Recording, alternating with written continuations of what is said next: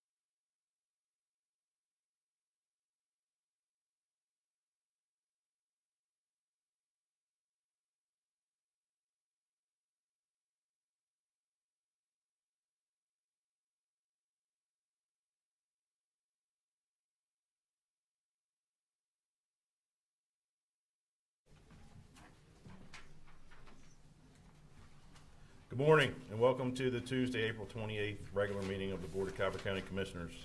This time, I'd like to ask Mr. Brandon Ferguson with Huntingtown Church of Christ in Huntingtown to please come forward for invocation. Good morning. Good morning, and thank you for having me here. I'd like to start by quoting Romans 1 and verse 13. Let every soul be subject to the governing authorities, for all authority comes from God, and the authorities that are appointed by God. And I thank you for having me here, and I see the importance of God being in this room and the idea that you all seek His wisdom in the decisions that you make. And I pray that as governing authorities, you'll recognize that responsibility, and as citizens, we'll recognize our responsibility to submit to you. Let's have a word of prayer. Great God and Father, we come humbly before your throne of grace and mercy. Father, we recognize that you are the beginning and the end of all things, that you are the Creator, that you are the most magnificent and the most high. Father, we fall down at your feet, recognizing your authority.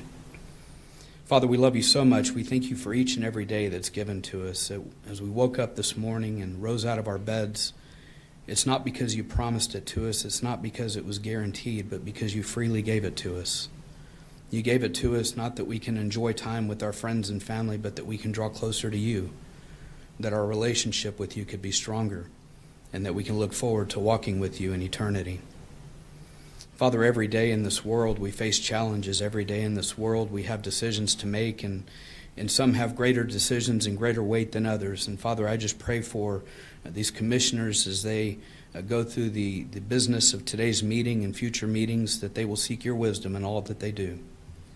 Father, I pray for the citizens of this county that we walk together in unity of your love, in unity of your grace, in unity of your word. Father, you are so gracious and loving.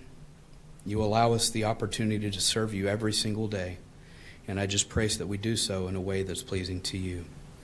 Thank you for the time that we have to be able to serve you. Thank you for the opportunity that we have to speak to our Creator. What an incredible, incredible thing that is. Thank you for the Holy Spirit that's delivered your word and guides us through it. And we thank you above all for your Son who emptied himself and came to this earth, that lived a life of perfection, only to be nailed to a cross, not for his transgressions, but for ours. We thank you for the blood that was spilt that day, and the water as we go down into it in baptism, that we come into contact with that blood, and we're forgiven of our sins. Father, we thank you for that gift. We thank you for this opportunity, and we thank you for this day. In Jesus' name, amen. Amen. I pledge allegiance to the flag of the United States of America and to the republic for which it stands, one nation, under God, indivisible, with liberty and justice for all. Pastor, do you have any upcoming events at your church or anything you'd like to share? No upcoming events, just we do meet Sundays at 10 a.m. for Bible study, worship at 11, and then Wednesdays at 7 p.m. for Bible study. We're a congregation of folks that just try to live by what the New Testament tells us to do, and I'd like to think we're a very close-knit and humble family, and you can't really miss us. Pond's Wooden for just up on the hill. So we'd love to have all you come by and stop by and worship God with us. Well, thank you, sir. Thank you for being here today and sharing the prayer. Takes us to the approval of the agenda. Mr. President, I move that we approve and adopt the amended agenda as submitted. Second. So I have a motion and a second to approve the adopted amended agenda as submitted. Is there any discussion on that? Hearing none, all those in favor say aye. Aye. Opposed? Motion carries. Takes us to our public service announcements.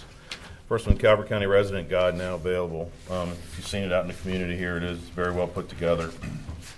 Calvert County Department of Communications and Media Relations released a comprehensive resident guide to help residents easily access information about county services and programs. Available both online and in print, the guide is designed to serve all residents, especially those who may not have internet access and do not obtain information about county services online.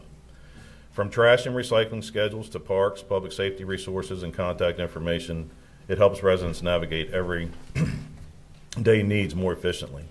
Printed copies are available throughout the community. Residents and local businesses may also request a mailed copy through the county website at www.calvertcountymd.gov/4053/resident-guide. A digital flipbook and accessible PDF are also available to download, or if you need the guide in an alternate format or require an accommodation, contact ADA coordinator at calvertcountymd.gov or call 410-535-1600, extension 8803. Farmers markets. It's that time of year when our farmers markets are gearing up to supply residents with fresh local goods. Visit the local farmers markets at the North Beach Farmers Market is a parking lot of the North Beach Senior Center at 9010 Chesapeake Avenue, North Beach, every Saturday morning from 8 to 11:30 from April 18th through October 31st. Prince Frederick Farmers Market is located in the parking lot Calvert Health Medical Center in Prince Frederick at 130 Hospital Drive, every Tuesday from 2 to 5:30 from April 28th to November 24th. And the Dunkirk Farmers Market is held in Dunkirk District Park, and that is every Thursday from 2:30 to 5:30 from May 21st to September 3rd.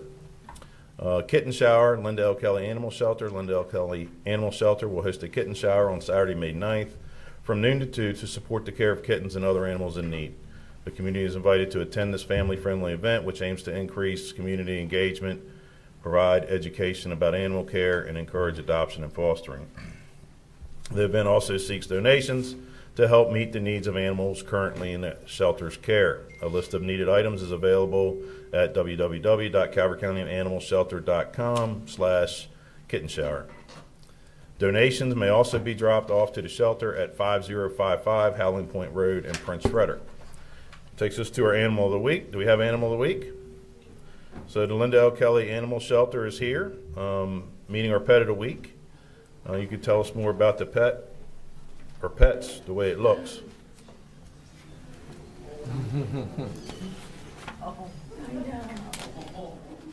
So this program was set up, and if these animals are adopted between this meeting and the next meeting, all of adoption fees are waived. So today I brought with us some kittens to talk about the kitten shower. These guys, there's 5 of them. They are about 3 weeks old, so they will be ready in about 5 weeks. But this will show we do need fosters. If anybody is interested, willing to take on caring for some of these babies until they're ready for adoption, we are in need. These are bottle babies, so they are still drinking formula. They no longer have their mommy with them, so they need the extra care. They've been with us since Friday now, but we get it's kitten season, so we're going to be getting quite a few of these litters coming in. And like I said, we need the fosters, and the donations are a big help. And if you want to come out to the kitten shower on May 9th, if we have any kittens at that time, we are going to do like demonstrations on how to care for them, some bottle feeding and some activities for people to do. and learn how to take care of them and stuff. So, Well, you know, guys, you're lucky. Jen was just telling me this morning. She said, Mike, I've been looking for like 5 kittens to adopt. It was just so crazy that you actually showed up here today because we were just having that talk. So, Jen, you know, hey, it's like a mind reader or something. So they need to be fed every like 3 to 4 hours, and then you also have to help them go to the bathroom because they can't do that on their own. Jen's got plenty of time. She says that's not a problem. Yeah. no, they're a lot of fun. It's very fun to do. We do have another, litter. They're a little bit older. They'll be ready a lot sooner than these guys. So if you're interested in any kittens, just keep an eye out on our website. We'll have some coming available in the next couple weeks. And like I said, come on out to the Kitten shower shower. on May 9th. All right. Well, Well, thank you Thank guys you. for coming out. Thanks for bringing them. And what's capacity looking like? We're pretty full. Are you? Yeah, we are Okay. very full on dogs right now. So, Dogs, you said? Yeah. yeah. Yeah. So if anyone wants to foster, So- adopt, definitely come by or look at the website. Yeah.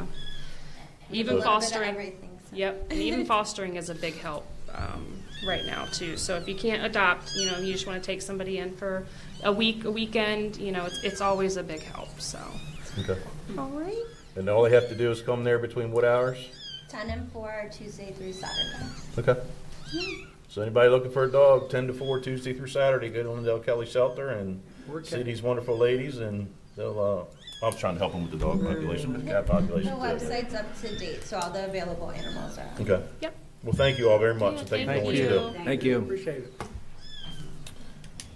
Hospice has 2 events coming up. One's May 2nd, which is this Saturday, and that's Walk for Brain Cancer.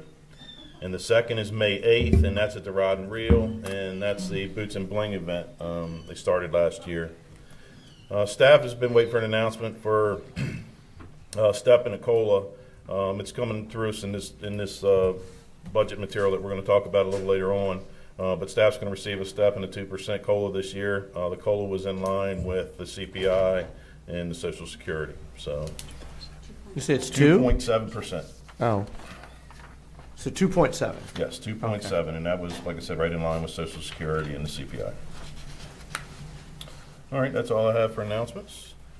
That takes us to proclamations. The first proclamation is National Economic Development Week. Commissioner Hance. Good morning. I'm Julie Oberg, Director of Economic Development for Calvert County. I just wanted to thank the board for support in recognizing National Economic Development Week here in Calvert County. It highlights a vital role our businesses, entrepreneurs, and workforce partners play in strengthening our economy and enhancing our overall quality of life. It also underscores the importance of supporting our existing businesses, encouraging strategic investment, and maintaining a diverse and resilient economic base, including key agriculture and tourism sectors. Throughout the week, our team will be celebrating the business community through anniversary recognitions and ribbon cuttings, highlighting milestones and investments. The signature event of the week is Business Appreciation Day, next Tuesday, May 5th, when staff, ambassadors, and members of this board will participate in 15 coordinated business visits throughout the county. These visits provide an opportunity to connect directly with local businesses, express appreciation for their contributions, and better understand their needs, challenges, and future plans. We're also partnering with the Chamber of Commerce to host a networking event next Wednesday at Foster's Grill. And Economic Development Week serves as a reminder of the county's ongoing commitment to support a strong, diverse, and resilient business community. Thank you very much. And today we've got several members of our team who are here to join me. If you could all just come up, introduce yourselves, and Larry, please come up too.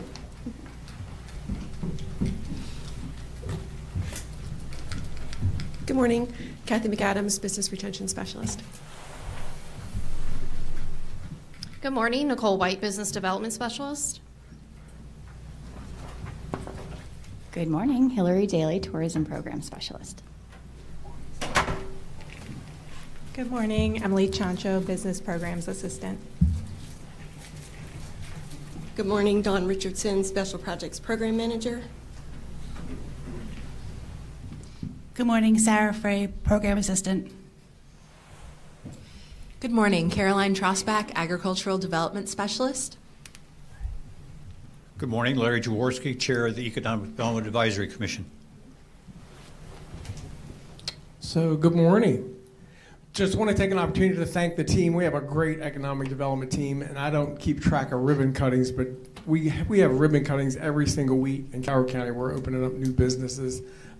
It's a great atmosphere we have here, and like I said, a great support team to help these new businesses get off the ground. It's not easy starting up a new business, as anybody that's tried can relate to. And so this team works with them throughout the county all year long to make sure they have the support that they need to get up started and then to run, because those first 6 months or a year are critical to keeping that business alive and going. So we just want to take this opportunity to thank you all for what you do, and thank all those people that decide to open a new business in Calvert County. You know, we have creates jobs, keeps the money in the economy, which I think I hear it's tenfold or something like that. When you keep $1 inside the community, how it goes through the different stages of the community. So every dollar we can keep in Calvert County stays in Calvert County and helps support our businesses. So proclamation reads, whereas the week of May 4th through 8th, 2026 has been designated as National Economic Development Week by the International Economic Development Council, and whereas National Economic Development Week was established to raise awareness of local programs and services that create jobs, advance career development opportunities, and enhance the quality of life in our communities. And whereas Calvert County's Department of Economic Development promotes economic well-being and strengthens the community by creating, retaining, and expanding jobs that foster growth, build wealth, and provide a stable tax base. And whereas Calvert County is committed to maintaining a Department of Economic Development that serves as a hub for businesses, agriculture, and tourism, delivering local, state, and federal resources to enhance the community's competitiveness and contribute to economic growth and vitality. Now, therefore, be it proclaimed by the Calvert County Board of County Commissioners that May 4th through 8th, 2026 be recognized as National Economic Development Week in Calvert County to highlight the importance of economic development and expanding career opportunities and improving the welfare of all citizens. Be it further proclaimed that we encourage all citizens to recognize the contributions of economic development organizations and the vital role they play in building and sustaining a strong local economy. Given our hands and seals this 26th day of April, 28th day of April, 2026, signed by all five. Congratulations. Congratulations. Congratulations.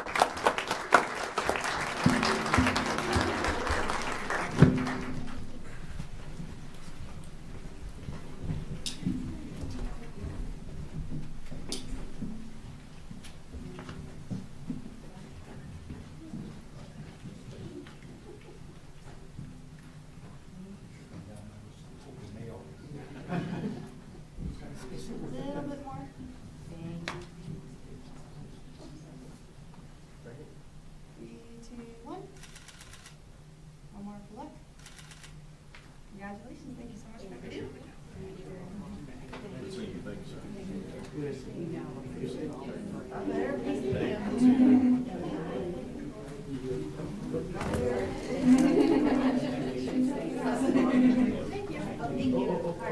I'm just messing about y'all.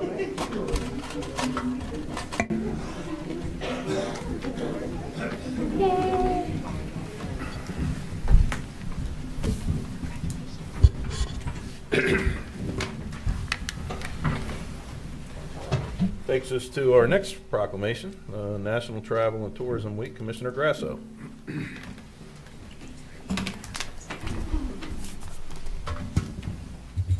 Good morning again.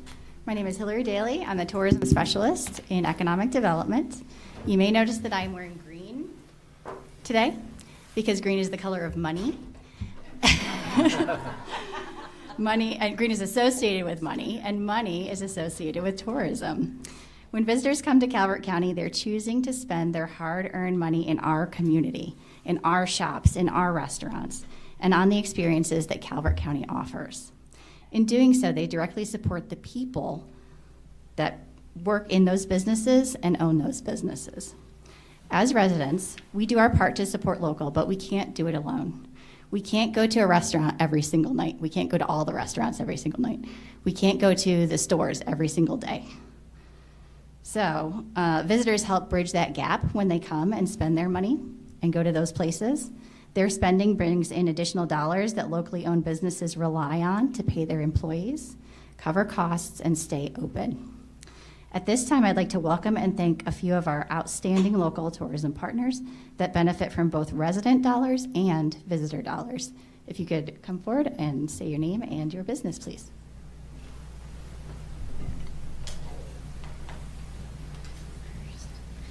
Good morning. I'm Jen Ludlow, and I'm with the American Chestnut Land Trust, ACLT. We host monthly guided hikes and monthly guided canoe trips up Parker's Creek. And we want to let everyone know that we're having a Parker's Creek Heritage Trail launch on Saturday, June 6th. And commissioners, we would love for you to be there. Thank you.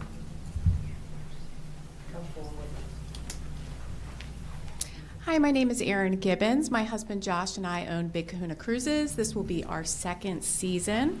We're out of Solomons. We do 30-passenger tiki-style boat tours around Solomons Island and the surrounding waterways, and we operate from May through October, public and private events.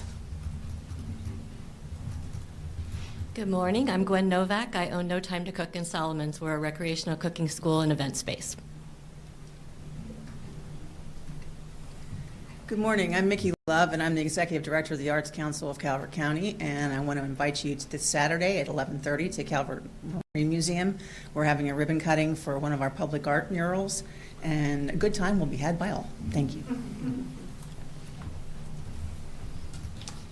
I'm Jeff Murray, director of the Calvert Marine Museum in Solomon. She just stole my thunder. I was going to invite everybody to come down to. It's not just a mural. We have the Solomon's Maritime Festival this weekend, full of arts, crafts, food, music, all sorts of things that celebrate Southern Maryland's maritime history. And we invite you to come down. It's free. So this Saturday, May 2nd. Thank you.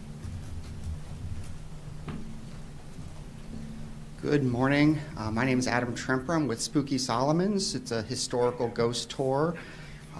We've been very busy this year. This is my 4th year doing it, and it's been picking up. This year we've got about 3 or 4 tours a week, and I'd say about 50% of them are from outside the county right now. So been busy. And I've got my Spooky Solomon shirt, but I'm going to take it off real quick because I want to also I'm here representing the Solomons Business Association. So I could have taken this off. From the Business Association and from the Solomons Co-op. And I just wanted to thank the commissioners and everybody from the county for your generous donations and support of the 4th of July. This year is the America 250, and we want to make it a special celebration on Solomons with fireworks and everything that the community comes to love. So the support that the county has shown has been tremendous. We still have a little ways to go to raise enough money to actually hold the event. So if any of folks would like to donate, go to Solomon's 4th of July Facebook page, and you can see how you can donate and get involved. But just again, from the folks of Solomon's and from the community, thank you all so much.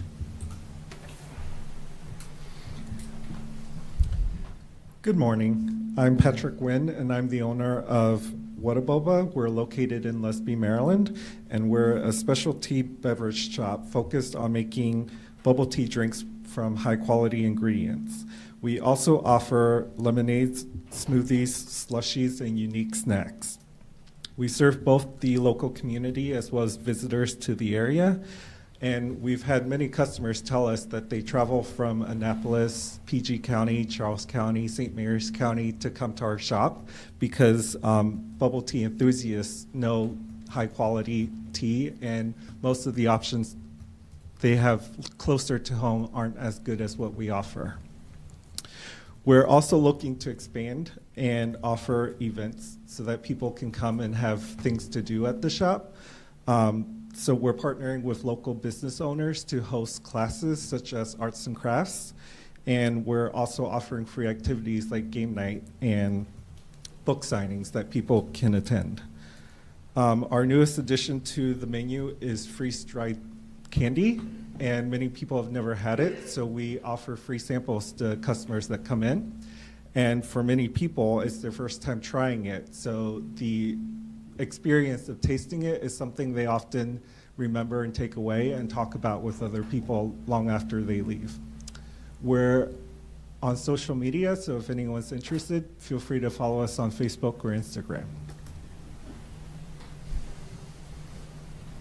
Hello, I am Bridget Rinker. I'm with Jefferson Patterson Park and Museum, and I am here on behalf of Rod and all of the staff at the museum. Our upcoming events that most of you know about, we have the 39th Annual Children's Day on the Farm, which is our large event, and the Patuxent River Wade-In in honor of former Senator Bernie Fowler. And I can't be in front of the microphone without thanking all of you, all of the different commissioners that come and participate. Commissioner Grasso for coming and standing in the pouring down rain and handing out medals at all of our races, for giving my kids rides on their tractors in the tractor parade, and bringing all the really fun equipment for all of our participants. So I think that's, and Neon Nights is the next race, Saturday, August 1st. Hey, how was Celtic Festival? I didn't get a chance to get down there. It was a busy day. I wasn't there either. Oh, okay. Good. Good morning, I'm Kim Musser with Children's Theater of Southern Maryland.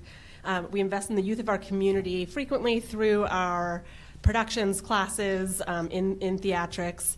We do have summer camps throughout the summer for children that draw families in from outside of the county, as well as our main stage productions that we do throughout the year. We have several coming up, and grateful for the support of Calvert. Good morning. I'm Stephanie Sperling. I'm the park planner with Calvert County Parks and Recreation, and we just thank Hillary and her team for helping us promote our great parks, pools, rec centers, and all of our facilities. We hope that this is a draw for not only our residents, but for people from around the region.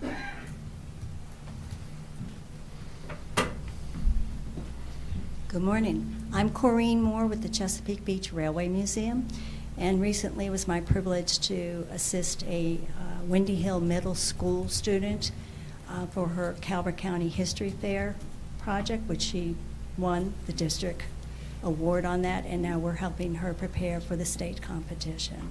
Thank you.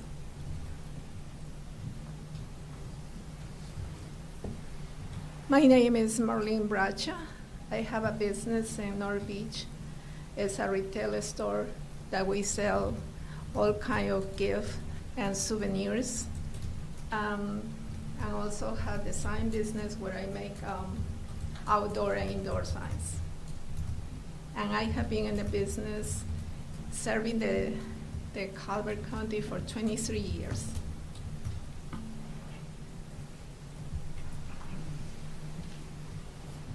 Good morning. I'm Stacy Honruff. I'm the director of Anne Marie Sculpture Garden and Art Center, and we welcome over 100,000 guests to our park every year. It's a wonderful mix of residents and visitors alike.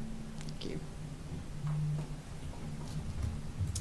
Good morning. I'm Jane Bachman from Anne Marie Sculpture Garden. I'm the director of development there, and a reminder that nonprofits like Anne Marie serve as a way to connect people to art and nature, and they help heal our world. I'm back. Larry Jaworski, Larry Jaworski, Chair of Economic Development Advisory Commission, and on behalf of EDAC, I just wanted to express our appreciation to the commissioners for promoting tourism. Tourism is a critical component of our appropriate economic development across the county. Thank you. Good morning, Sarah Frey, Economic Development Program Assistant. Thank you everyone for helping us celebrate and promote tourism in Calvert County.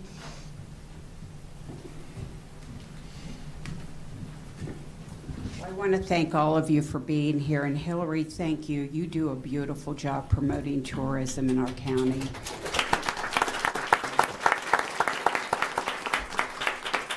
When I moved here years ago as a young mother, pregnant, down a dirt road, where the hell have you brought me?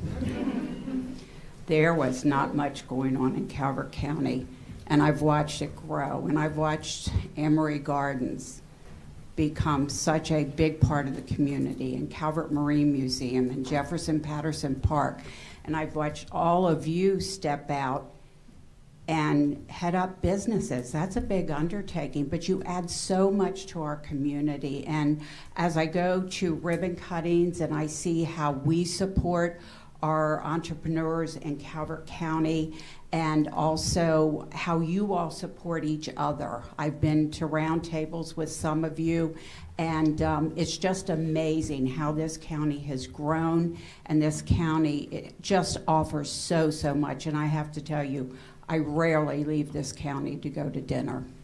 We go in Calvert County, and being a county commissioner, I have learned even more about my county and how valuable you all are, not only to the people, but to the economic growth of this county. So thank you for what you do.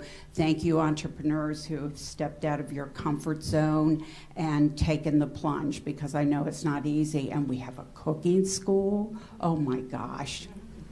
You do a wonderful job. All of you all do an arts council. I remember when that first started. So do you remember Linda Woods?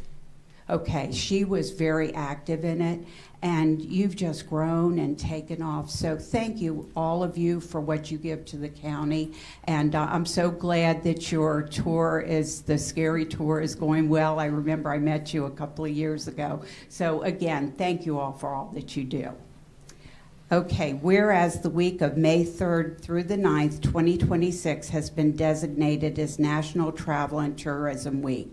And whereas the travel industry supports millions of American jobs as one of the largest private sector employers in the United States, and provide travelers with countless benefit by helping families create memories, connecting communities, and enriching people's lives.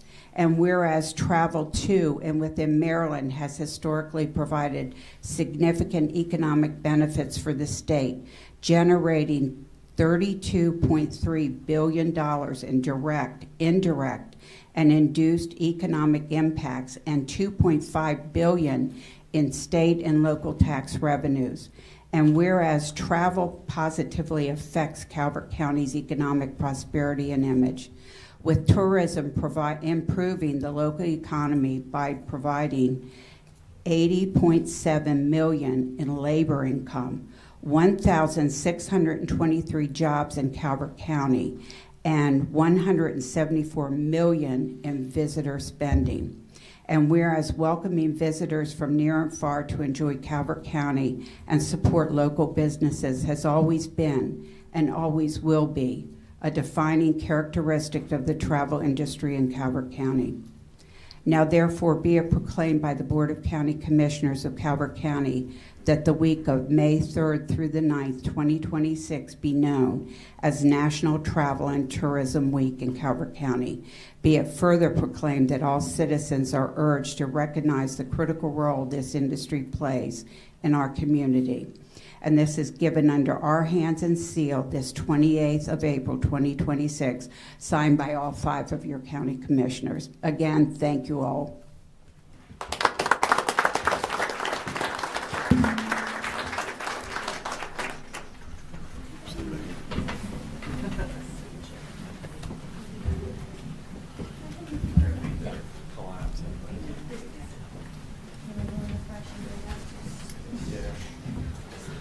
We'll keep all the eye candy. Good morning. Jump between us. Okay. Thank you. More. All right. Trying to Sorry. separate us from I'm telling you. Things look better. Oh, I like having you guys look good. All right. 3, 2, 1. 3, 2, 1. Thank you so much. Thank you. Good to see you. Hey, see you. Good to see you. I'm just running over everybody.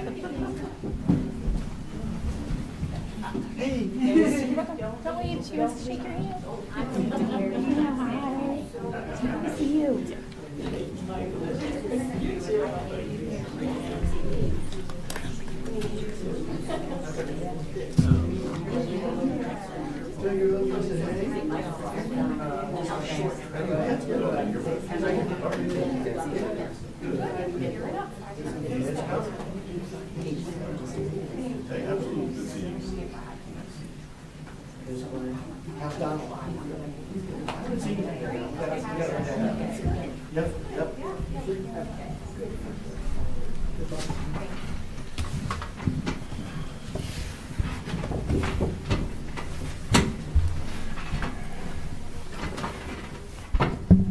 takes us to our final proclamation, National Apprenticeship Week. Commissioner Hart. Thank you, Mr. President. Do we have someone here to get the ball rolling? Okay. Good morning, everyone. I'm Carrie Akins. I'm the Director for Career and Technical Education for Calvert County Public Schools. And we want to thank the commissioners for this opportunity to recognize National Apprenticeship Week and to highlight what apprenticeships mean for our students in our community. So I'm going to go off script for a second and say that we just had 2 great proclamations with all of these great jobs, and what we have are the people to work in those jobs. So apprenticeships are, at their core, a true partnership between schools and our community. They are the clearest bridge we have between what happens in our classrooms and students being truly ready to step into the workforce.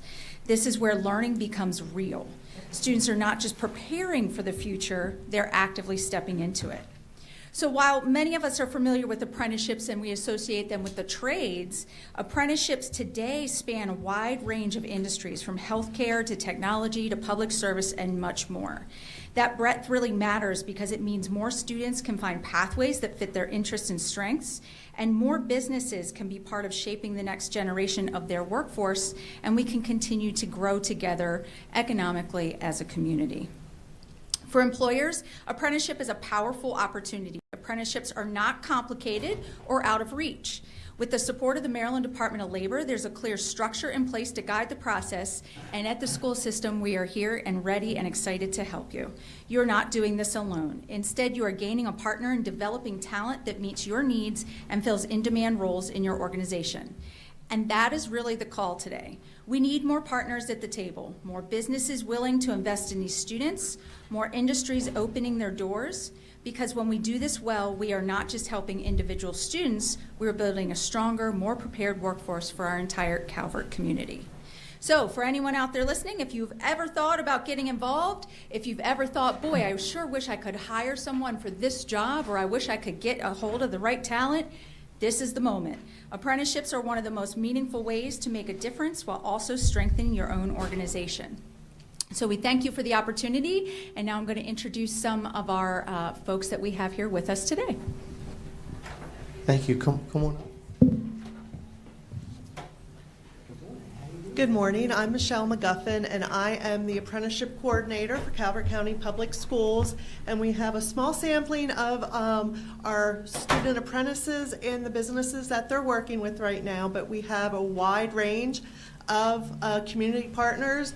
Goes from Kelly Generator and Dreamweaver to we have Fixed Right and Guaranteed, Scheibel Construction. We also have the Tax Depot. We have Well Pet Clinic, Pets with Disabilities. So we have a wide range of community partners that we work with. And so I'm going to have the students and their mentors introduce themselves. Thank you. Hi, my name is Rachel Zagalia. I'm at Calvert High School and I work for Dreamweaver. Good morning. How you doing? Hello, I'm Jackson Estes, and I go to Huntingdown High School, and I work with Kelly Generators. Good morning. How you doing? Good morning. My name is Jason Britton. I am a senior at Calvert High School. I work for Kelly Generator and Equipment. That name sounds a little familiar to me.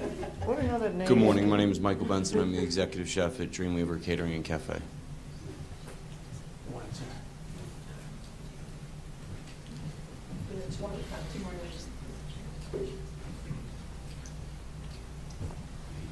Good morning. My name is John Kelly III. I'm at Kelly Generator and Equipment, and we host those two fine young men right there. Good morning. My name is Andrew. I'm the rental fleet manager, and I work with both of them. Morning. How are you?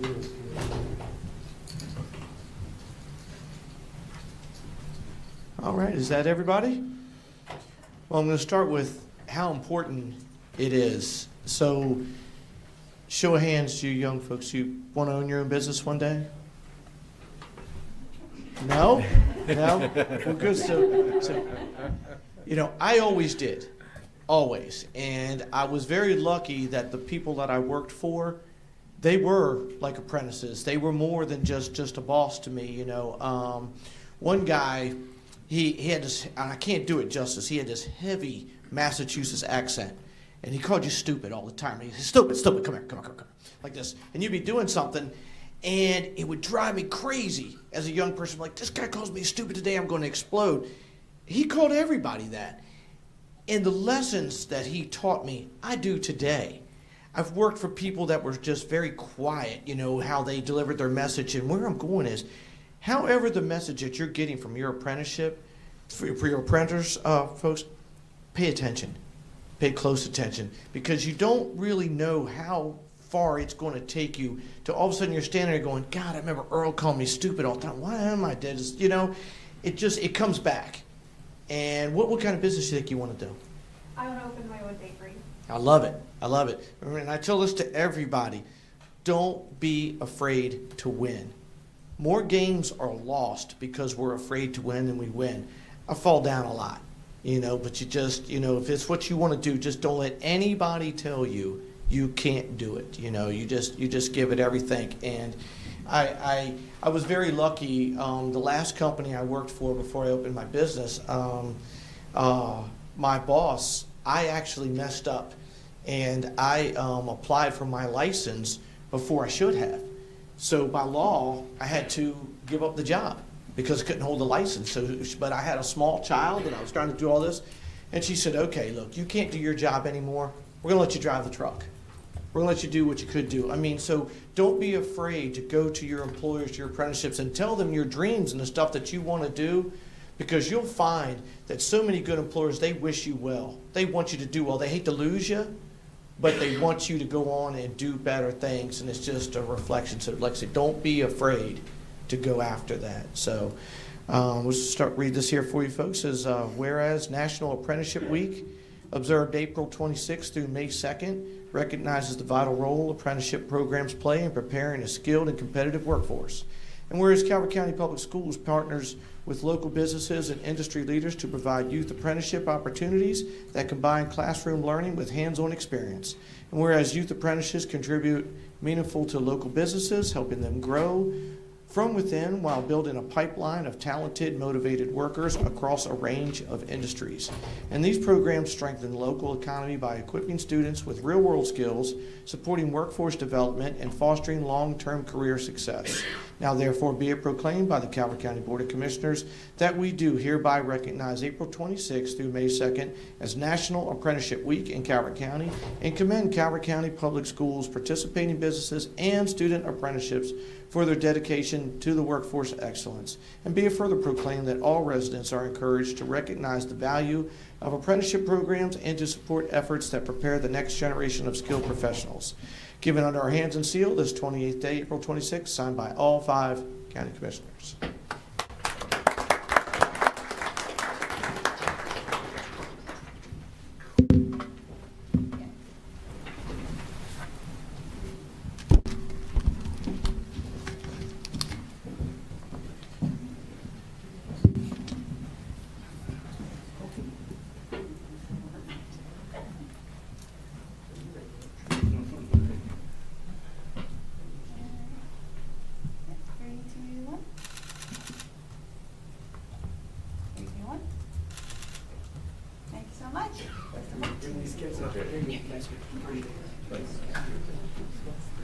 Thanks, sir.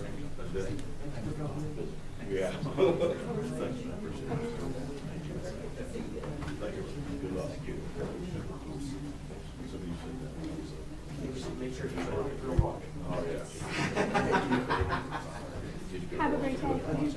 Speaking of, Come here. they're going good, but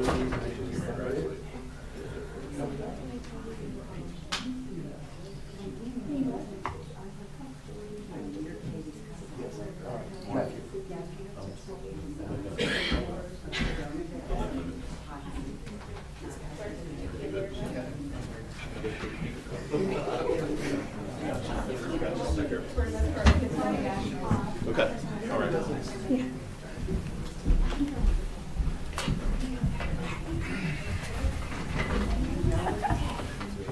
So real quick, the Career Center has a car show May 9th, which is a fundraiser for the kids that could participate in Skills USA to make it to Nationals. So if you want to donate or if you have a car and you want to be there, Carrie, do you want to say anything else about that? come on out, have a good time. Some good kids. You can check out our auto shop while you're there, and the kids that are going to nationals are amazing. So, all for a good cause. And one more thing as well. They're always looking for businesses to have these opportunities like Kelly Generator and all these. How many businesses do you actually need, or how many kids do you need placement for now in these businesses? About 15 to 20 more. Yeah, okay. we usually 3 to 1 on the student applications to what we actually can offer. So it is an opportunity for you to be able to give these kids that opportunity to get them out into the workforce. I always mention this as well. The Career Center in certain classrooms, I guess, are busting at the seams, and they're having to turn kids away every year, particularly in the trades. I believe it's welding, AC, electrical, but they're struggling there. And actually, we've tried working with the College of Southern Maryland, and I believe we're getting close, right, to having the Hughesville campus be able to be a overflow for you, so to speak, or how's that going, and when do you foresee it happening? Working on some things with that, so hopefully soon. Okay, that would be great. So, well, thank you guys. It's a very important program. We appreciate it. Thank you. Takes us to our first presentation, the Office of the County Administrator, SMECO presentation on data centers. So we have Ashley Staples Reed and Tom Dennison from SMECO. Welcome.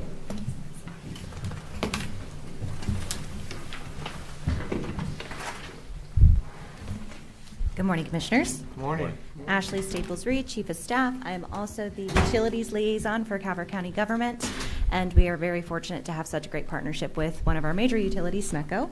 I will read a brief memo after I allow them to introduce themselves. Okay. Hugh Francis Vole with SMECO. I'm the Transmission Engineering and Construction Director. Good morning, Commissioners. Tom Dennison. I'm Senior Vice President of External Affairs and Communications. Okay, I'll briefly read the memo, and then I'll take it over to you, Tom. So for background, community interest has grown regarding the potential impacts of data centers on electricity demand and cost. Southern Maryland Electric Cooperative, otherwise known as SMECO, is one of our electric distribution providers for Calvert County. Discussion: as the area's electric provider, SMECO is required to provide service. However, data center developers are responsible for the cost of necessary system upgrades and interconnection consistent with state law.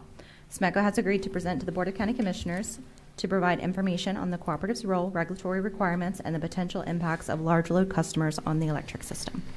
And with that, I'll go ahead and I'll pass it over to Tom.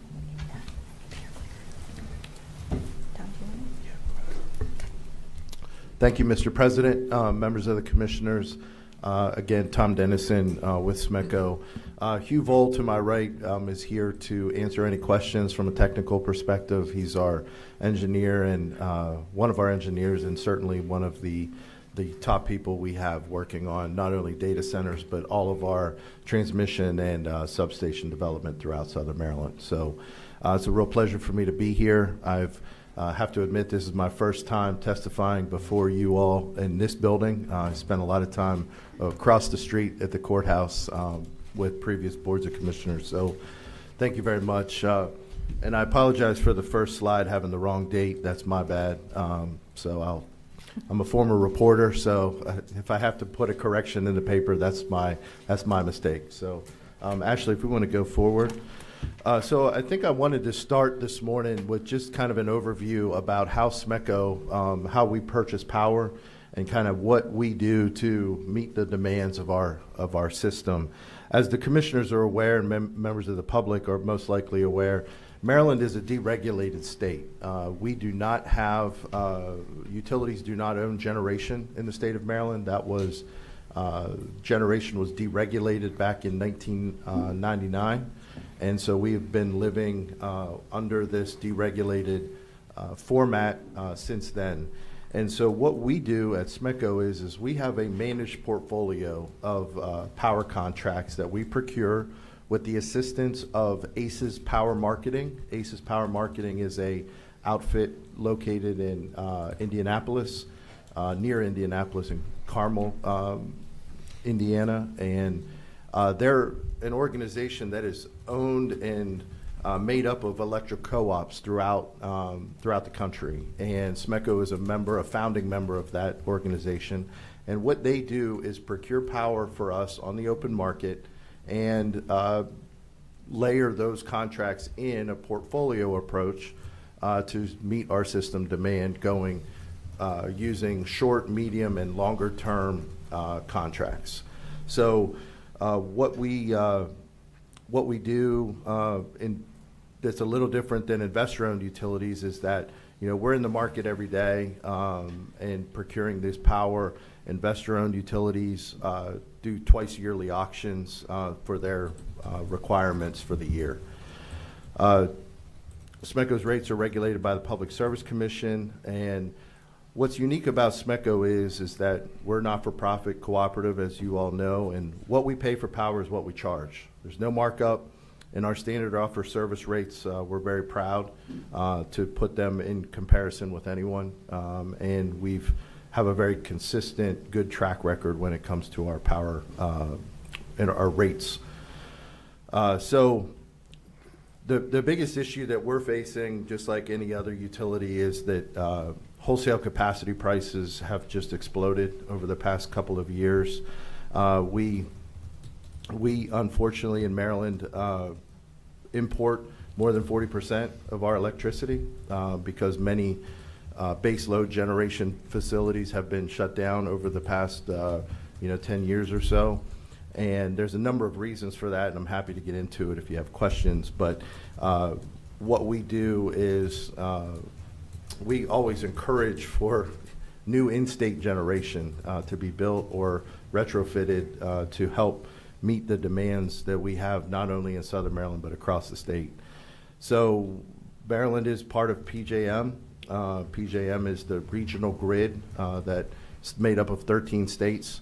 And when I included some numbers here that to give a perspective of just how much electricity has gone up, and you can see there at $269.92, up from $49.49 per megawatt day in the 2020 compared to the 2025-2026 delivery year. So those increases are of course seen in our contracts and in our purchasing that of course have to flow through to our rates. So next slide.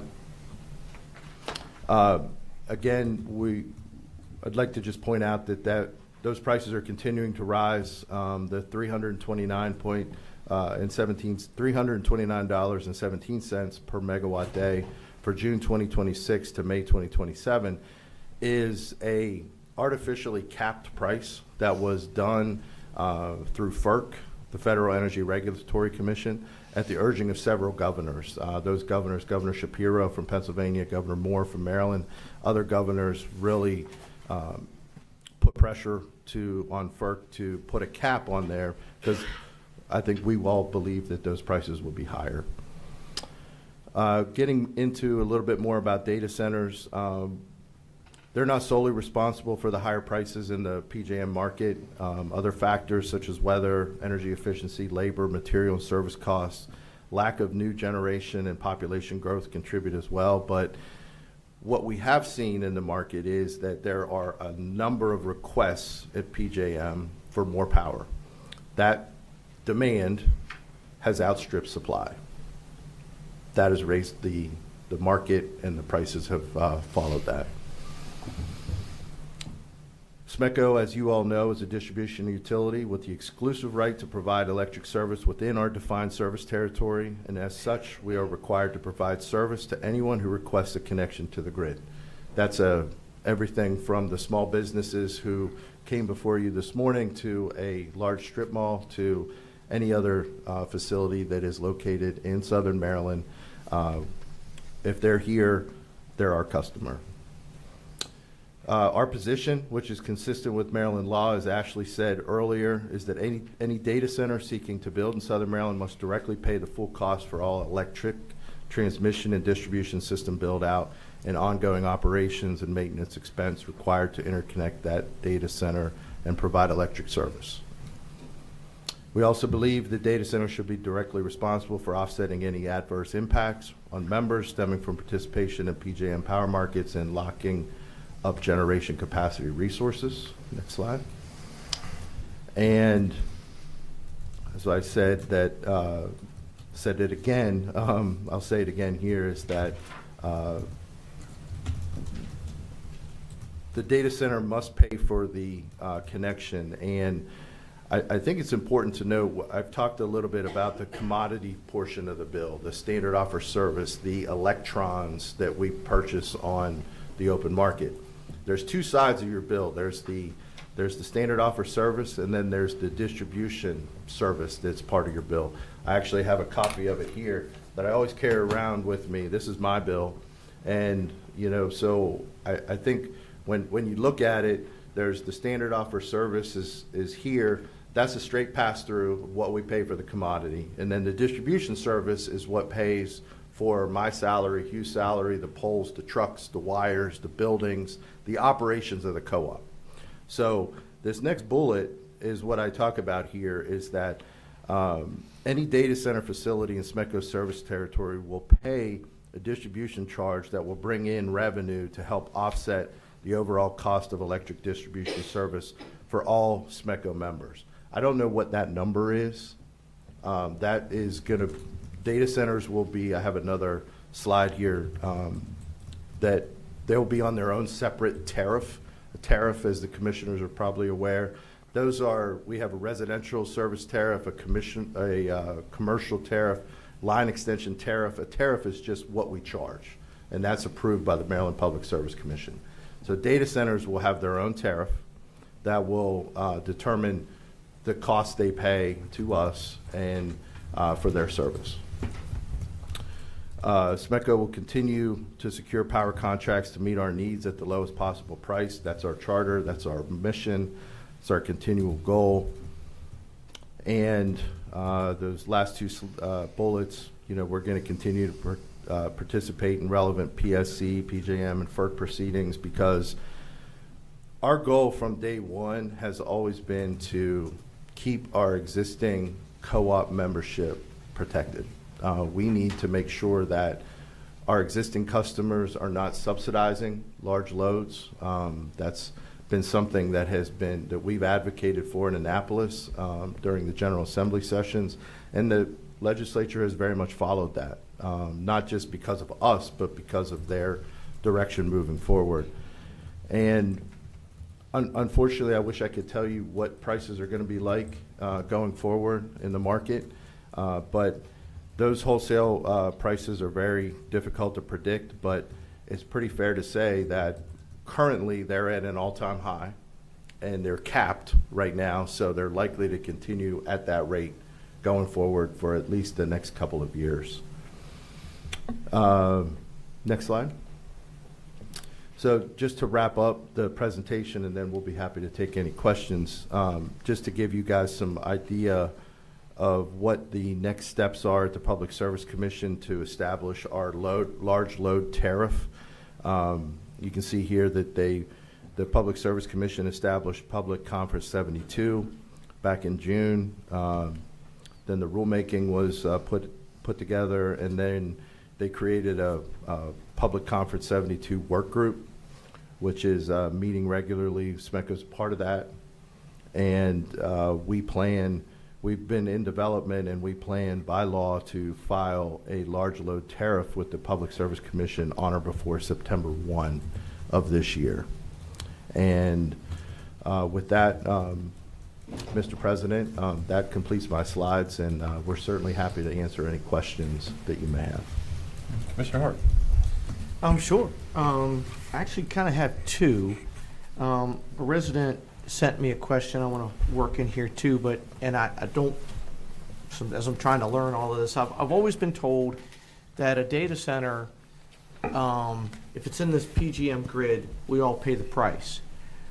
But since you guys have a small footprint and you do purchase for that small footprint, is that not necessarily true when it comes to us? Because if there's one in Delaware, you don't supply Delaware. So I'm right?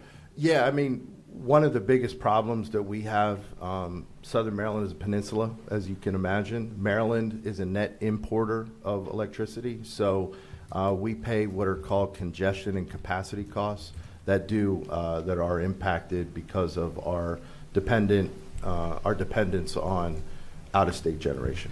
Because it's been said, well, if this thing was put anywhere in the grid, we all pay the price, but that doesn't sound like that's necessarily true, only if it's in your footprint. Now would we have this variable to contend with? And as you said, it's a commodity, it's a supply and demand thing. It sounds like there's a whole lot more demand than there is supply. So my question is, I think, is it 3-year contracts you guys buy out for? Is that? We have various ones, Okay. Commissioner. So when you try to purchase, and I don't understand your business, but when you purchase this block of energy, and now it goes through quicker than what it would have before, because I guess if 12 data centers come on your grid, I don't know what that percentage is to what the residents use right now. I don't know if you do. Yeah, so, I mean, what SMECO, like on our coldest of cold days, we use about 1 gigawatt of electricity. So that's the demand. For the total residents. Total demand electrically. That's how much electricity is being used at that point in time, on the coldest of cold days, our peak. But as to your question about the market, it is fair to say, just based on what has been done already, because of the data center demand and other demands, we've seen the prices increase across PJM. I think what's unique about Maryland, what's unique about Southern Maryland, is that because of the congestion-related costs of importing power, that has driven prices up for not only SMECO, but across the other utilities as well in Maryland. So until, I guess, until there's more transmission lines built, more generation built, that's going to be a continual trend upward. So I think, from our perspective, whether it's a data center that is built in Southern Maryland or elsewhere, if one is to be built in Southern Maryland, we want to make sure that there's benefits that come with it. And that's why we've advocated such that that they pay a proper tariff that would ensure that existing residents aren't subsidizing them, and that they pay a rate that would potentially offset distribution costs for other customers. But you say 1 gigawatt, am I saying that right? Mm-hmm. What potentially would, if both of these data center projects went through, do you know potentially how much they would pull just on their own? You're referring to the 2 proposed sites in Yes, southern sir. Calvert County. I believe if you combined the requested demand for both sites, it's approximately 1.1 gigawatt between both of them. So they would pull more power than every resident and business in Southern Maryland right now, potentially. Again, those are proposals. Sure. Those are what has been asked for, and we're in the process of doing feasibility studies. So, and obviously I understand as a business-wise, hey, I mean, if you could increase your business by 100%, I get that, but the strain to the residents there, that's a lot of power you have to purchase now. You've never purchased, I would imagine, that block amount of power before.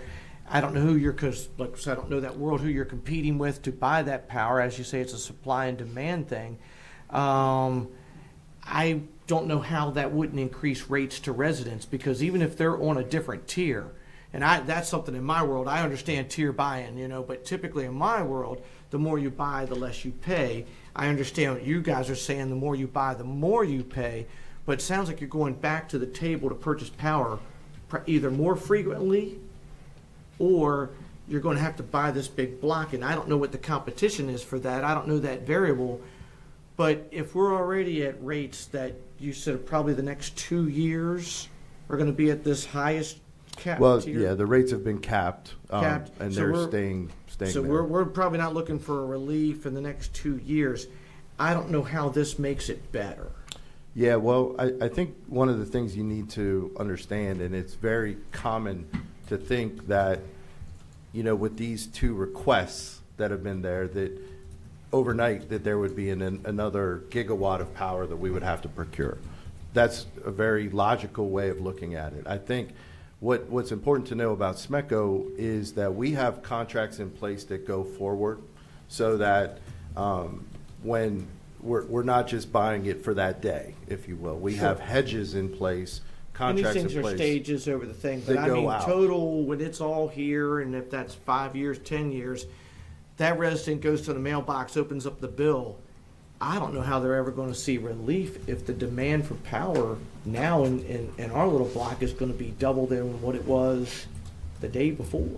And I think that's all part of the process, Commissioner, that is going through not only the Public Service Commission, but all these other regulatory authorities to make sure that the demand is, we know the demand is there, but the capacity has to be there as well. And I'll leave you, I'm sorry, I want to make sure this resident asks a question because I guess it leads to replacement power. And if you guys know anything about, I guess, the question was, I guess on March 4th, 2026, there was a presidential order, I'm sure you're probably familiar with it, states that these data center companies agree to build, bring, or buy new generation resources and cover the cost of all of that delivery, instruction, and upgrades. If that goes through, or if that demand's there, what if there is a data center that can't generate that? I mean, I understand at the nuclear facility, obviously, I would guess there's things in place, but how does that work with you guys? I mean, because you guys don't generate power, you buy power.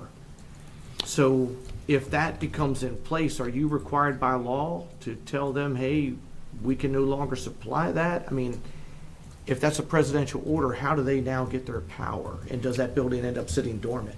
I mean, it's a very legitimate question, Commissioner. I know that just this last session in Annapolis, there were incentives that were put in place incentives for permitting for those data centers to come into the state of Maryland with their own generation.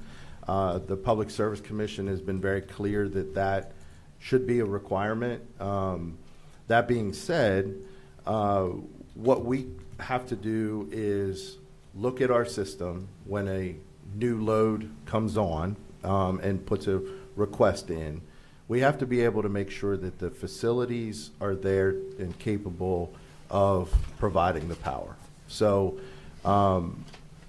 the hypothetical cost increases that you're talking about are very legitimate. It's a very big concern for us. But as to the actual presidential executive order, I'm not sure how that particularly impacts the current ones that have been proposed, and I think there's just a number of steps that have to be done prior to determining whether generation will be required to go alongside of the data center. It's a very legitimate question, though. Thank you. Thank you. Mr. Cox? Yes, thank you. So on slide number 3, you have PJM price at $329.17, and that goes through May of 2027. So I'm assuming that Annapolis bill, the Utility Relief Act that the governor signed, I thought that went through 2030. Okay, so thank you for the question. So the Utility Relief Act, that deals with just Maryland utilities, and it deals with various numbers of requirements in state law that dictate what goes on your electric bill. For instance, the provisions you were talking about that go out to 2030 deal with the Empower Maryland program. They deal with the greenhouse gas reduction goals that are required by the state that we abide by. And again, I'll go back to my bill. When you look at the Empower Maryland charge, for my bill, just for instance, in March, I was like $23.12. So what was done in the Utility Relief Act was those requirements that go into the Empower Maryland charge, some of those requirements were ratcheted back. And so it's same church, wrong pew, if you will. Okay. It's a different type thing. The PJM capacity market and the wholesale price of power is across the entire grid. Okay. And also on slide 3, the last paragraph, that, PJM power markets and locking up the generation capacity resources. Who has the authority of implementing that? Is it SMECO? Is it the state? Is it the feds? Who has that authority? Yeah, and you can jump in here, but that is the responsibility of PJM. And so yeah, I think, and again, I don't want to give any wrong information, and I'll be happy to get back to you for the specific responsibility there, but I know that the Federal Energy Regulatory Commission also has a role in that, but the actual authority, I can get back to you on that, but I believe it is PJM. Okay, thank you. On slide 6, or let's go to the last one, slide 7. So by law, SMECO has to file a large tariff before September 2026. Is that when that goes into effect, or you just have to file it by that date? Yeah, we just have to file it by that date. I think what is happening now is the commission is gathering a lot of intel, getting a lot of suggestions, comments, seeing what the market looks like, and then when we file on the 1st, that hopefully they'll have a head start on implementing that new tariff. But I don't believe there's been a timeline established. Okay. And 2 more questions. The Public Service Commission. How is that increase communicated back to the ratepayers? How is when they do get an increase? Because I looked at the last auction price. It's up 500%. How is that increase communicated back to the ratepayers? Yeah, well, in SMECO's case, when we have to pay more for electricity, when it goes above 5% of our current rate on the standard offer service, we have to file what is called a public cost. The purchase power. If you look on your aspect of the bill, it's referred to as the PPCA. It's the purchase power cost adjustment. So SMECO has our stated SOS charge based upon what the actual cost of the electrons flowing through is, and then based upon the market, if it's up or down, plus or minus 5% for 3 to 4 months in a row, then we have to refile that cost for what we're actually paying to buy the power off the open market. So it can be a credit, or it can go up or down based upon market. And then at that, when we refile, Commissioner, that's whenever we communicate to our customer members through our website, social media, co-op review, hey, we're going to be filing this. And there's also a public component of it as well, where there's a newspaper ad that's put in the paper. Okay, last question for you.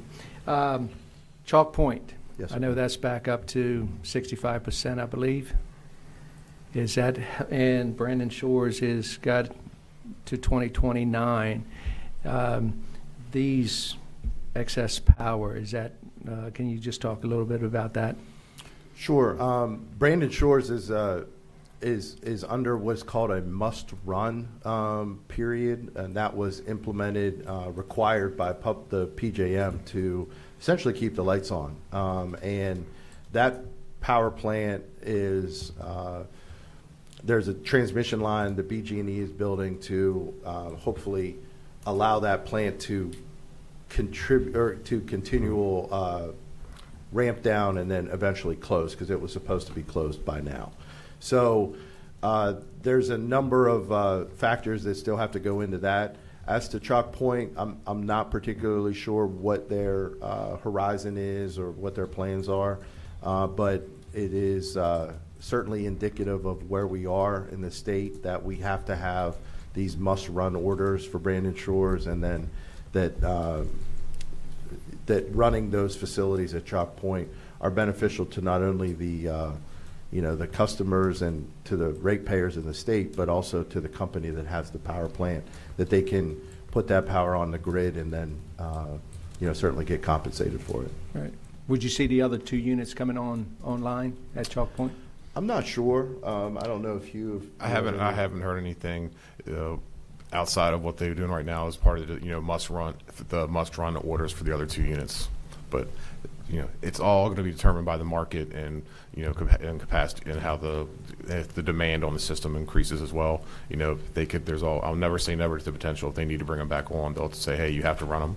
Very good. Thank you. Do you foresee there being extensions on? At this time, outside 2029, which they've pretty much said for the must runs, it's hard to say. It's a very dynamic market with ever shifting demands throughout, and they're trying to figure out which ways, which power plants are must run, and as different resources are built between new transmission lines and new generation sources, that gives them the ability to once that Brandon Shores is offset, then they can continue with the complete retirement of the station. So it's a lot of different moving parts. Commissioner Hance.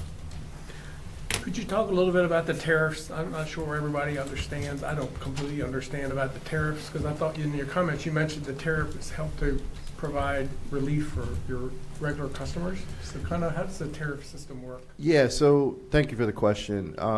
What I mean by a tariff is that is the rate that the facility, whether that's a residential tariff or a commercial tariff, but this is going to be a data center tariff.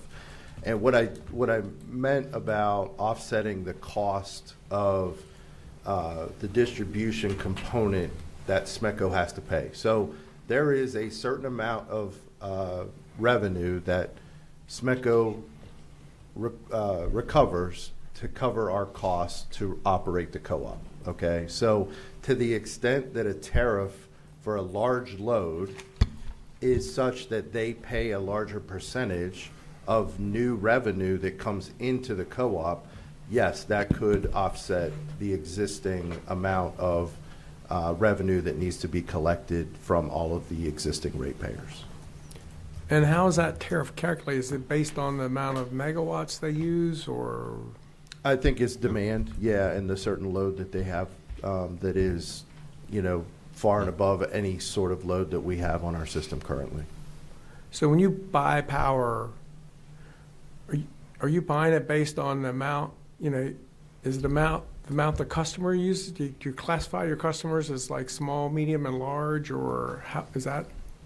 Yeah, certainly we have different rate classes of, commercial, industrial, residential, and the vast majority of SMECO, unlike other utilities, is that we're, residential. I mean, is our primary rate class. So, these new larger loads are different. I mean, they're different for us, but they're different across the state.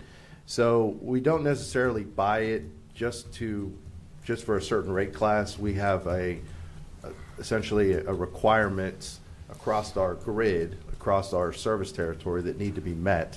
And we do forecasting that looks to past weather patterns, past usage patterns, energy efficiency models that we use, and then we layer those contracts in place to hedge for potential price increases, and weather is the big one for us.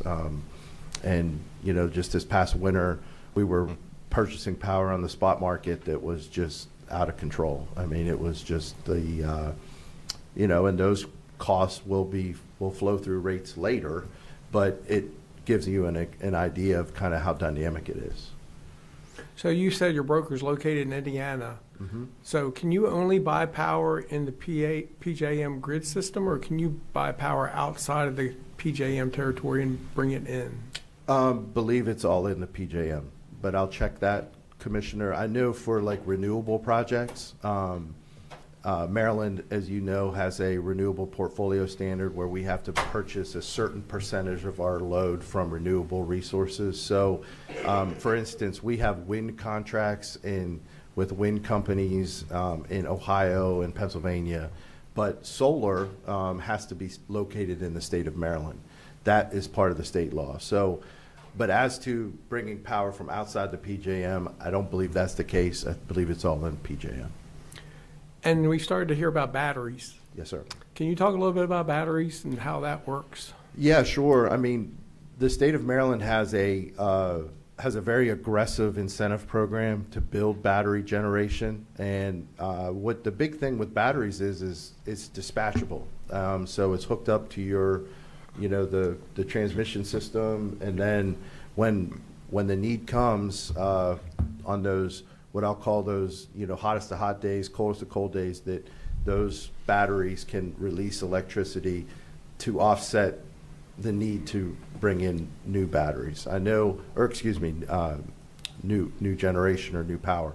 I can tell you that there's been a lot of discussion, and there is, a lot more incentives now that are there. That I believe you're going to start seeing more battery programs, more battery projects coming into not only into Southern Maryland but throughout the state. So those battery packs, I'm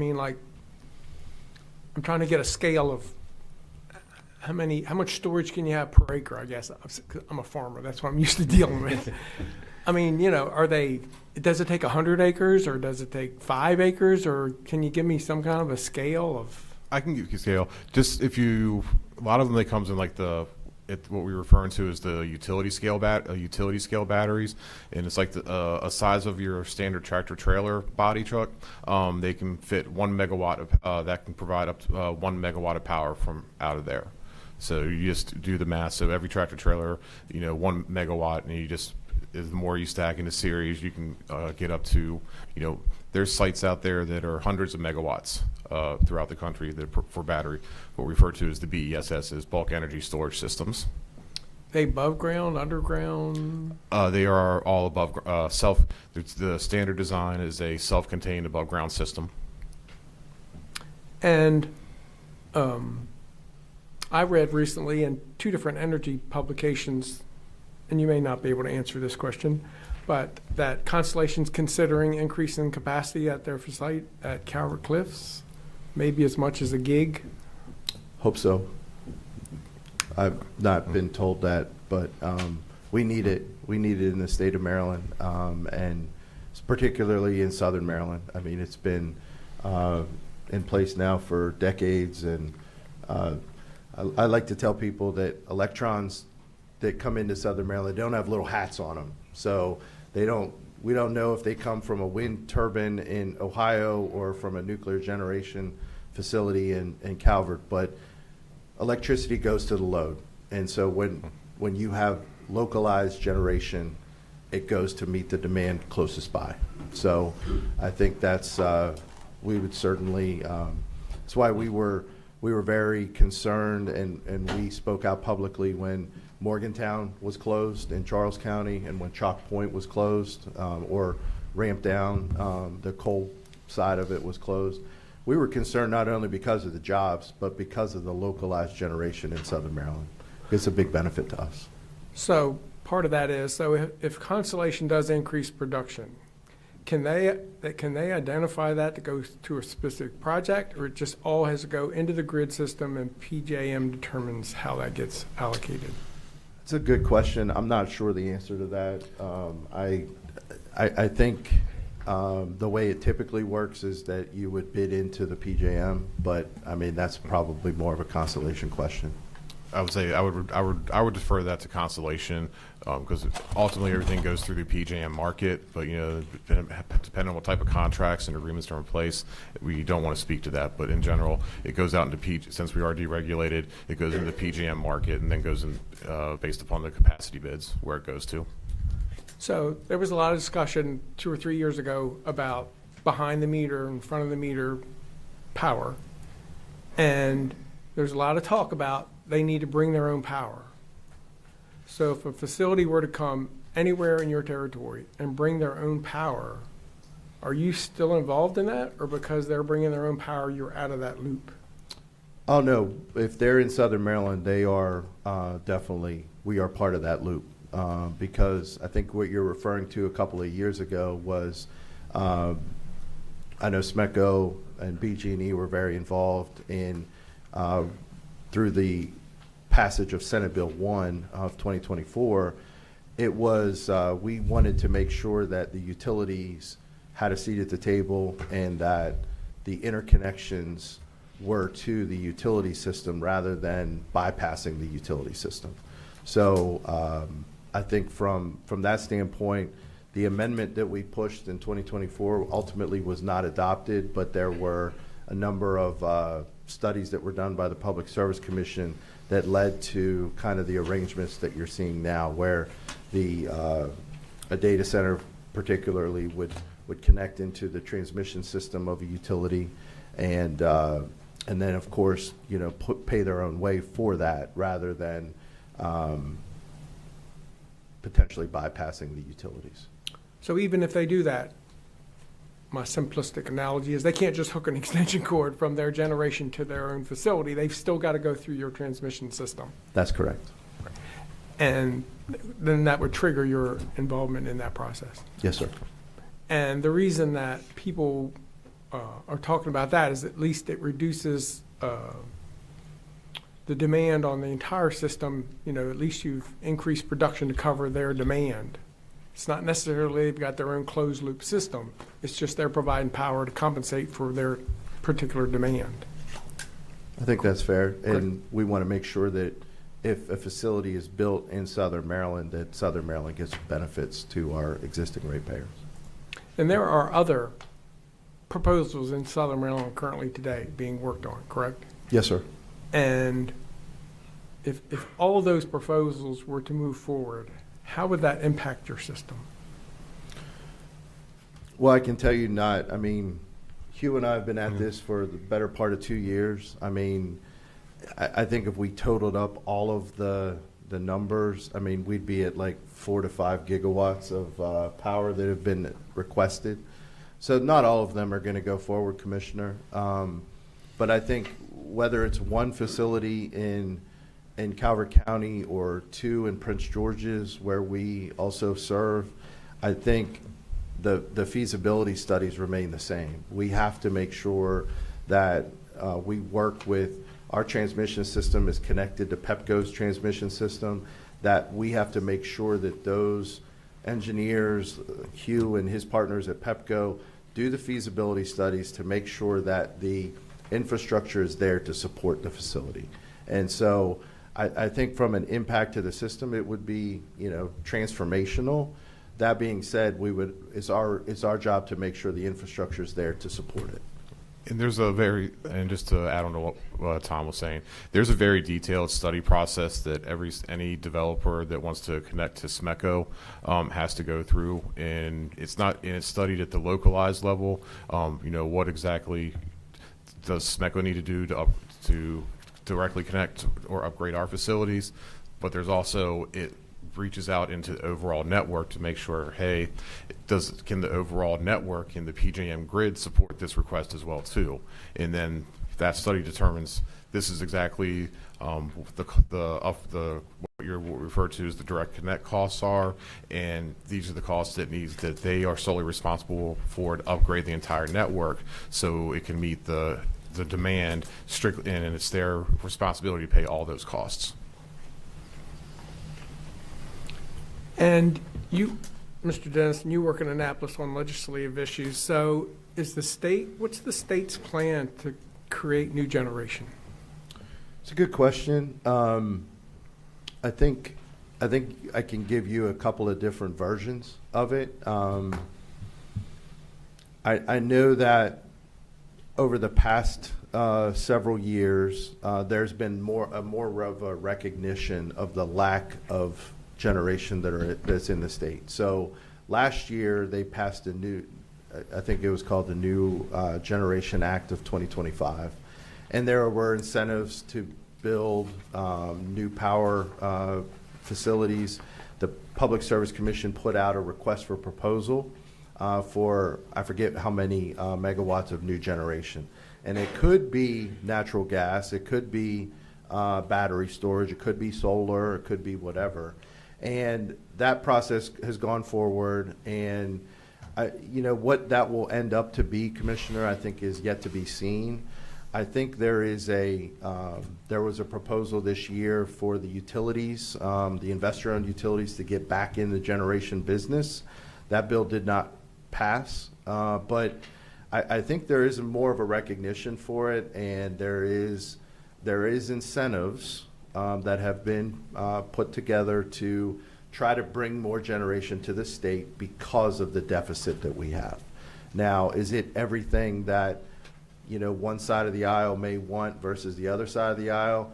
Probably not, but I think the recognition is there, and I think you're going to continue to see that going because, unfortunately, where prices are, the political impact is going to continue, and there will be more efforts to try to spur that on.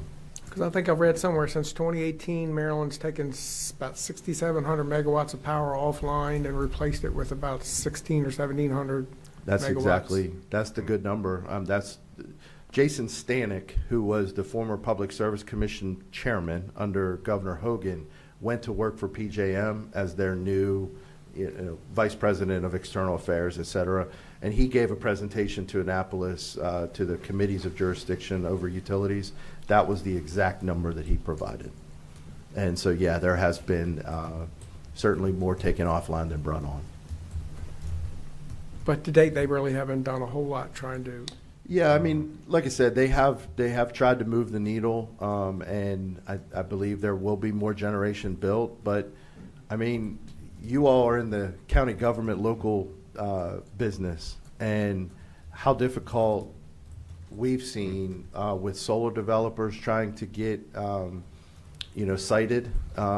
Not to blame county government, but there's a lot of things that are in the works to make sure that those projects can pencil so that they can sell their power to SMECO. And I think right now there's proposals to have some new generation. I think we've all read about at Morgantown and Charles County, but again, it's not overnight. There's just a number of things that have to happen before that can occur. Because a peaker plant, you can build those pretty quick, right? I mean, if you can find a combustion turbine, you can talk about that, but the issue is with the high voltage is the turbines and what we say like the 230 kV, the high voltage markets to get to the transmission level grid. You're looking at minimum 2-3 year lead times, if not longer, for your key components to build something from brand new. So that's one of the other things that's going to, even if it's approved, just the lead times and finding the material and labor to get it built is going to be one of the reasons why it's not going to be fixed overnight. And based on what happened in Georgia recently, nobody's going to build full-blown reactors anymore. So they're all looking at SMRs. Has there been any technology approved yet in this country for SMRs? I know that there's in that Next Generation Act that was passed last year, there are incentives for small modular nuclear reactors. I just don't know of any that have come to market yet. And I think, again, it's a time perspective. We needed the power yesterday, but I do think there's a new sense that nuclear from a government perspective, at least in the state of Maryland, that it's a safe technology, that it's reliable, and that it provides base load that is clean. So I think that worm has turned, and I think there's going to continue to be more incentives for those facilities. And in terms of when the first one will come online, I'm just not sure. I know that from the SMR standpoint, they have several that are in in a trial phase right now. But as to being a commercial viability, a lot of the articles out there you see the earliest 5 to 6 years out, if not more, before SMRs can be fully deployed at that type of level. Yeah, I think I've read there's one in the Midwest that they're testing that's got some promise, but like you said, nothing else. Somewhere in New Mexico, I think New Mexico was like one of the lab areas that is where one of the trials is going on right now. And my last question, so if these two proposals didn't happen in Calvert County, they moved to Virginia, does it impact us? Sure. I mean, I think it impacts the PJM, and I think to the extent that they're located outside of Southern Maryland wouldn't get any benefit from it, from a rate perspective, from a subsidy perspective to our existing ratepayers. I think they're going to likely, the demand is not going away. So the demand is whether they're located in Southern Maryland, we could potentially get benefits from them, but I don't think prices are going to, change all that much. Whether it's, I think they're going to remain high because the demand is going to be high because they want to locate in the PJM, and I think that's the best way I could describe it. If they're located here, we can at least, try to get commitments from facilities to try to have a tariff in place that's approved by the Public Service Commission so that we could benefit. And obviously that doesn't happen if it's located, elsewhere. Just greatly appreciate you two coming in today, trying to explain the situation to us. Yes, sir. Yes, sir. Thank you for having us. Yes. SMECO has stated, and I quote, "It believes that data centers should be directly responsible for offsetting any adverse impacts on members stemming from participation in PJM power markets and locking up generation capacity resources." Does SMECO have the authority to do this? The authority to try to ensure that these companies That data centers are directly responsible from the PJM power markets and locking up generation capacity resources. I mean, SMECO doesn't necessarily, we don't have regulatory authority, but I think the You state. have statutory? No, ma'am. Okay. The state, though, has been very, forthright in talking about the impacts facilities like this will have on prices, and I think they're the ones, through the Public Service Commission process, whenever we get an approved tariff, will ensure that we hope that that those facilities do adequately compensate for their impact. Do you have any intentions that you don't have the authority to support that statement? Do you intend to take any action to acquire such authority before any data centers are operational in our county? We don't have any, I'm not sure what type of authority we would ask for with that. To support the statement that you all believe that data centers should be directly responsible for offsetting any adverse impacts on members stemming from participation in PJM power markets and locking up generation capacity resources. Yeah, so I think what we would do on that is continue to advocate at the Public Service Commission through the large tariff work group that will be, and the tariff filing that we have will make sure that those cost allocations are appropriate on that statement. But ultimately, the regulatory authority lies with the Public Service Commission because they're our regulator to ensure that. And the Maryland state law requires that these facilities pay their own way from a transmission and distribution perspective. Their interconnections have to be approved and paid for by them and not subsidized by others. So again, the regulatory authority lies with the Public Service Commission. Okay. It's a true statement that there is not enough power to meet demand in the state of Maryland. PJM manages the power grid. We have a data center going up in Frederick. I don't know how far along it is. And the possibility of other data centers in the state of Maryland. I don't know if you've seen Route 301 with all the building between Upper Marlboro into the Crofton area, more people on the grid. When we don't have enough power to meet the demand, who do we buy our power from? Well, we secure our power through PJM, through PJM on the open exclusively. market. Yeah, on the open market. Yes, ma'am. Okay, and they control all the pricing.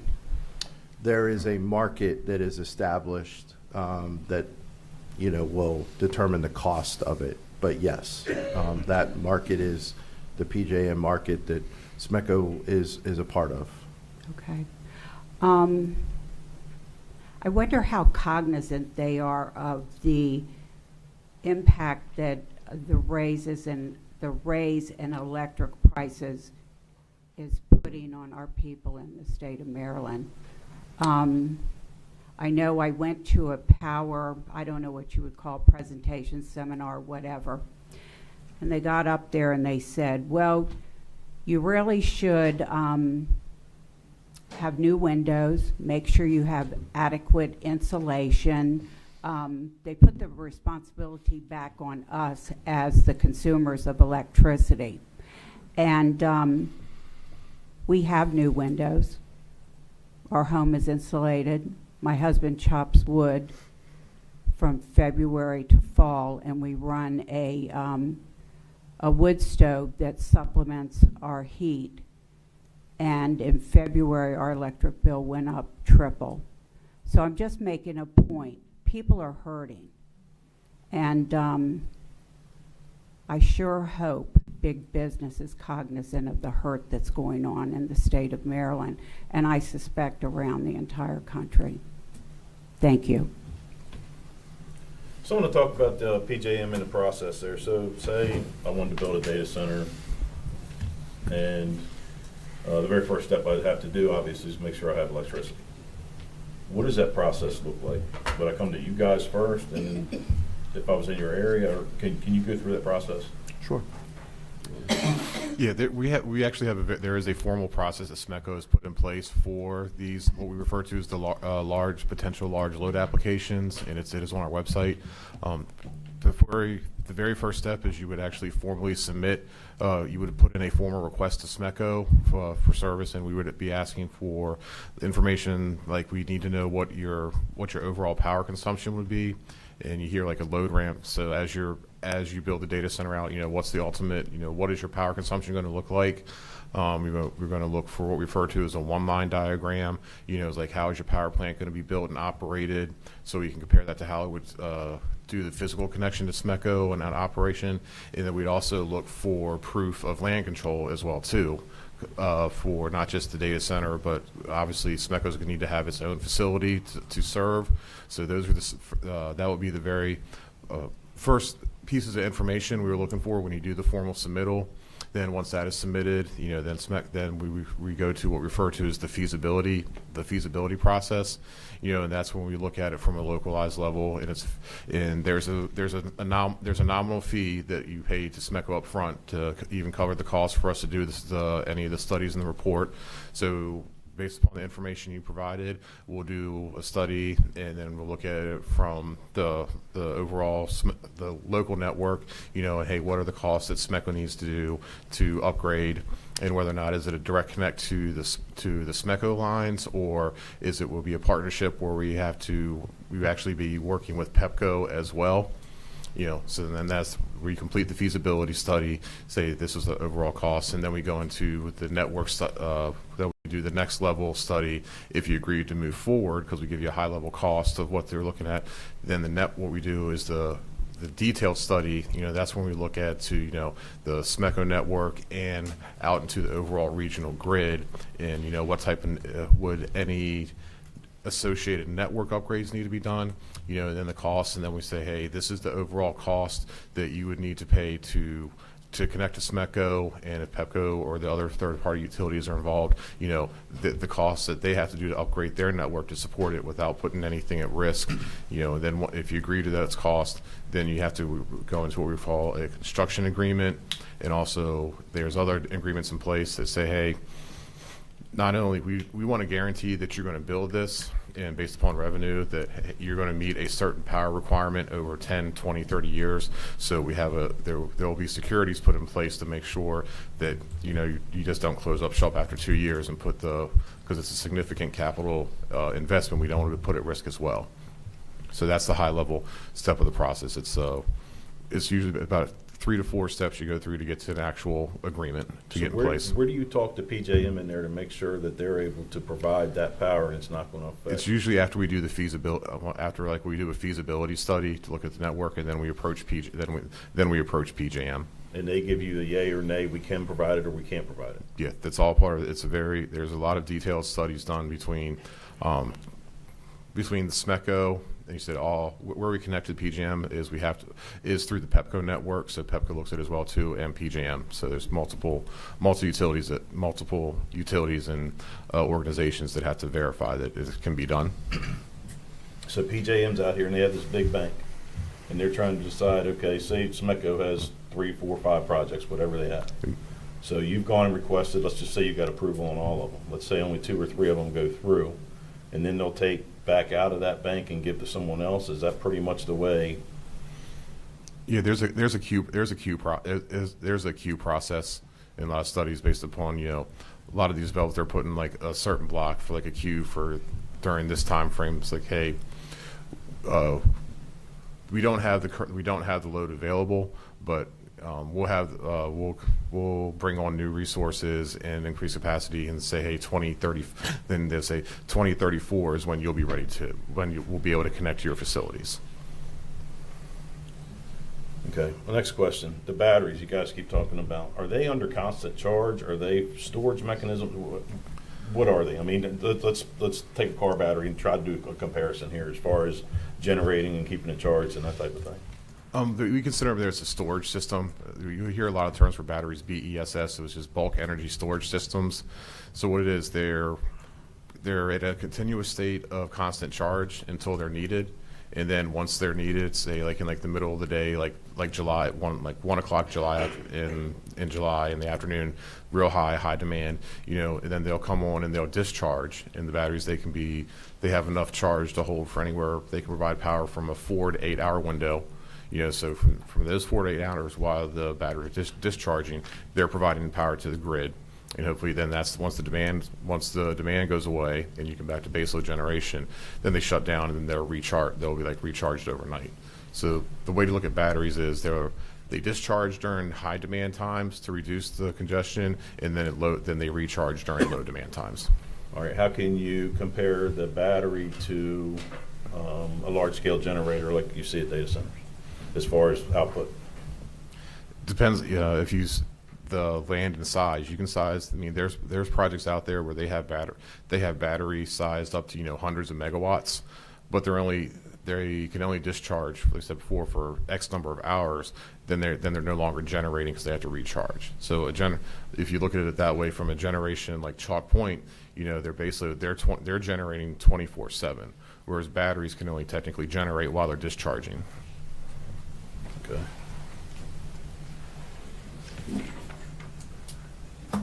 And one other thing I had with while we're talking about batteries, environmental impact as far as recyclable, that type of thing. Do you know, are they that developed, or do we know anything about the recycling of them at this point? I know there's a lot of companies out there that make a lot of money recycling batteries. So I know they do have the technology out there to recycle these types. Yeah. All right. Does anybody else have any other questions for these gentlemen? Well, thank you all. Thank you. We appreciate you taking the time to come here and do this for us. Yeah, you're very welcome. You're quite welcome. I appreciate it. Thank you.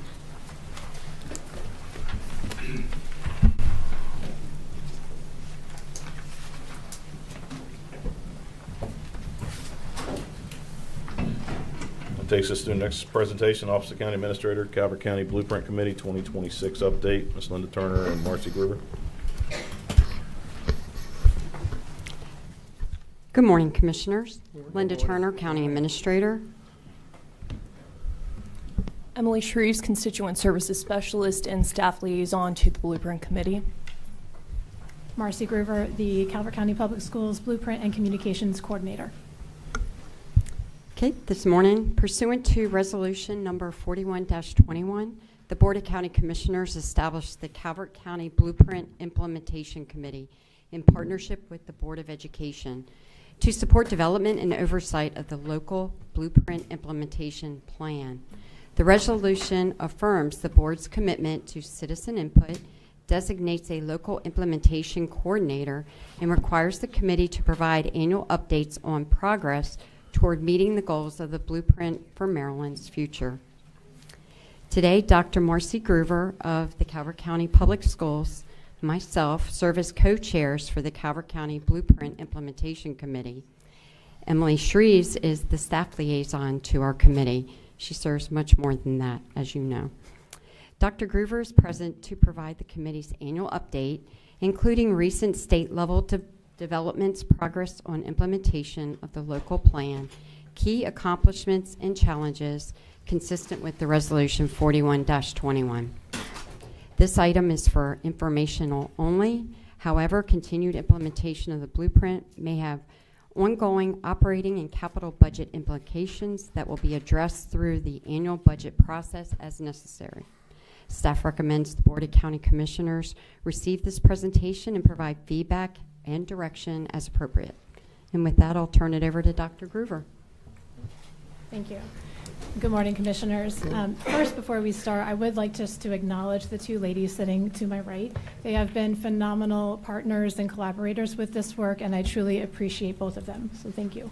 Thank you. Thank you. I also need to apologize in advance. It is full allergy season, and my voice today is definitely feeling it, so I apologize. It's also poison ivy season, which I found out from gardening. So nature aside, I thank you for the opportunity to provide an update on our blueprint implementation progress. And I will plan to share information about the blueprint, how Calvert County Public Schools is progressing across the 5 pillars, some implementation challenges that we are navigating, and then what to expect moving forward. So the Blueprint for Maryland's Future passed in 2021. It's a 10-year statewide effort to transform public education into a world-class system. The law was designed to significantly increase state education funding over the next decade, but it also comes with major policy and program requirements for school systems. The Blueprint is designed to advance all students and close existing achievement gaps. It enriches student experiences, accelerates outcomes, and ensures college and career readiness. It also strengthens Maryland's long-term economic competitiveness by investing in the workforce of tomorrow. The Blueprint regulations required us to review where we were in CCPS and identified what was going well as what we either needed to tweak or address to ensure that our Calvert school system was on track to meet these goals. Implementation for the Blueprint is overseen by the Accountability and Implementation Board, or the AIB, as well as the Maryland State Department of Education, or MSDE. The Blueprint is organized by 5 distinct policy areas, often referred to as the 5 pillars, with the goal of giving every Maryland child the foundation to reach their full potential. These pillars shape nearly every aspect of our school system operations, from staffing to curriculum to financial reporting. All of the pillars need to be implemented effectively and work together to reach the Blueprint's expected outcome. And the aim reaches truly beyond our school system. The AIB even asserts that as education and skill levels rise, so do personal income and the quality of life. Businesses are more prosperous because they can easily recruit a workforce with the necessary talent and skills in the modern workplace. Just for your and the public information, the AIB recently commissioned an interim statewide evaluation through the University of Chicago's NORC Research Group. So this evaluation is looking at how implementation is progressing across the state. It's identifying opportunities to refine any strategies, and it includes surveys and site visits with school systems. It is important to note that this is not a final evaluation of Blueprint, and it's also not a rating of individual LEAs, but it's just a progress check on the overall implementation of the law to date. However, this did require hours of several CCPS members' time, completing surveys and participating in focus groups and interviews. And NORC is starting their round 2 of the survey soon. I anticipate their full report should be available to the public either this summer or fall. The Blueprint establishes a number of state requirements that districts must implement.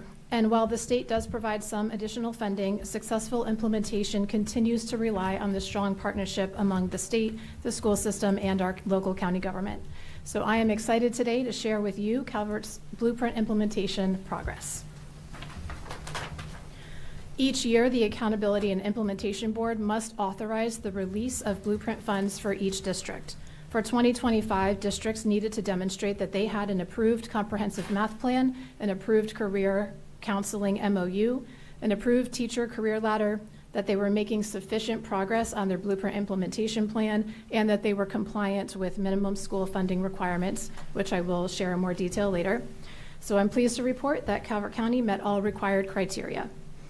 Across the state, however, several districts did receive warnings or action letters, primarily related to their career ladder implementation.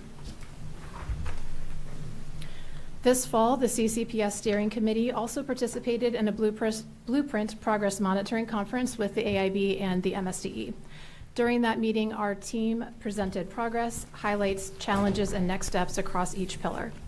Based on our self-assessment and state feedback, Calvert County is currently meeting and exceeding expected progress toward Blueprint outcomes. We have a 100% approval rating on all of our submissions, so we are batting 1,000, and that makes my highly competitive heart very happy.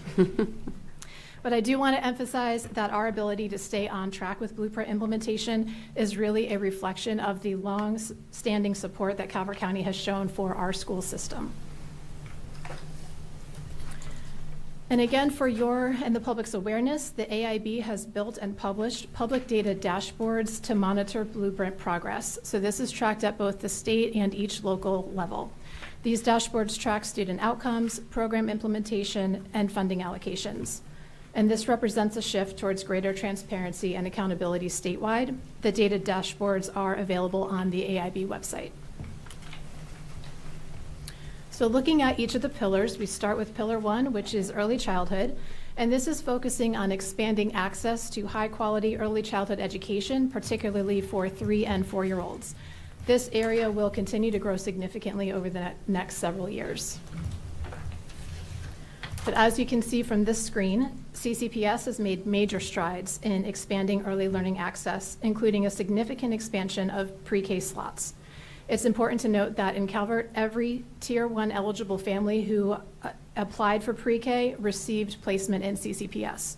We've gone from half-day programs to full day, and we have a program in every elementary school, which allows students to attend in their neighborhood school, and this was really a priority for us. We're also excited to share that 4 of our elementary schools have just achieved MSDE pre-K accreditation and Maryland Excel's quality rating of 5, which is the highest level of quality. And programs at that level demonstrate exemplary practices that exceed licensing requirements, including earning that accreditation, and align with nationally recognized standards. So those were the first 4 schools to start. Our other 8 schools are now in that process, so they have begun that 2-year accreditation path, and it's positioning us to meet and exceed the benchmarks. At the same time, we are navigating several challenges in this pillar area.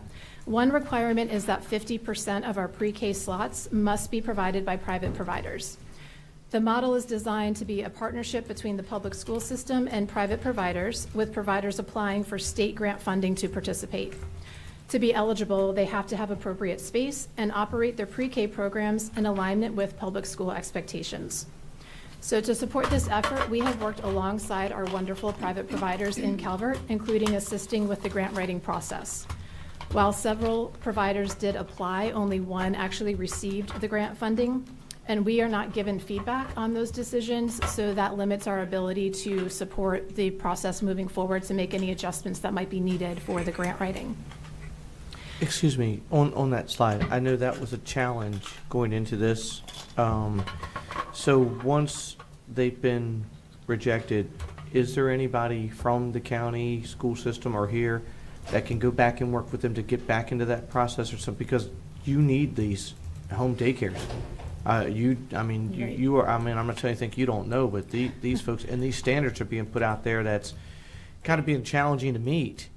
Because of what they're asking on an educational level, and I'm not an educator, and I understand that, but is there anything to be done in between that so that they can still function and still participate in this while somebody's helping them reapply or doing whatever they have to do?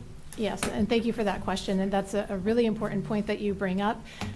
So we are working collaboratively with our private providers, and we do have a strong ECAC group, the Early Childhood Citizen Advisory Committee, and so they have inquired as to what the criteria might be and what we might need to look at in Calvert. But I would say that the larger issue for us is more of our local context, because we don't have large franchised centers. We have locally owned small businesses, and they work hard and they're doing everything that they can, but it doesn't always fit the expectation at the state to provide these pre-K 3-year-old slots. So we've also inquired with the state just to consider our local context, and we await some guidance to see what we might be able to do to move forward. Luckily, the timeline does give us a little bit of wiggle room. So we were required to increase for full Tier 1 eligible 4-year-olds this year, which we did do, and we met. We have until 2032 to expand that to 3-year-olds. Now, are you able to get like a temporary waiver or anything like that while a person is actively working to get into that so that you can keep functioning and they can keep functioning? Yes, so there is a waiver process which we have applied for and been granted. Again, in the meantime, we're doing what we can, because we also don't want it to be a burden on our local early child care centers either. And so, they're operating a business, and there's a lot of things that they would have to do to be compliant with the expectations of this, of the pre-K 3-year-old program. And so it has to make business sense for them to do it as well. So that's something that we continue to have conversations about. And again, we're pretty loud advocates at the state level. Good, because I know this is challenging. Yes, it is. So on that same slide, I want to piggyback on that questionnaire. Was it because of capacity, or was it because of teachers' pay? For them not receiving the grants? Yes.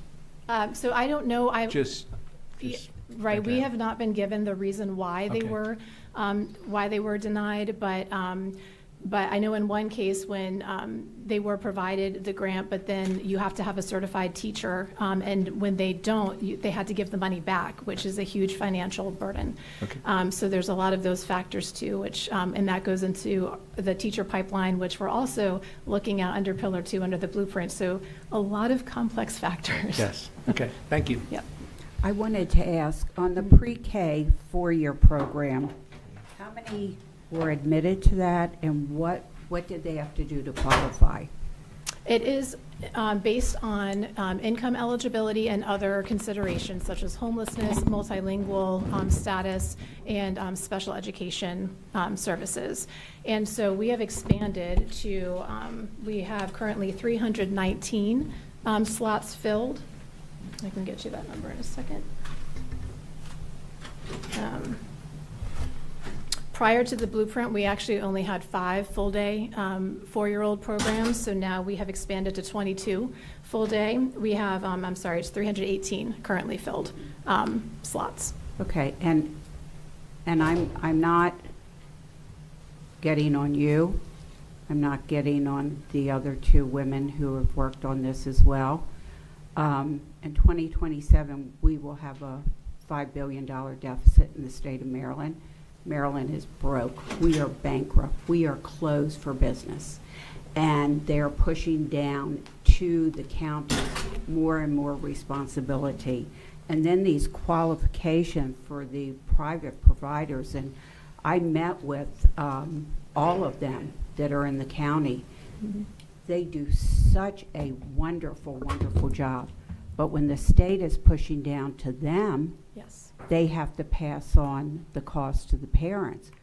Their profit margin is so slim, and parents can't afford much more. This blueprint is an aggravation. It is a good idea that has gone awry because the state said that they were going to help to fund it, and now we are bankrupt. We are doing all we can do in Calvert County. I think we're meeting our marks, thank God, but I don't know how much longer we can. I was at a meeting with county governments, and I think I was in Ocean City, I'm not quite sure. But anyway, having said that, you have a county like Montgomery County that says just raise taxes. well, we're not going to just raise taxes in Calvert for this, at least my 20%. And you had grown men with virtually tears in their eyes because they are in poor counties and they can't raise taxes. And we're sending out warnings and citations. Oh, that is criminal. And I'm not getting on you. I know you're doing your job, but I am so upset with this blueprint and how it's been handled and the piggyback effect that is having on our citizens and on our county governments. It's criminal what they've done to us. I'll say no more. Well, thank you for that. My role is certainly to ensure that whatever the policy landscape is, that we are delivering the best possible outcomes for our Calvert students. So we continue to do that despite new regulations and changes that we need to navigate. So I appreciate your feedback. Thank you. We can go ahead to the next one.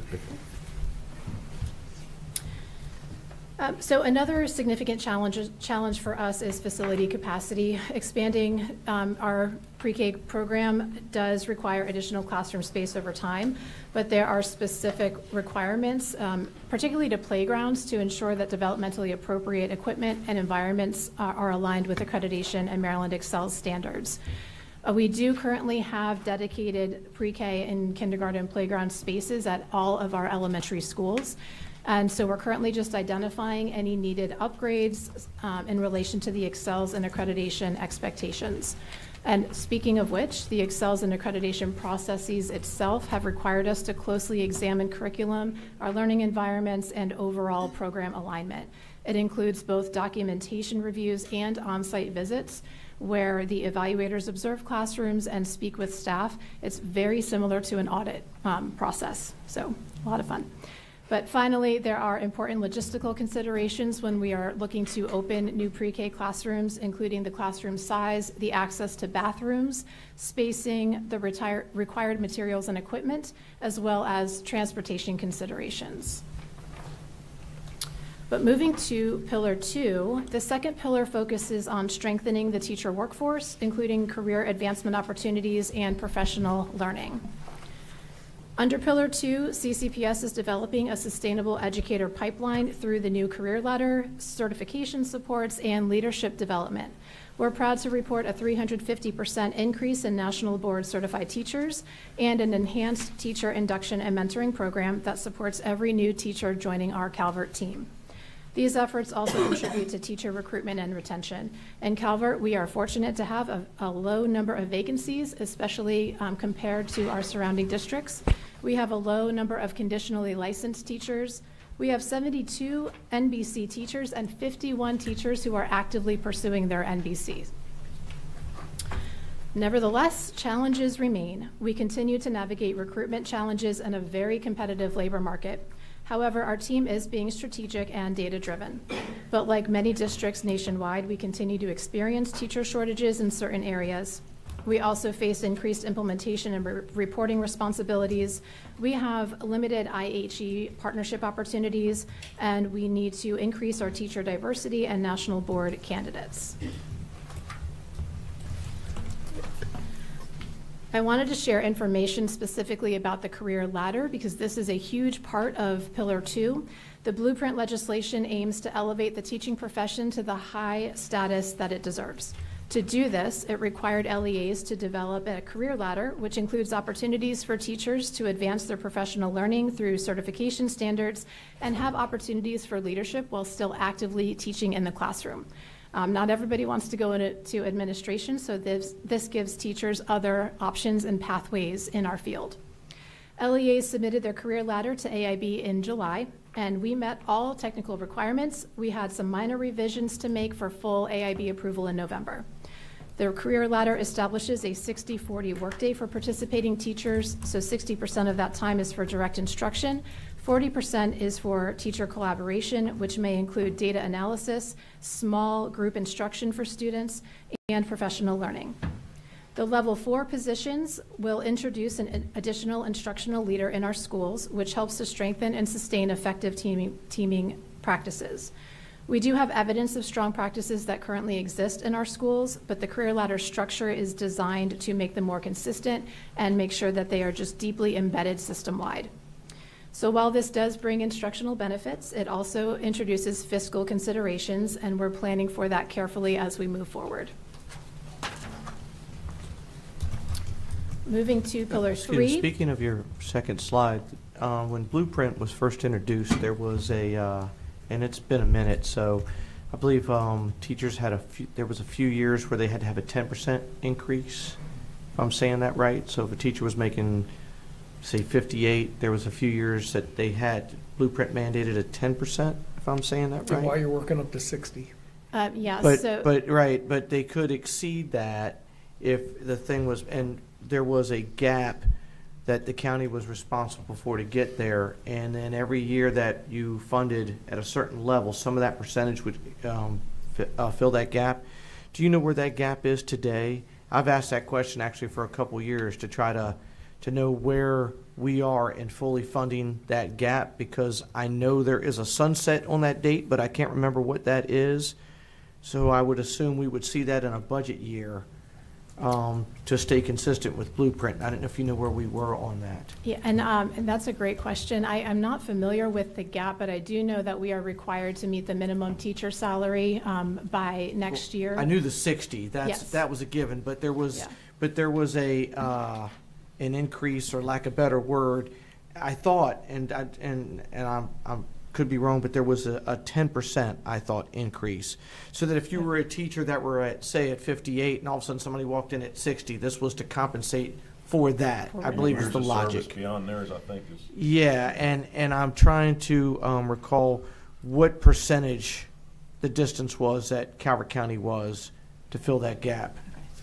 If somebody could source that, please. Yes, absolutely. We can get that for you. Thank you. Thank you. I am proud to say that we will be meeting that minimum teacher salary requirement in Calvert. Our submission for July is to show to the AIB and MSDE that we have met that requirement. One of the things for Calvert is we have exceeded it slightly, but other districts now also are offering that same competitive salary. So we are certainly looking for other ways to also advertise and recruit to make teaching in Calvert enticing. So again, something that all districts are struggling with right now. Moving on to pillar 3, this pillar ensures that all students are on track for college and career readiness by the end of 10th grade. And Calvert County continues to make steady, measurable gains in literacy, mathematics, and college and career readiness. We consistently analyze both local and state data to inform instruction, ensuring students continue to progress while expanding access to opportunity at every level. I did want to quickly note that the Maryland Comprehensive Assessment Program, we are in the middle of testing season right now, or MCAP, it's intentionally rigorous. Reaching proficiency, especially at the distinguished level for math, requires advanced problem-solving skills aligned to top national percentiles. And that context is important as you consider our data. In the area of literacy, our commitment to evidence-based instruction is producing results.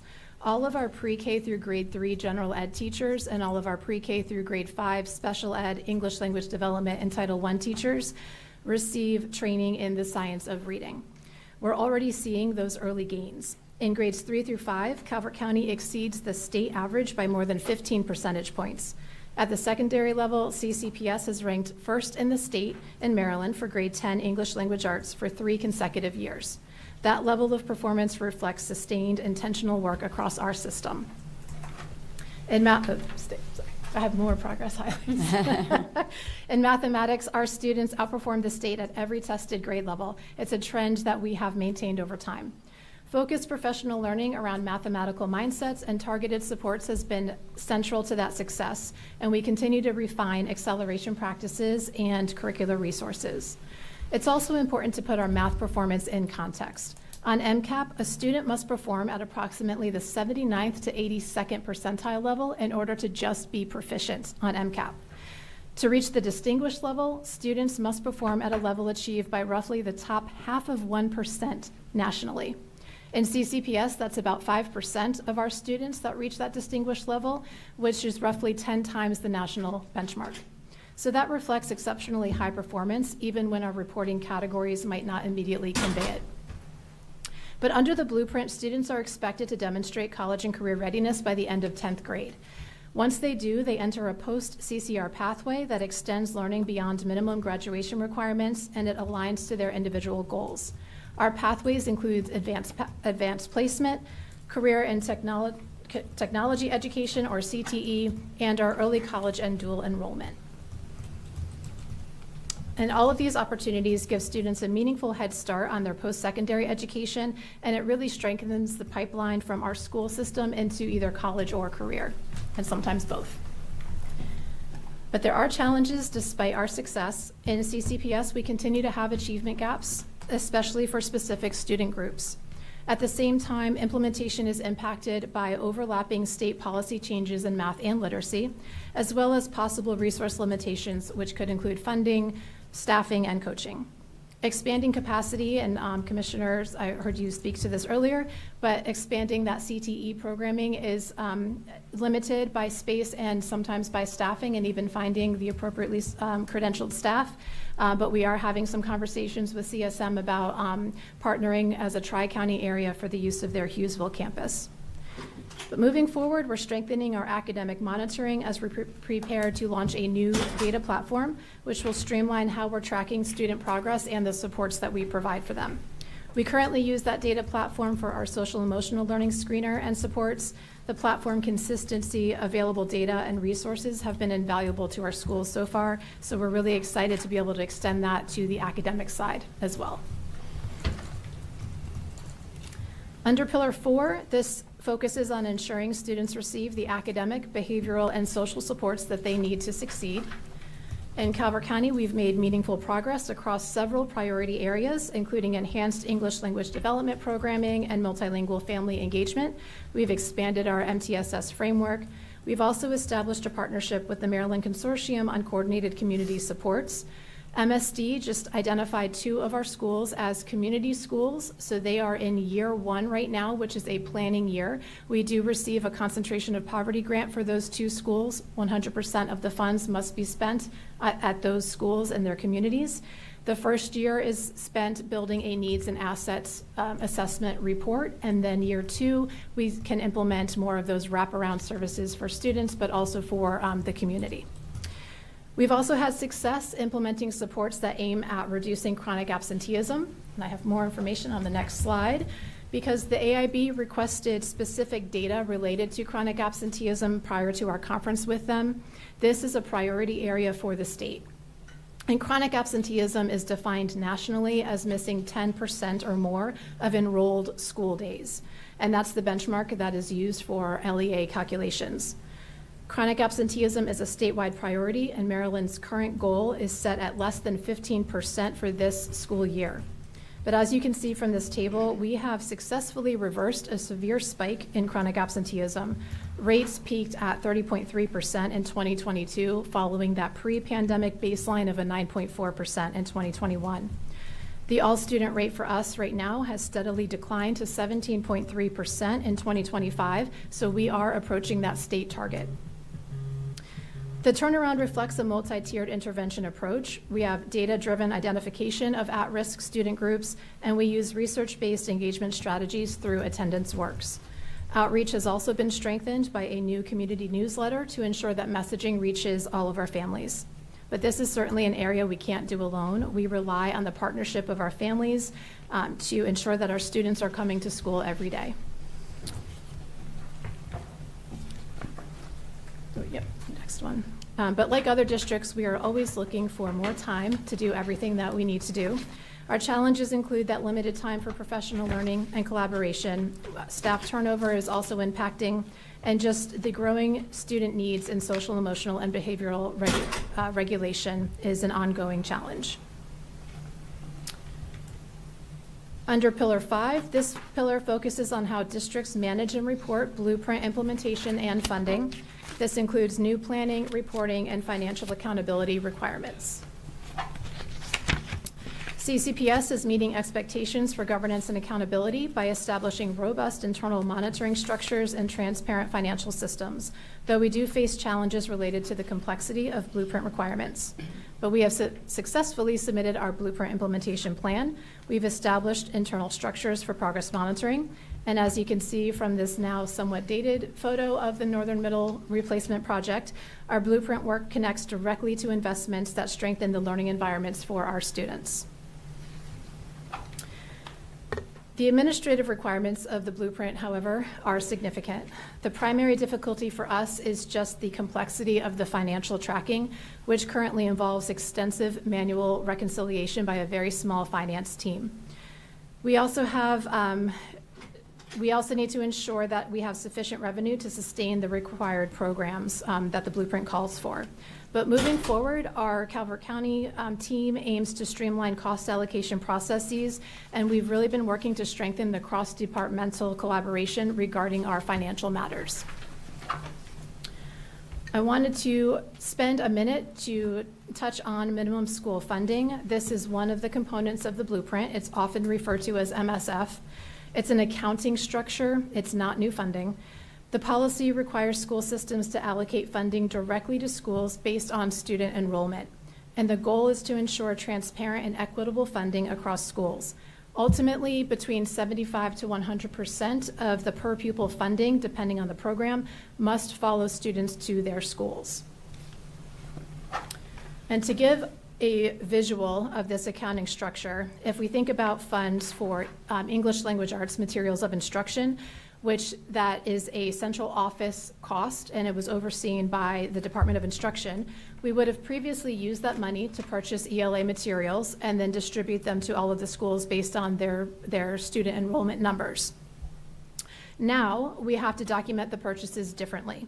So we look at the 8 blueprint programs, which you can see listed across that top row of the screen, multiply that by our 23 schools as applicable for the program, which would equal 184 cells.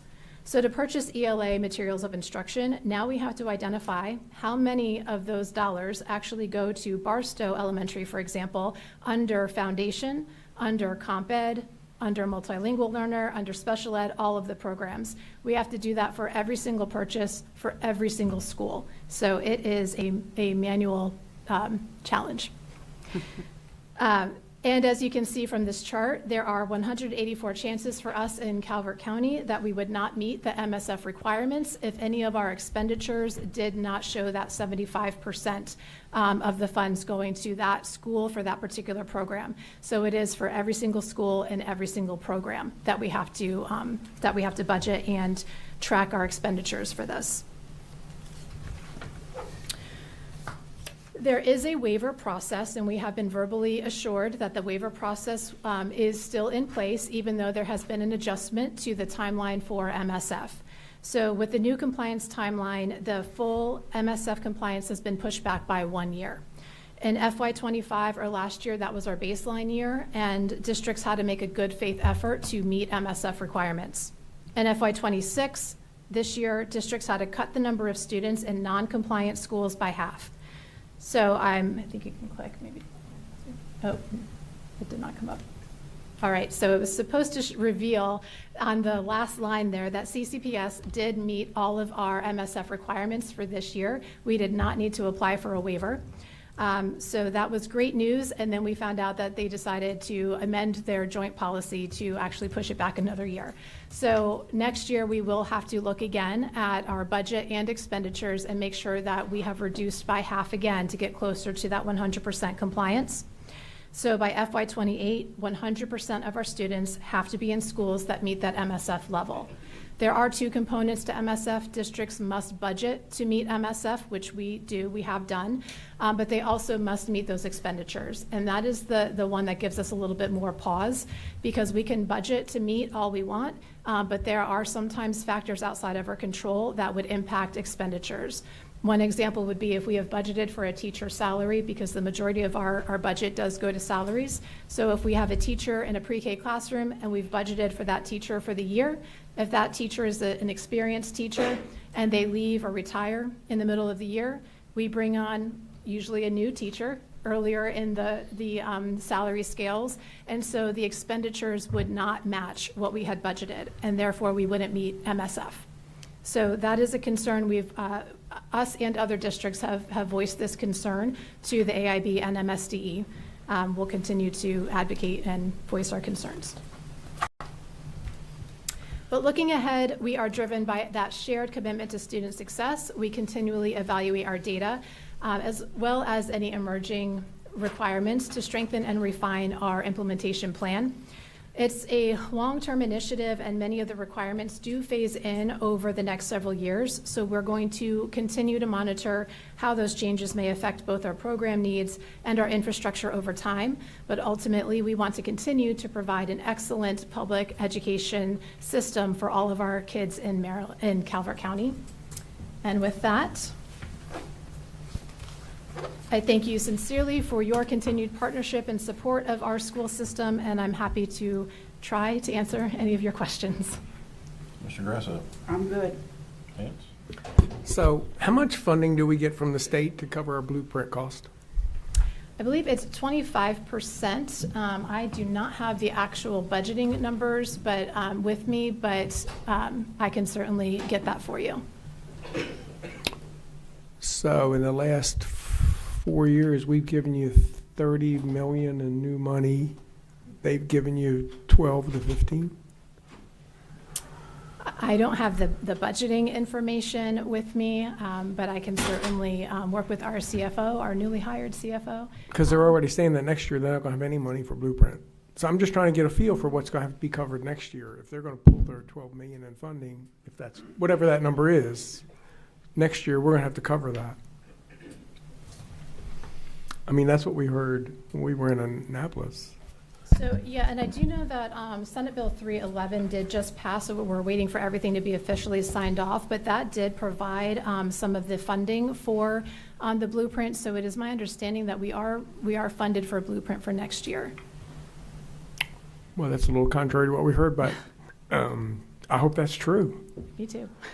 Because I definitely heard that from a member of the budget committee that said next year there won't be any money for blueprint. So maybe he was talking about the following year. Well, I wonder if, so the ERT program has been paused for next year, so that funding is being reallocated for other things. So there were some things in the blueprint that there is not, it's not budgeted for next year. And what's left for us to do for blueprint? So again, on the time scale, one of the biggest things for us is that pre-K expansion, which we are working to see, how that can work for us in Calvert. There's other things too that I feel like the local context is important for the state level to understand when it comes to registered apprenticeships. Again, not being a large county with lots of businesses, that's going to be something that may be a challenge for us. On the other side, though, we do have, last year, 25% of our graduating class earned industry-recognized credentials, and that's something that we expect to continue to increase. So we are making great gains in other areas, despite some pieces that we continue to need to monitor. Well, when you tell everybody, we have a great school system. Right now, we're third or fourth in the state, I think. And if you look at what we spend per student, we're in about the middle of the whole state. So we're doing pretty good spending our money effectively. At least I think that's what that chart tells me. Yes. But as I've always said, we only get one chance to educate a child. And we need to take advantage of that. And we get criticized for giving the school system too much money and that, we spoil you and give you everything you want. That's not quite true. But, we still see challenges. The Career Center, we understand there's a focus for college, but not every student wants to go to college, is capable of going to college. And a lot of children are getting shortchanged today because they can't get into the Career Center because it's already filled to capacity. And so they miss out on that opportunity, which I strongly believe is very important. But as you look ahead, the financial situation, what are we going to be able to afford to cover? And the blueprint costs just keep going up and up and up. I mean, this year they're asking $9 million from us, and that's just to cover an increase in salaries. That's not any program money. That's just increase in salaries. That's going to keep going up. Every year that's going to go up. That's not going to go down. And as you mentioned in your presentation, you have to pay teachers good to get the best teachers. That's how we built the school system to go from the worst to the best was we paid more than anybody else, and teachers would fight to come here back in the day. We've lost that competitive advantage that we used to have. We don't have that anymore. So, it's a challenge. Education's expensive. And then when the state mandates things that you have to do that you don't have any control over, maybe they are a benefit, but then they still mandate them that we have to cover, and they don't give us any options. It's quite a challenge at the end of the day. So, but we do appreciate the update. Thank you. Can I jump in real fast? Something occurs to me.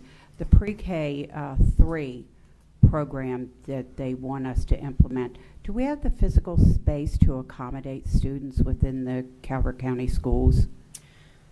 So at this time, it would be a challenge for us to expand in our current school system, our buildings as they are structured right now. MSDE's guidance is that the 3-year-olds are covered by the private providers and that the public school system provide the classrooms for 4-year-olds, which we do have.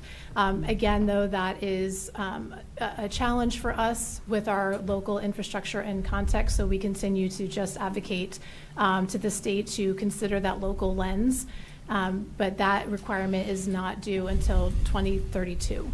For the 3-year-olds. Thank you. But I think the plan is to add some space when they replace Calvert Elementary and Calvert Country to accommodate the kindergarten. So that's going to be an increased capital cost that we're going to have to cover to meet Blueprint. And it's not easy to just add a pre-K class. There are a lot of considerations and things that have to be put in place for that. So our teams are definitely planning and discussing all of those options. And we still haven't met the staffing level to meet the teaching requirements for the amount of time they spend teaching and consulting. Downtime, yeah. Correct. Yes. But that's a challenge for everybody. That is. And they keep saying they're going to delay that, but I haven't seen any evidence where they've done that yet. Maybe you have. They delayed it by 1 year, Okay. so it was an 8-year phase-in plan. Now it's a 7-year, and it is slated to start next school year, but the year after. So again, a lot of considerations and things that we have been discussing. We've also been working collaboratively with our union representatives because this is something that we do need to work together on.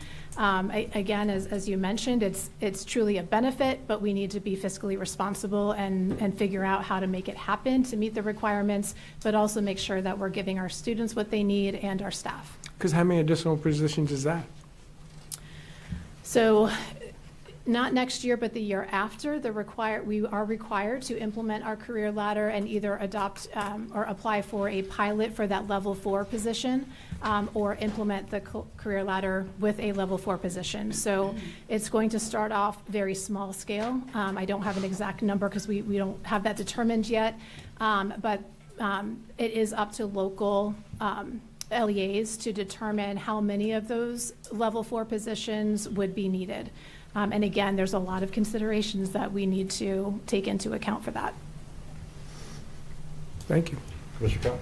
I just want to say thank you for all the work you all have done on this. You're extremely done well on it. Thank you. Thank you. Sure. Just thank you, and if I could get the answer to my question, and then also to a timeline of when that needs to be satisfied, just so we know what to prepare for. Absolutely. Thank you. I just want to say thank you all for doing what you've done on this. We appreciate you coming in today and giving us the update, and we look forward to hearing from you in the future. Thank you so much. Thank you. Thank you. Thank you. Thank you. That takes us to our consent agenda. Mr. President, do you want to skip the first line item, do the other 4, so I can recuse myself on the tobacconist license, and then I'll come back in? However you want to do it. That's fine. If that's So easier. I'll skip line number 1. The first item, we're going right to 2, Department of Public Works, Maryland Department of Agriculture Cooperative Agreement. Number 3, Office of the County Attorney, Southern Calvert Land Trust, request for tax credits for conservation lots. Item number 4, Calvert County Sheriff's Office fiscal year 2027 Community Grant Program Fund. Item number 5, Department of Human Resources, Local Government Insurance Trust Legit Sponsorship Request for the Calvert County Board of Library Trustees and the Tri-County Council for Southern Maryland. Do I have a motion on those 4 items? Mr. President, I move that we approve and adopt 2 through 5 on the consent agenda items. Second. So I have a motion and a second to approve items 2 through 5 on consent agenda. Is there any discussion on that? Hearing none. All those in favor say aye. Aye. Opposed? Motion carries. You want to recuse yourself, and I'll read number 1. So number 1 on the consent agenda is Department of Parks and Recreation, Chesapeake Hills Golf Course tobacconist license application. Do I have a motion? Mr. President, I move that we approve number 1 and adopt a consent agenda item today. Second. So I have a motion and a second to approve item number 1 on the consent agenda. Is there any discussion? Hearing none. All those in favor say aye. Aye. Opposed? Motion carries. Thank you. Takes us to new business. Can you ask Commissioner Hart to come back in, please? I'll get them. Department of Economic Development 2026 Business Appreciation Week schedule. Keep in mind, men, we are an hour behind, please. Good morning, Commissioners. Julie Oberg, Director of Economic Development. If it's okay with you, I can paraphrase the memo and just answer any questions you might have. I'm fine We already with went that. through a lot of this already. Business Appreciation Week is next week. There's a series of events. We had the proclamation today. There's a lunch and county visits on Tuesday. We've got a ribbon cutting for House of Grace Salon, a ribbon cutting for Diamond Noir Collective, and then we have a business after-hours event at Foster's Grill on Wednesday. And you'll get your agendas for your site visits on Friday. If you have any questions, you can just let me know. I can answer those now or at any point in time. Anybody have any questions? I'm good. Thank you. None. Thank you for your support. Appreciate it. We appreciate you putting it together. Thank you. Next item, Calvert County Sheriff's Office, concept design. Morning, Commissioner. Morning. Morning. Afternoon. It's afternoon. Long morning. Gonna be a long day. Yeah, we were just at Mr. Graham's funeral with a World War II veteran. We laid him to rest today. So How old was rest. He was 101. Wow. World War II veteran. Yeah. We sent him off good, so it was a good morning for us. Thank you. Good morning, Lieutenant Colonel Payne, Assistant Sheriff with the Sheriff's Office. I will try to do the same, keep this kind of brief with the memo because I know you guys are behind, got a busy day today. A little bit of We background. might have a bunch of questions for you, but go ahead. That's okay. A little bit of background. I don't know if you guys know this. You guys probably don't. Everybody knows this. But the Calvert County Sheriff's Office was built somewhere around 1919, and it was a hospital. We have people over there that work there now whose parents were actually born in the same offices they're working in, which is a little crazy to me. But anyway, the facility's outdated, inadequate, and does not meet current law enforcement standards. New headquarters is needed. Prioritizing that, the crime lab and the property room are what are needed most urgently. We did a existing conditions report in 2024. The firm indicated the building lacks the spatial size requirements needed to meet the contemporary standards of the mission critical functions they perform. And the overall building gets a rating of poor, which is one rating above defective. The biggest concern, obviously, like I said, was the property room and crime lab. They're inadequate and deemed the highest terms priority and needing new space. We've broken that up into 3 phases. The Sheriff's Office itself, this would be phase 1. What we're asking for is conceptual designs are required to ensure the sites and buildings meet all requirements. The estimate for that is about $60,000. To initiate in the most efficient way, we're requesting the funding be allocated from the Capital Contingency Fund prior to the fiscal year 2027 budget year. So this was already something that was slated in 2027. What we're essentially asking for is to move that up into this fiscal year so that we can start those concept designs. Concept designs, the way I understand them, are basically ensuring that we can draw the squares on the map where we think we want to put them, and we don't have any issues as far as permitting and that sort of thing moving forward, and to get the general concept of it. One thing we will do when we do the concept is look at all 3 phases of the Sheriff's Office itself, so that we are planning ahead and that sort of thing, and doing that in the most efficient way. So again, the fiscal impact is $60,000 from the capital contingency fund this year. And it moves us up about 6 or 7 months in that process so that we can get that out of the way, and even before we even start to look at the actual design of the buildings and that sort of thing. So the sheriff respectfully requests the Board of Commissioners approve the reallocation of $60,000 from the capital contingency to initiate the design phase of the Sheriff's Office Property Room Crime Lab in the fiscal 2026 year. Motion? Mr. President, I so move the request. Second.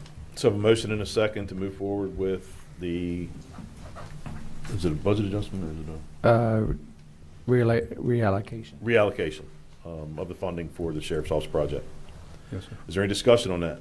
So, can I ask, just, Yes, sir. you have any idea of how big a crime lab it's going to require? We do, and I don't, I should have brought it. I don't have that right in front of me.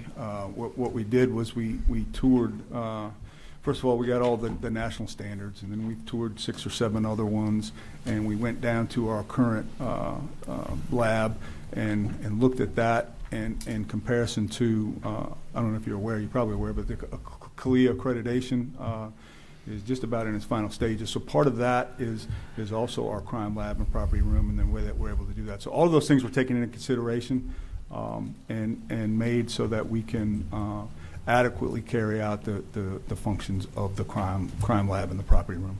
Right now, things are stuffed in there pretty good. And, we started in the original sheriff's, the old courthouse building there in the sheriff's office when I was there, and I think Commissioner Island will remember this, but we had literally a closet that stuff was in. So we've grown from that to where we're at, which is fine, but we outgrew that pretty quickly. And we learned a lot about our inadequacies in some of our bigger events, such as Deputy Flint shooting and things like that. The sheriff brings up quite a bit. We had literally bloody clothes and things, we're in hallways and things and trying to get those things.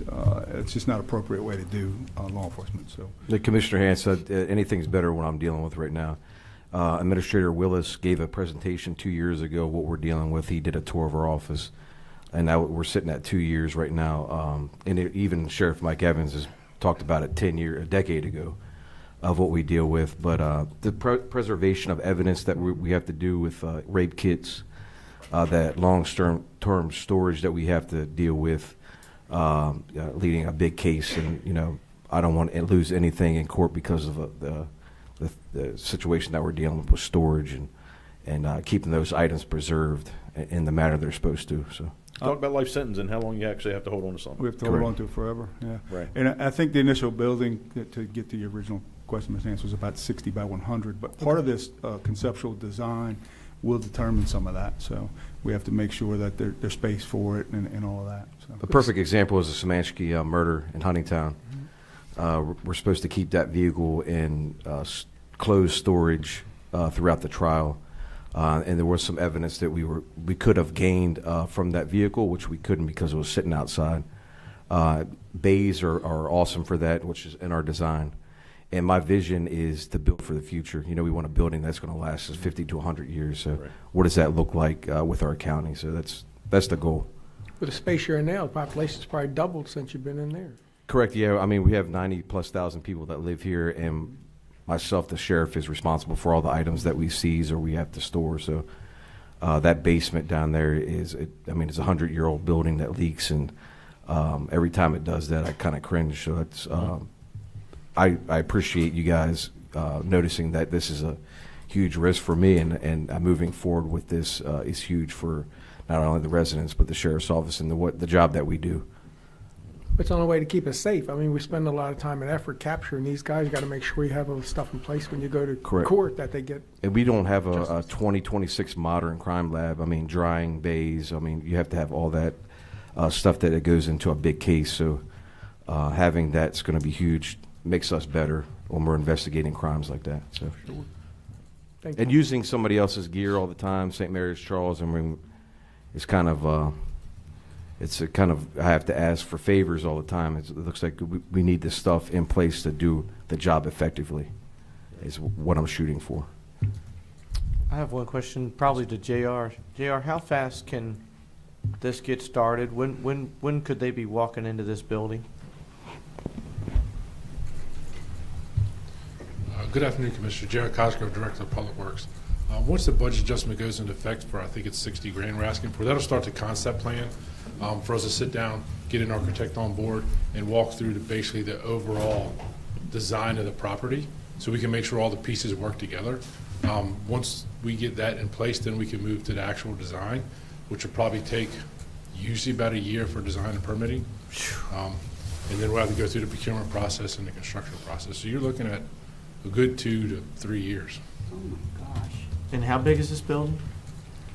We're looking at 60 by 100, you know what you yeah. just said? We can't get it done any faster than that? We're going to try. But I mean, we can't really start the full design until we go through the FY27 budget process. Because I think we have some more design money and construction dollars in FY27's budget. This is to get us started with the concept so we can make sure all the pieces that the sheriff's department is looking for works together with the crime lab, in association with the potential new headquarters, and everything else on the property that's there now. Which is really the purpose of this ask, so that we can move it up timeline-wise. Correct. Get And started. and just for the public, the new sheriff's office is going to be located where the current hub is now. They already have a vehicle storage lot there. They have most of their vehicle fleet there, and this building would go on that addition, or that same lot as well. So. And physically, just to orient you, what we were looking at is where the that building adjacent to the hub is now, in that area right there for the crime lab. Okay. Any other discussion? Hearing none. All those in favor say aye. Aye. Opposed? Motion carries. Thank you. Thank you, Commissioner. Appreciate it. Have a great day. You too. You too. We appreciate it.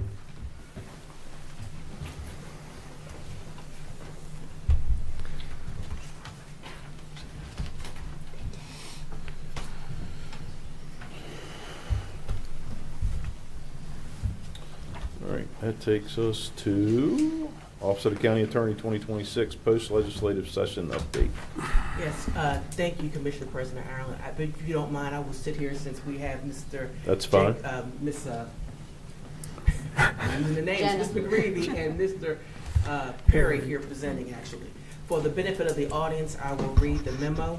The Maryland General Assembly, MGA, is the state legislature of Maryland. The MGA meets for 90 days to create and pass laws for the state of Maryland. The law covers a wide range of issues such as education, healthcare, transportation, and the state's budget. The legislation of the MGA that becomes law supersedes local laws of every county and municipality in the state. Discussion. The Board of County Commissioners, the board, retained the lobby firm of Perry Jacobson to advocate on behalf of Calvert County and its legislative initiatives. During the 90-day legislative session, members of the firm, Jenna McGreevy and Timothy Perry, have been in Annapolis with delegates and senators to support the advancement of the county's legislative priorities. The fiscal impact, indeterminable. Ms. McGreevy and Mr. Perry are with us today to provide an in-depth presentation of the 2026 legislative session. And if you wouldn't mind, just a bit of indulgence, Ms. McGreevy and Mr. Perry were boots on the ground in Annapolis with the county legislators, but we had some individuals here in the county working internally to keep the departments apprised of what's going on in Annapolis. With staffing issues, we hired 2 temporary legislative aides, as well as our own internal staff, which assisted in that. And we have 2 of the individuals today, Nicole Harrington, who was the supervisor of these 2 legislative aides, to ensure that they were kept abreast, were aware of the software that we use to track internally and help the departments for some of their legislative items that they were interested in. And also Eric Valentine, who also is one of the legislative aides. We also have Eddie Williams, who is not here, and Samantha Jones, who is the county attorney's executive administrative aide. So I just want to acknowledge them because they were here internally really working hard on our end when we were trying to make sure everybody, in conjunction with the county administrator's office and all the departments. So thank you. And now, Ms. McGreevy and Mr. Perry. Thank you. It's good to see you other than on the screen. Likewise, Mr. President. It's good to see you and your colleagues. Thank you for having us. Tim Perry. I'm an attorney from Baltimore County. I appreciate the opportunity on behalf of my partner Jenna and I and our full firm to represent you all in Annapolis, as Pam said. We had I think, a successful legislative session on your behalf, which my partner will inventory But I think a lot of the credit goes to you and the delegation for spade work that was done throughout the interim. You all traveled up at different times to have key meetings that I think put us in a position to be successful on your behalf for the legislative agenda we pursued on behalf of Calvert County. As Pam mentioned, the General Assembly adjourned April 14th from its 90-day session. During that time, they passed an operating budget. This year's operating budget is a $70 billion operating budget. As Commissioner Grasso mentioned during the last segment, we have fiscal challenges heading into the next year, legislative session 27, fiscal year 28. In addition to the challenges that you all heard with Kerwin, we're facing a $5 billion structural deficit next year, and that is going to present some challenges. Another major issue that they contemplated this session but did not move forward on was a mid-cycle redistricting, congressional redistricting. That's a national issue that was debated here as well, and the General Assembly decided not to proceed. An issue that we navigated on your behalf was the election of a new House Speaker in mid-December. It created significant change in one of the two chambers of the General Assembly heading into the General Assembly session. There was a new committee established in the House, and there were 5 new committee chairmen with only 2 veterans in addition to a new House Speaker. So that created a lot of change for us to navigate as we headed into an election year session. But I think in the final analysis, as Ms. McGreevy will detail, the county had a successful legislative session, and again, that's to large credit to the leadership that you all and your delegation partners brought to us as your advocates on your behalf at Annapolis. Yeah, so quickly we can just go through. We had a pretty successful legislative package. So House Bill 1095 was the property tax credit for tobacco barns, and it was passed and signed into law by the governor last week. House Bill 1155, which allows you to enter into long-term contracts for infrastructure, was also signed into law by the governor last week. House Bill 1160, which renamed the Calvert Health Medical Center throughout your code, and then House Bill 1513, which increased your bonding authority, are both were signed by the governor about an hour ago this afternoon. And then finally, House Bill 1156, which increased the death or burial benefit for certain individuals in the county, passed and is awaiting signature, along with House Bill 1514, which did some salary increases for some government officials. That's also waiting for signature. We expect the next bill signing to be in a couple weeks, but they should all become Maryland law pretty shortly. So for context, there were about 2,700 pieces of legislation introduced in Annapolis, and approximately 500 of those get to the governor's desk for signature. So there's no guarantee that a bill that's introduced is going to become a Maryland law.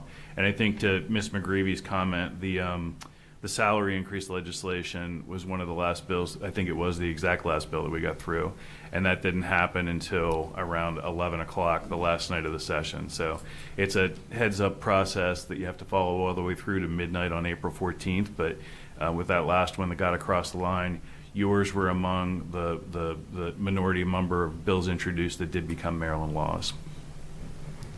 We thank you for that help. You have questions for? So does this conclude our business? Because this is new for me, having lobbyists for our talks up in Annapolis. I mean, is this going to be recurring every month for 12 months? Is that especially going into an election year? Or what's the thought process going forward? No disrespect to the job you're doing, just this wasn't how in the past we didn't have lobbyists. So now, is this it today, or is this continuing for future things, or what is the future? So I'm going to turn it over to County Administrator to address that, and also touch on the fact that where's our county attorney handled this before. So go ahead. Sure. So Linda Turner, County Administrator. So their firm is retained through the end of the fiscal year, and as you know, the legislative activities for Annapolis are ongoing throughout the year. So beginning in October, we will initiate our bill presentation. We'll present the priorities of the commissioners. So we use the summer, and we've utilized both Tim and Jenna helping us through the Annapolis process. They're up in Annapolis 24, or it seems like 24/7, but we utilize them. In the absence of a county attorney, they've really been assisting us with a lot of the activities, more so than when we did have a county attorney present. So with the position vacant, they're doing a lot more for us and helping us facilitate legislative priorities of the board. And we're already talking through preparing the, I think there's 3 pieces of legislation, and I believe we discussed a 4th when we had our meeting the other day. So we're already preparing for next session. I mean, I'm not discounting the quality of work or anything like that, but typically the legislative requests we send up are really not that intricate. I mean, so are we going to start deep diving into more things? I mean, I've seen some things over the past that were, I mean, like, no disrespect to changing the name of the hospital, but is that all that deep that we need a firm? So last year, we didn't get any legislation passed. But I don't think a lobbyist firm would have made a difference. So they helped us last summer get through that. Yes. Right, issue. but So this year we got that all of issue it. there wouldn't have changed a thing with the lobbyist. And I don't know that. You know that? Yeah, that's what it came down, was that there was a problem up at the top, right? Isn't that it was explained to us that, correct me if I'm wrong, Speaker Jones was not going to approve anything coming out of Calvert County. Is that accurate? Mm-hmm. And she's no longer there now, so. Had a new speaker this year. So, I mean, just like I say, we've never had to have a lobbyist before, so I don't know if that's where we're at now, and are we going to expand what we're using that for?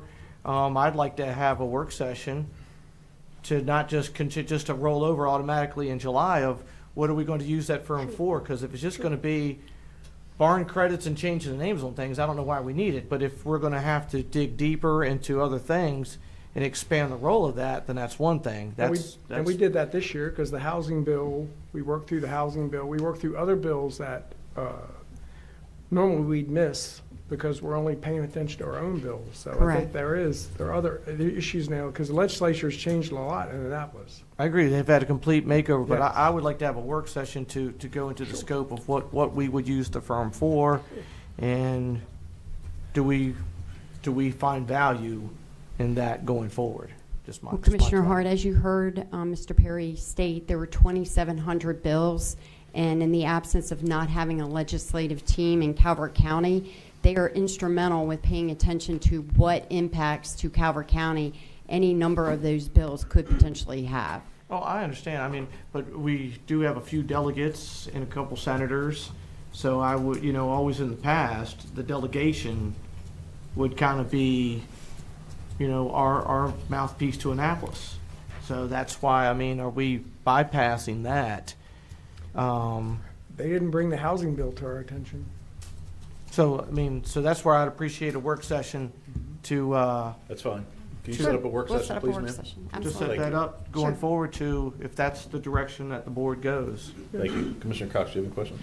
No, I just want to say thank you. I said every time we were up in Annapolis, you all were right there with us, directing us to meetings and what have you. So thank you for all your work you did this year in Annapolis. It's our pleasure. As you know, Jenna is a lifelong born and raised member of the Calvert County community, and I worked for a previous colleague of yours who was elected here. So it's truly our honor to represent you all in Annapolis. Thank you. We Thank appreciate you. it. Commissioner Grasso?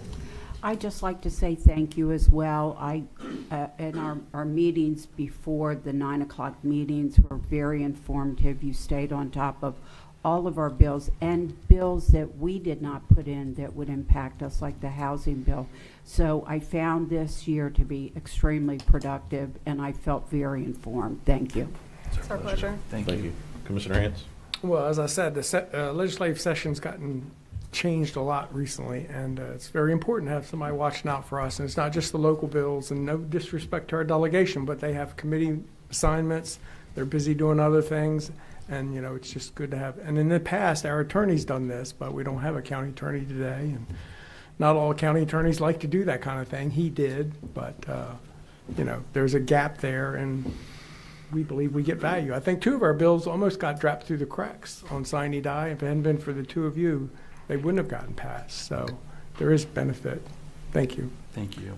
So thank you. You provided us updates every Tuesday morning in between the phone calls, and you let us know where bills were and the issues with bills, and We greatly appreciate you doing that, and we greatly appreciate the relationship that we've been able to have with you guys. It's mutual, and I think in addition to the regular meetings, we probably drove Miss Turner's cell phone bill up a little bit high and staying in contact with her off the record too. So correct. Thank you all. Thank you. Thank you. Well, thank you. Thank you. Have a great day. You too. Next item on old business, Department of Economic Development, Maryland 250, once in a generation grant budget amendment, and Solomon's Business Association memorandum of understanding. Ms. Oberg. Good morning, Commissioners. Julie Oberg, Director of Economic Development. In the interest of time, I'm also happy to forego reading the memo and just summarize if you like.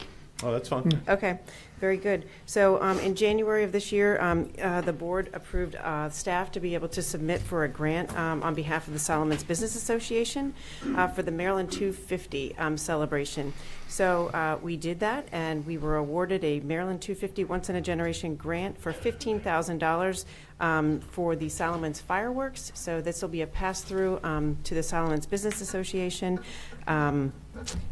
It will help to offset the cost of the fireworks, which are expected to be $60,000 this year. So the request is that the Board of Commissioners review and approve the budget amendment, BA 2026-00785, and then authorize the Board President to sign the beneficiary agreement with the Maryland 250 Commission on behalf of the Board, and then also authorize the Board President to sign the MOU between the county and the Solomon's Business Association on behalf of the Board. Any questions for me?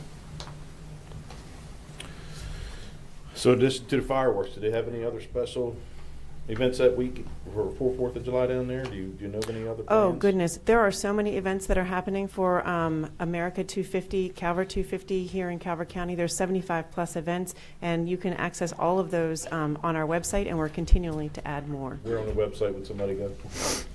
Go to choose or visit calvert.com. Okay. Yes. All right. Thank you. All right. Thank you very much. Thank you. Have a great day. Thank you. Need a motion? Oh, you need, I'm sorry. Go ahead. Mr. President, staff requests the Board of County Commissioners review and if appropriate approve and adopt BA 2026-00785 and authorize the Board President to sign the beneficiary agreement with the Maryland 250 Commission on behalf of the Board. Staff further requests the Board of County Commissioners authorize the Board President to sign the MOU between the county and Solomon's Business Association on behalf of the Board. Second. So I have a motion and a second. Commissioner Cox's motion references 250th. Is there any discussion on that? Hearing none, all those in favor say aye. Aye. Opposed? Motion carries. Thank you. Thank Try it you, again. Commissioners. Item number 3, Department of Parks and Recreation, Marley Run Recreation Area Buffer Amendment Resolution. Mr. Brandon, Ms. Stillwagon, good afternoon. Good afternoon. Good afternoon, Commissioners. afternoon. I almost said morning, but it is good afternoon. Amanda Stillwagon, Park and Safety Division Chief, Parks and Recreation. Good afternoon, Commissioners. Bob Branham, Director of Parks and Recreation. In the interest of time, I can forego reading the full memo, but I do feel compelled to correct a portion of it. I think it would be good for the public to hear. You're aware, but they may not be. We are required to upload all documents for the agenda by a certain timeline. So the memo was correct at the time of writing, but I'd like to at least read the last paragraph of the discussion so that we can make that awareness to you and the public. The last section of discussion says the Planning Commission unanimously recorded or recommended the adjustment at its February 18, 2026 work session, and a public hearing was held by the Board of County Commissioners on April 14, 2026 on the matter. That is correct. The memo needs to be corrected after. It stated that no comments were received, and that was true at the time of the writing of the memo. Since then, I wanted to be sure that I shared with you and the public that we've received several emails, and a few of those have requested to be recorded for public comment. So again, at the time of the writing, that was accurate, but since then, we've received some comment and emails, so I wanted to make sure that we were above board with that.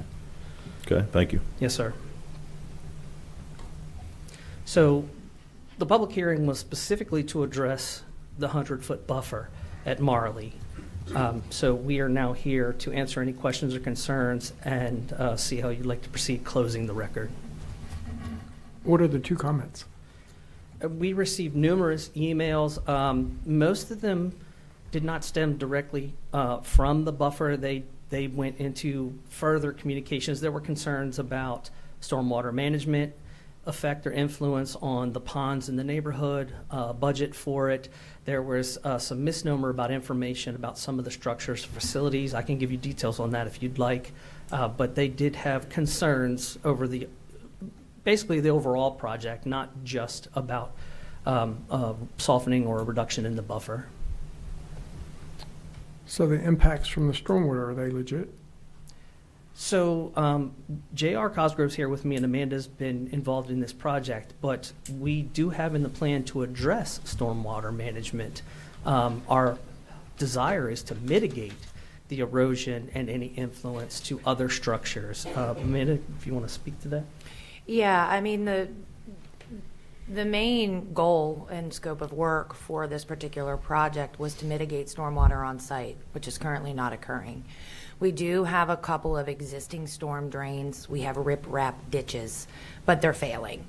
And so the point of this project was to, like we always talk about, let's fix what we have. So we were going in and paving the parking lot and putting in curb and gutter so we could get that water into a storm drain and off-site. And we would mitigate with stormwater management devices because currently we don't have many on site at all. So the point of this was to keep all stormwater and mitigated on the Marley Run property so that we're not running off into neighboring properties. And then in addition to that, as you know, we were looking to regrade the ball fields and make ADA compliance to the restroom building and hopefully to Field 1. So Amanda, we don't currently have a site plan on this, correct? We haven't gotten that far. We're Just- only at conceptual. Just on conceptual. So plan. we couldn't move forward with doing the plans for paving the parking lot until we got direction on how to address the buffer. We recommended a removal of the buffer and keeping the 35-foot setback, but, we could reduce it to a 60-foot buffer. We could reduce it to a 35. We just need room to get in there. I mean, we're currently encroached in the buffer. The gravel parking lot is in the buffer. It's gravel. So if we want to pave it, and, that's going to require us to get in there and do some grading to, build the parking lot out and put in curb and gutter, we have to work within that 100-foot buffer. And when it was put in place back in 1989 in the transfer resolution, it had stated that there was a 100-foot no-cut, no-clear buffer that was to be planted. It's not planted currently. There's a handful of trees. I don't know if over the years, I don't know if when it was originally put in, if it was fully planted. Since I've been here at the county, it's not been. We had a handful of trees, like I said, but it wasn't a full forested planting.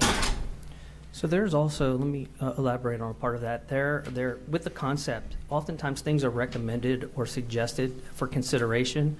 As an example, there was mention of adding a maintenance building below the current concession stand below grade, in essence making it a two-story building. We've even heard some suggest that there was an elevator included. Parks and Recreation did not request that and has never approved or authorized that. We've had no interest in pursuing that. So it's never been a part of the plan per Parks and Recreation. It's also been suggested that lights should be added. Parks and Recreation has not advocated nor supported that from its inception either. So I just wanted to make sure we made that clear as well.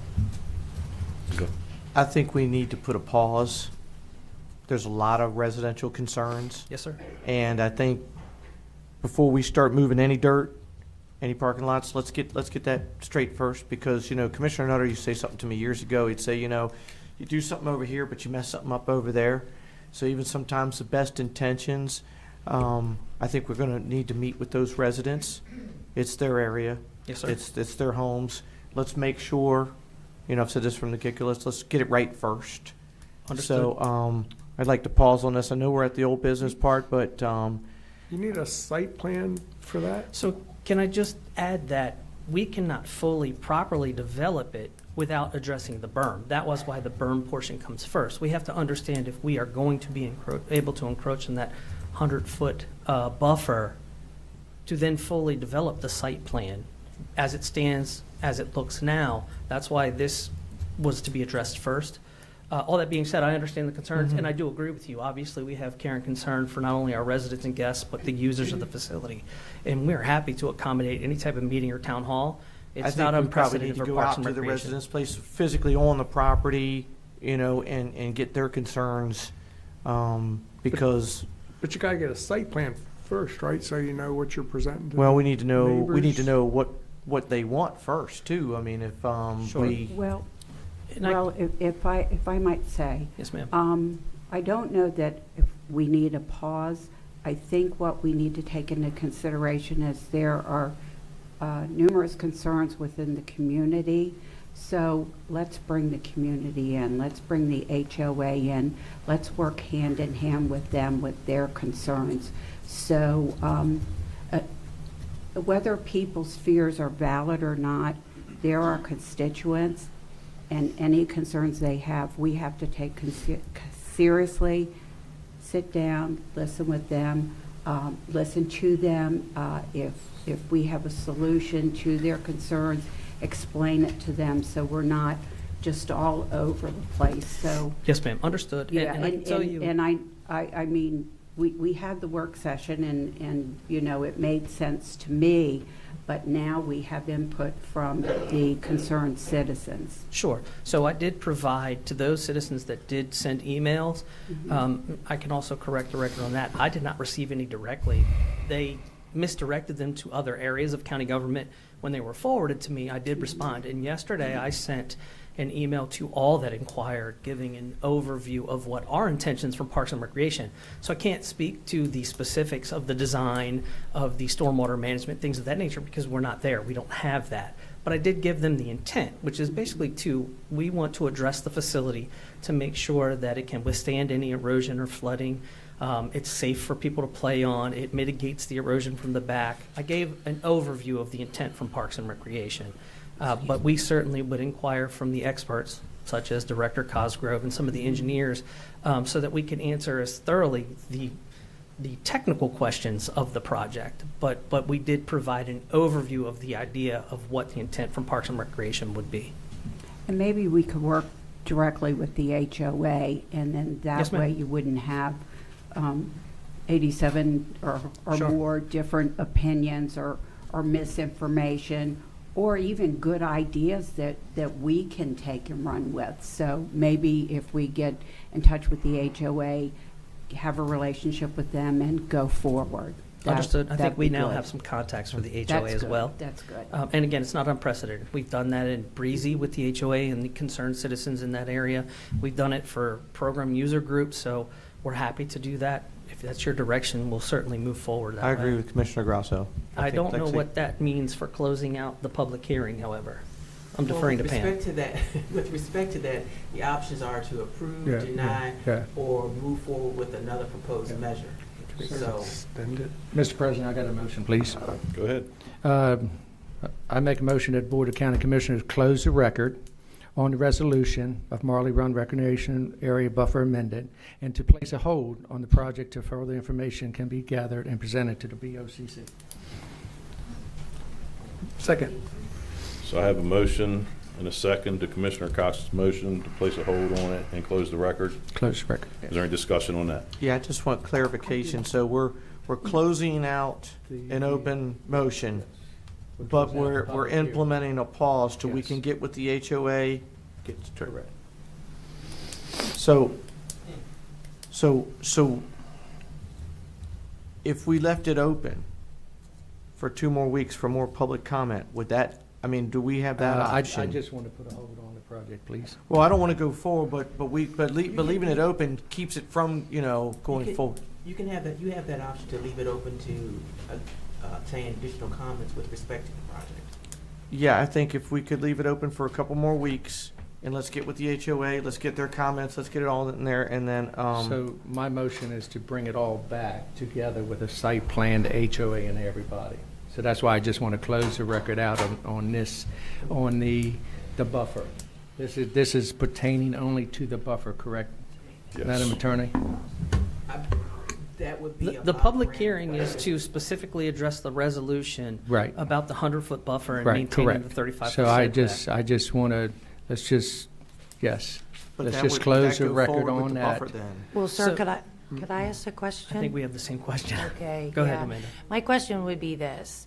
Since we have not moved forward with a site plan, how would you like us to progress with the site plan if we don't get a direction as to how to handle the buffer?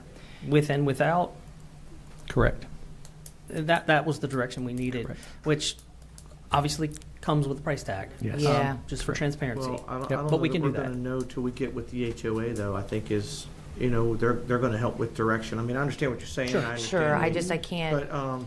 But sometimes you get started, and now it's dictated a certain way to go. So I think till we get with the HOA, and I think I understand what we're trying to do, but I think leaving this record open for 2 more, or at least 2 more weeks. Let's get with the HOA.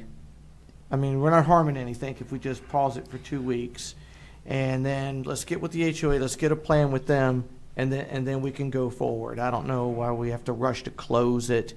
I don't know of a legality, County Attorney, on that. I mean, is there any legality why we couldn't leave it open another 2 weeks? It's entirely up to the board. You certainly could.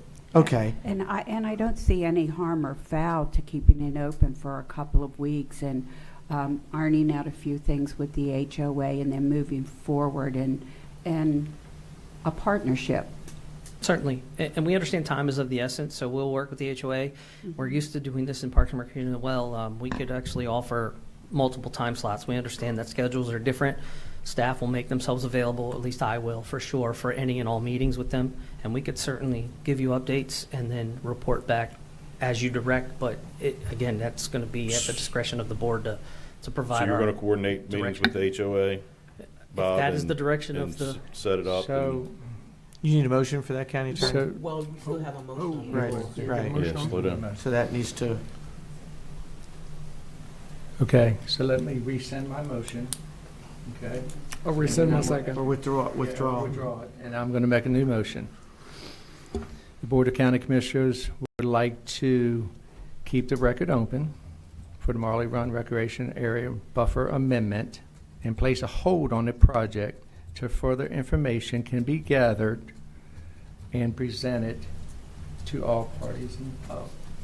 And Commissioner Cox, was that hold the record open for 2 weeks as proposed, or just hold? We're not going to have a site plan in 2 weeks, Okay, and that's so- why I wanted to close the motion. We're not going to have anything within 2 weeks, so that's why I just wanted to close it out, start afresh with all parties involved. So that's why I wanted to close the do motion you need a out. time limit, County Attorney?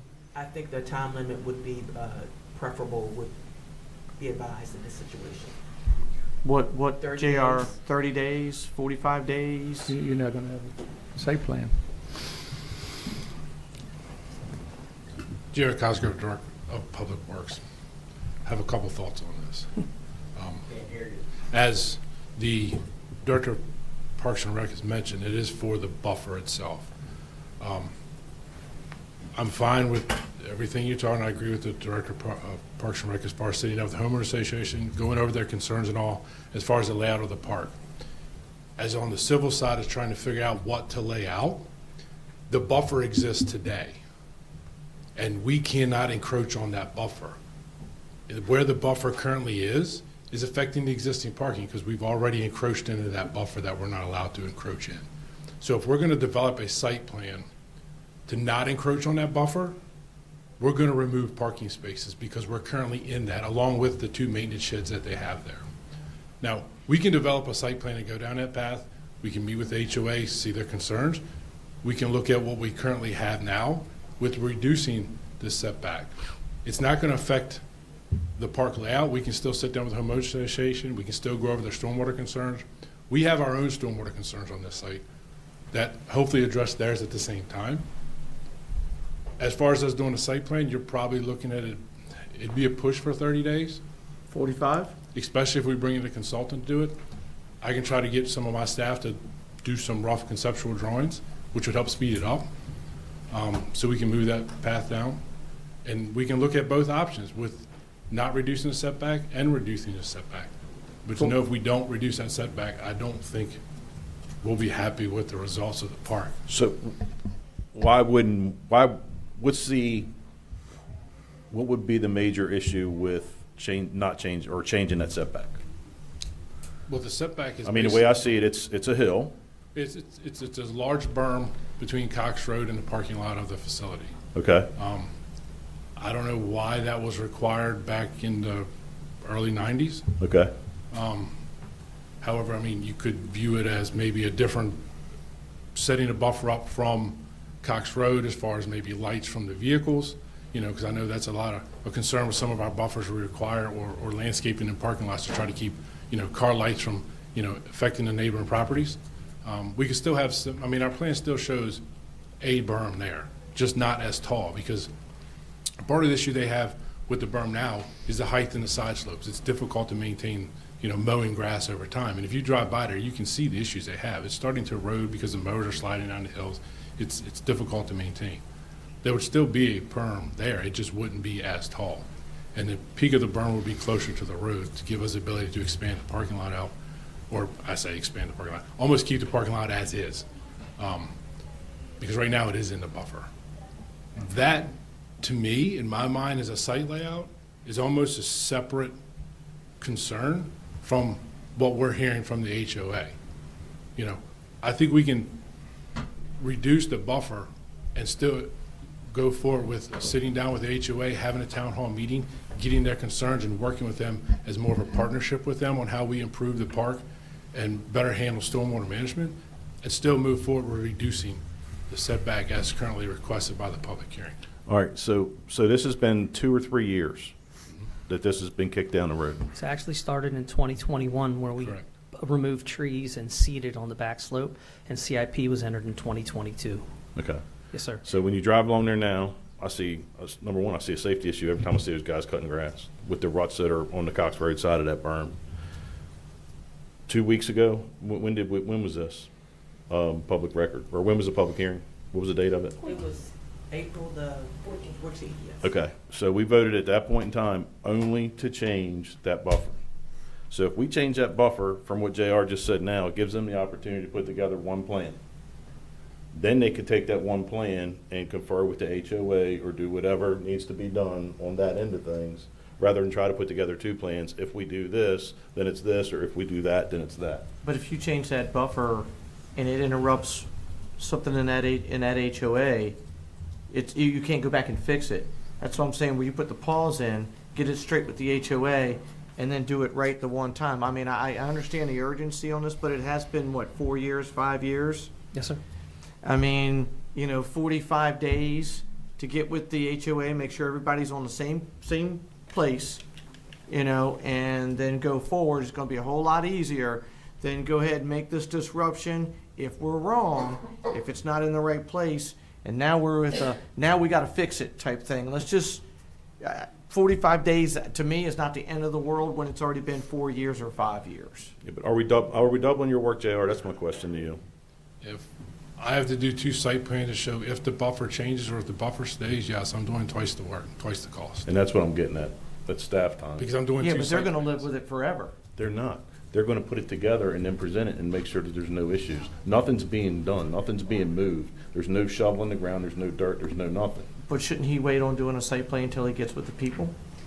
Well, That's if what there's I no think. plan, how are they going to be presented as to what the plan, or what actually is being broad forecasted to be done? There's Well, no plan there. let them go out and get their concerns, and if his site plan is fine with them and there's no concerns, then you just move on, because you already have one ready to go. How about I make a suggestion? No, they don't.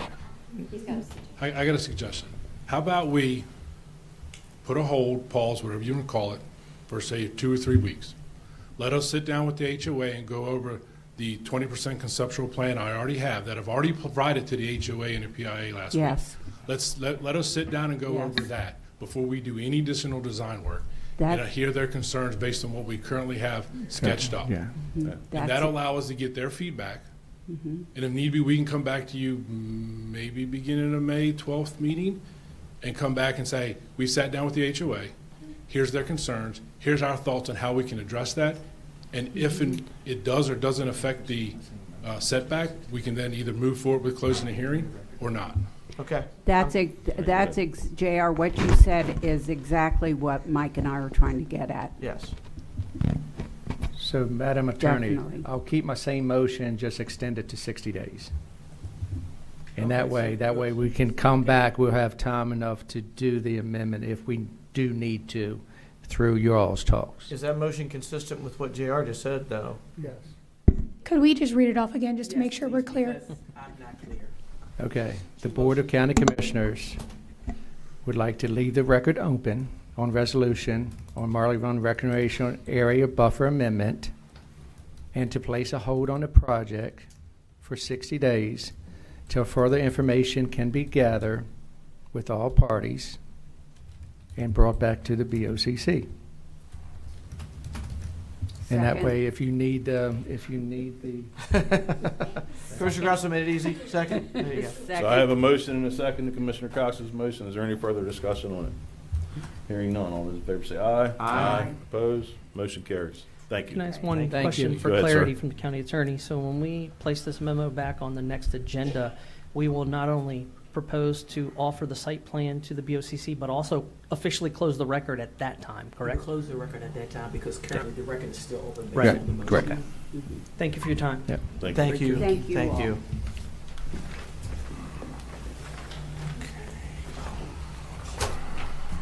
All right. That takes us to Department of Community Resources, budget adjustment for the Strategic Demolition Fund grant. Ms. Moreland. Good afternoon. How Good are you? afternoon. Good afternoon. Dr. Moreland. Director of Community Resources. I'm just going to read through this memo real quick. Background: Safe Harbor, the county-owned domestic violence shelter, regularly exceeds capacity, and one of the biggest barriers for victims is finding affordable housing. The site plan submitted to the Department of Planning and Zoning in 1996 included an expansion of the resource center and 6 transitional housing units. Last year, the Department of Community Resources applied for a Strategic Demolition Fund grant to support a revised site plan. Discussion: Calvert County government recently received the grant agreement for the fiscal 2026 Strategic Demolition Fund award totaling $300,000 from the Maryland Department of Housing and Community Development. The funding will be contracted to a vendor to complete site development for the property. Future development of the Transitional Housing and Resource Center will be managed by Calvert Safe Housing Network, Inc., the nonprofit that oversees the Safe Harbor Shelter. Fiscal impact: budget adjustment BA 2026-000779 allocates $300,000 in revenue to be received from the grant and anticipated expenditures. Conclusion recommendation: the department requests that the Board of County Commissioners close the record and adopt and enact the resolution approving budget adjustment BA 2026-000779. The department also requests that the Board of County Commissioners authorize the board president to sign the grant agreement with the Department of Housing and Community Development. We did not receive any additional comment while the record was open, so just wanted to make sure that that was on the record. And I will say, we continue to get requests weekly basis, monthly basis for these cases for housing. So I just had one several days ago. So it does persist as a problem. And they have to compete with housing on the by name list, which is the list for homeless residents. So they do get some prioritization. But this is just, when we get these cases in, it just underscores the need to do this, and I just feel so glad that we're moving forward with this project. We just closed out the 3 strategic revitalization grants from DHCD 2022, 23, and 24. Those have been closed. This has been a great program for us to address housing that basically was, areas that are underutilized, and move forward with projects like this. So I'm just grateful to have that we're going to have this funding to get this project started. I'm just thankful you're there. I was singing your praises yesterday to somebody. They're going to contact me today that I'm going to get them with you. I'm like, you don't understand, the woman's an angel. So, thank you, Jan. Yeah, it's good work. I'm very lucky to have this job and be doing the thing that I really want to do in this life. Well, when you see the people that you've helped and now they're having a normal life and trying to get, you know what I mean? Housing means a lot. And how many years they lived under that pressure. Yep. It's heartbreaking. Yep. So I'm just thankful. I told him you were born to do that job. I really feel grateful for this job. Yeah. I think Not everyone can say they love coming to work every day, right? I think more than anything, you have a heart for the job. I do. Mm-hmm. Thank you. Yeah. Thanks, Jen. Thank you, Jennifer. Yep. Mr. President, I make a motion. Go ahead. Board of County Commissioner closes record and adopt and enact a resolution approving budget adjustment BA 2026-000779. The department also requests the Board of County Commissioners authorize the Board President to sign the grant agreement with the Department of Housing and Community Development. Second. So I have a motion and a second for BA 2026-000779. Is there any discussion on that? Hearing none, all those in favor say aye. Aye. Opposed? Motion carries. Thank you. Thank you so Thank much. you, Jen. Jen. Thank you, Jen. When are they going to get started? I know. Well, hopefully the site plan will happen pretty fast once we get this agreement going. And yeah, I'll be working closely with JR. Just another project, JR. Yeah. Thank you, guys. Thank you. Thank you. Takes us to item number 5, Department of Finance and Budget, fiscal year 2027, staff recommended operating and capital budget. Close of record. Melina and Mary.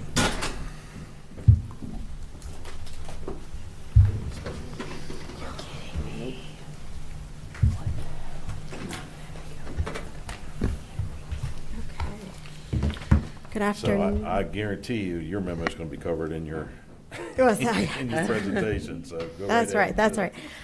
Good afternoon. First, we have old business to close the record. Melina Brookshire, CFO for Calvert County. We have the old business to close the record for the staff recommended budget. I'll just briefly summarize. We had the public hearing on Tuesday, March 24th, and the required public comment period has ended. 9 public comments were received during the hearing and 51 written comments were submitted. All comments were reviewed and considered by the Department of Finance and Budget. As the budget moves into the second phase of the annual cycle, the Commissioner's budget, which we'll present today, we will work closely with the board to maintain a balanced budget. We request that the Board of County Commissioners review public comments received during the 10-day public comment period and close the record. Mr. President, I make a motion that the Board of County Commissioners review public comments received during the 10-day public comment period and close the record. Second. So I have a motion and a second for the Board of Commissioners to review public comments received during the 10-day public comment period and close the record. Is there any discussion on that?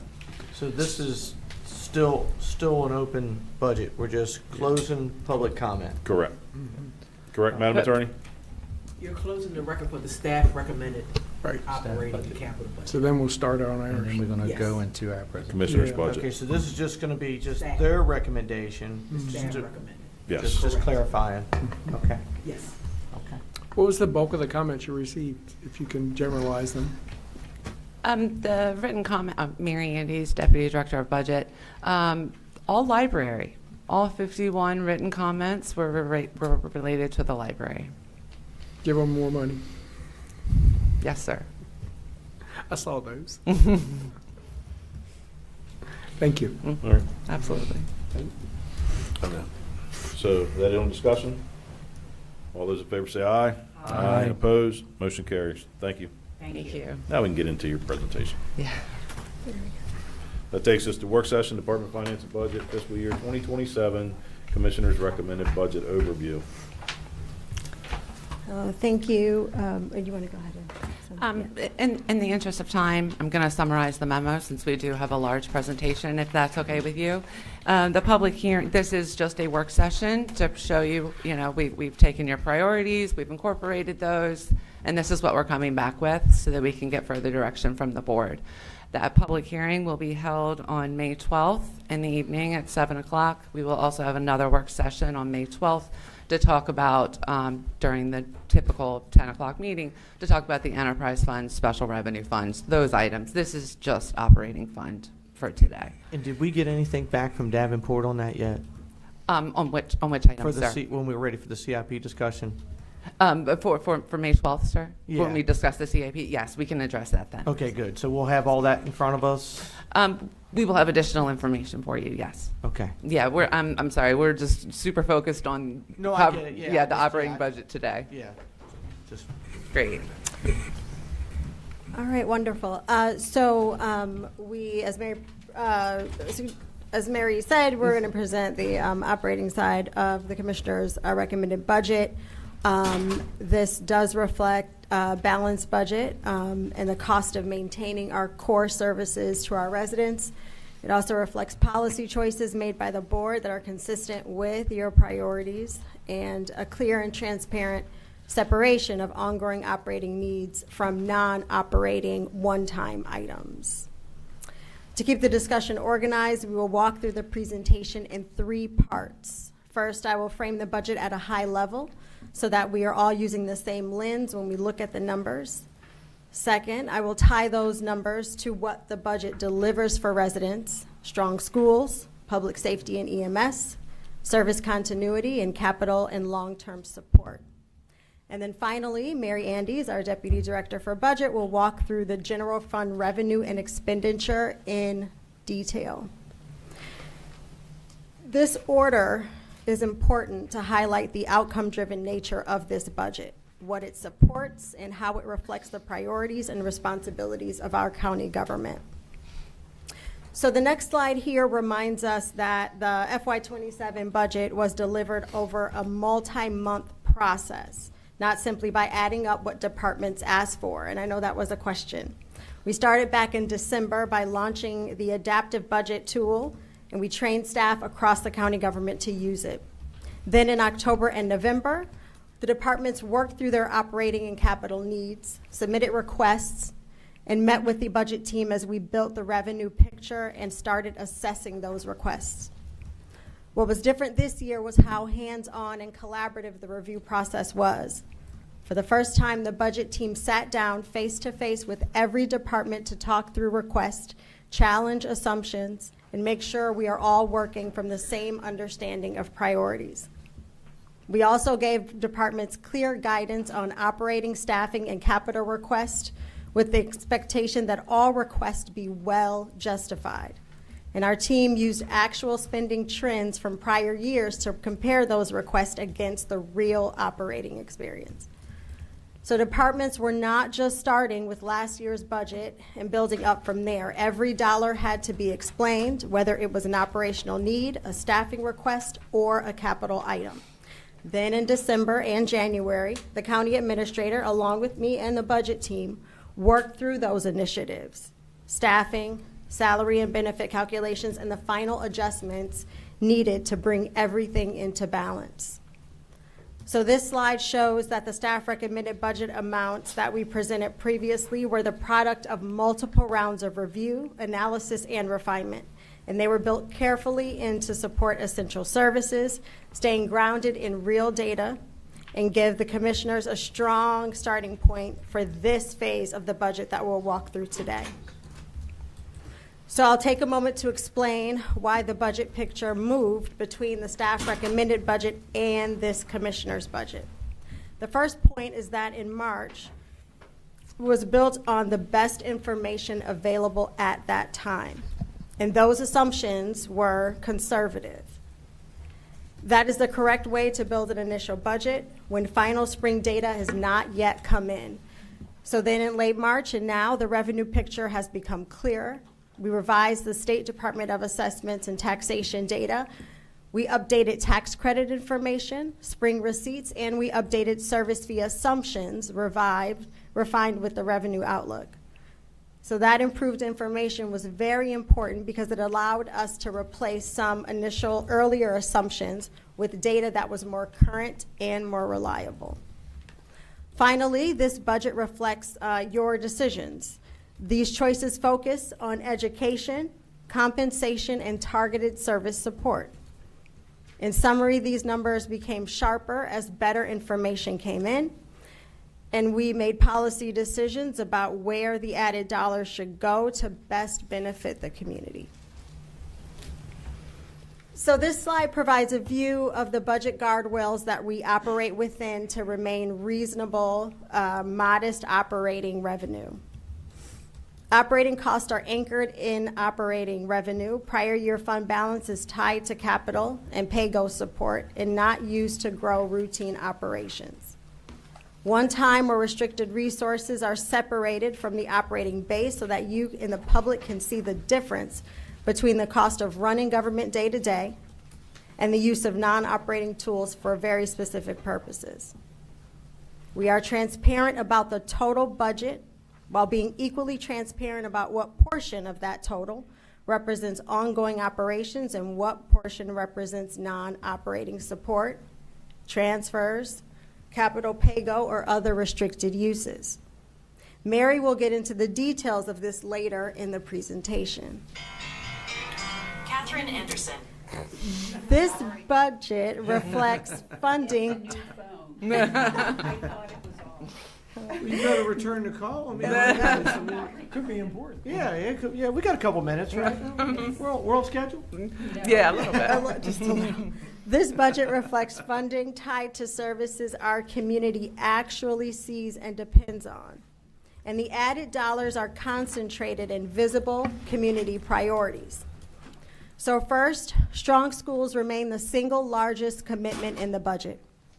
Education rises about $6.75 million over fiscal year 2026, and that reflects a clear board choice to continue supporting the school system and the broader educational commitment of the county.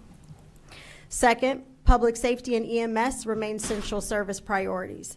Sheriff, detention, fire, EMS, and related safety functions continue to carry significant cost pressure because they are labor intensive and they are essential. Third, the budget supports service continuity. Compensation, technology, facilities, and infrastructure, they matter because they were what allow the county to retain qualified, dedicated staff, keep our systems functioning, and avoid service erosion. And finally, transfers and pay-go provide capital long-term support. So if anyone asks what this budget delivers, the answer is here on this slide. Schools, safety, continuity of service, and responsible long-term support. I'll now turn to Mary Andes to provide a fuller, more detailed discussion of our revenues and expenditures.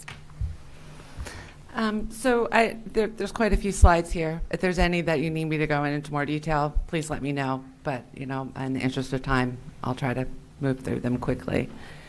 So as Melina mentioned, revenue is divided into operating and non-operating categories because each behaves differently. Each one is not interpreted in the same way. We look at it, this is what the actuals are trending, this is what, information we're getting from the state, and we interpret that and we refine those details. Some reflect ongoing county activity, some are more volatile, some are driven by timing, and some are tied to one-time reimbursable or restricted uses. The key point, again, is the variances across categories are largely driven by timing issues, program changes, and conservative budgeting practices. That means a simple year-over-year visual could be misleading. You see the 420 number, it's misleading. You wonder where did all these dollars come from? And so that's what we're going to walk through step by step. So as this slide shows, it brings the full revenue story into view. It shows the relationship between budget and actuals over recent years, and then place the total 27 budget in context. The 27 commissioner's budget total is roughly $420.5 million. It includes non-operating elements such as revenues, transfers, prior year fund balance that are tied to specific purposes. The first item is operating revenue, licenses, and permits. So this is a conservative one. Actuals have consistently trailed budget. So in order to combat that, for FY27, we did lower that. You'll notice that the FY26 actuals are considerably lower than they were in previous years. Of course, we still have a quarter to go. But it's beer, wine, and liquor licenses that we are not receiving the same level that we have in previous years. So we've lowered that estimate so that we're not accounting for something that we're not going to receive. For charges and services, so this category has generally outperformed budget, especially in 24 and 25. The major change in FY27 was the addition of the EMS cost recovery program. In FY26, we only budgeted $1.2 million for that. And then we spent it out because, then we dispersed that allotment to the departments. This year, we are accounting for the full $3.5 million, which is what we're anticipating that we will receive. But that $3.5 million is then, again, transferred back out on the expense line. So while it does show here as an increase, considerable increase from FY26, again, it's being expensed right back out. Fines, fees, and forfeitures. This is a clear example of impact of historical volatility. Budgeting here has been intentionally conservative because collections can move significantly from one year to the next. The spike in FY24 actuals were largely driven by a grant coordinator administrative fee. That's helpful in context because it tells us not to treat that one-year performance as the new normal. When a category can move that sharply, the responsible choice is to budget cautiously. The county is doing exactly what it should do with volatile revenues here, recognize the history, but don't overstate what we may get going forward. For miscellaneous revenue, again, you need some context in order to read that.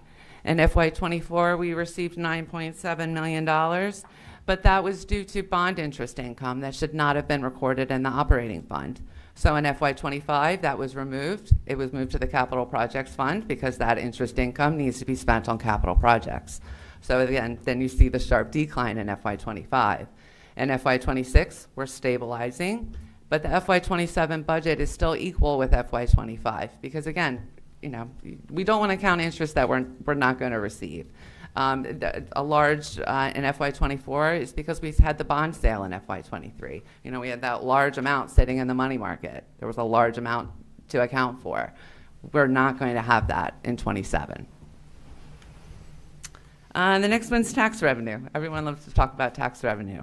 So while this is one of our largest buckets, the projections have been recalibrated using SDAT data that was not received until late March. So that was not available when we presented the staff recommended budget. Didn't have a lot of a change, but we did revise our estimates to show this to you. Also, in FY26, we did not appropriately account for credits. The Treasurer's Office has done an amazing job of making sure that the residents know what credits are available and they're using them, and that's wonderful news. So we've accounted for that for FY27. This next slide talks about property tax in general. In FY24, it was budgeted extremely low, but as you can see, our receipts came in quite higher. In FY25, the budget estimate was a little too high, so we recalibrated in FY26. Again, as I mentioned, in FY26, the County Treasurer's Office did an amazing job of letting people know about credits, so our actuals came in a little bit lower than what we were anticipating. We've recalibrated that for FY27, and we feel solid the way it is now.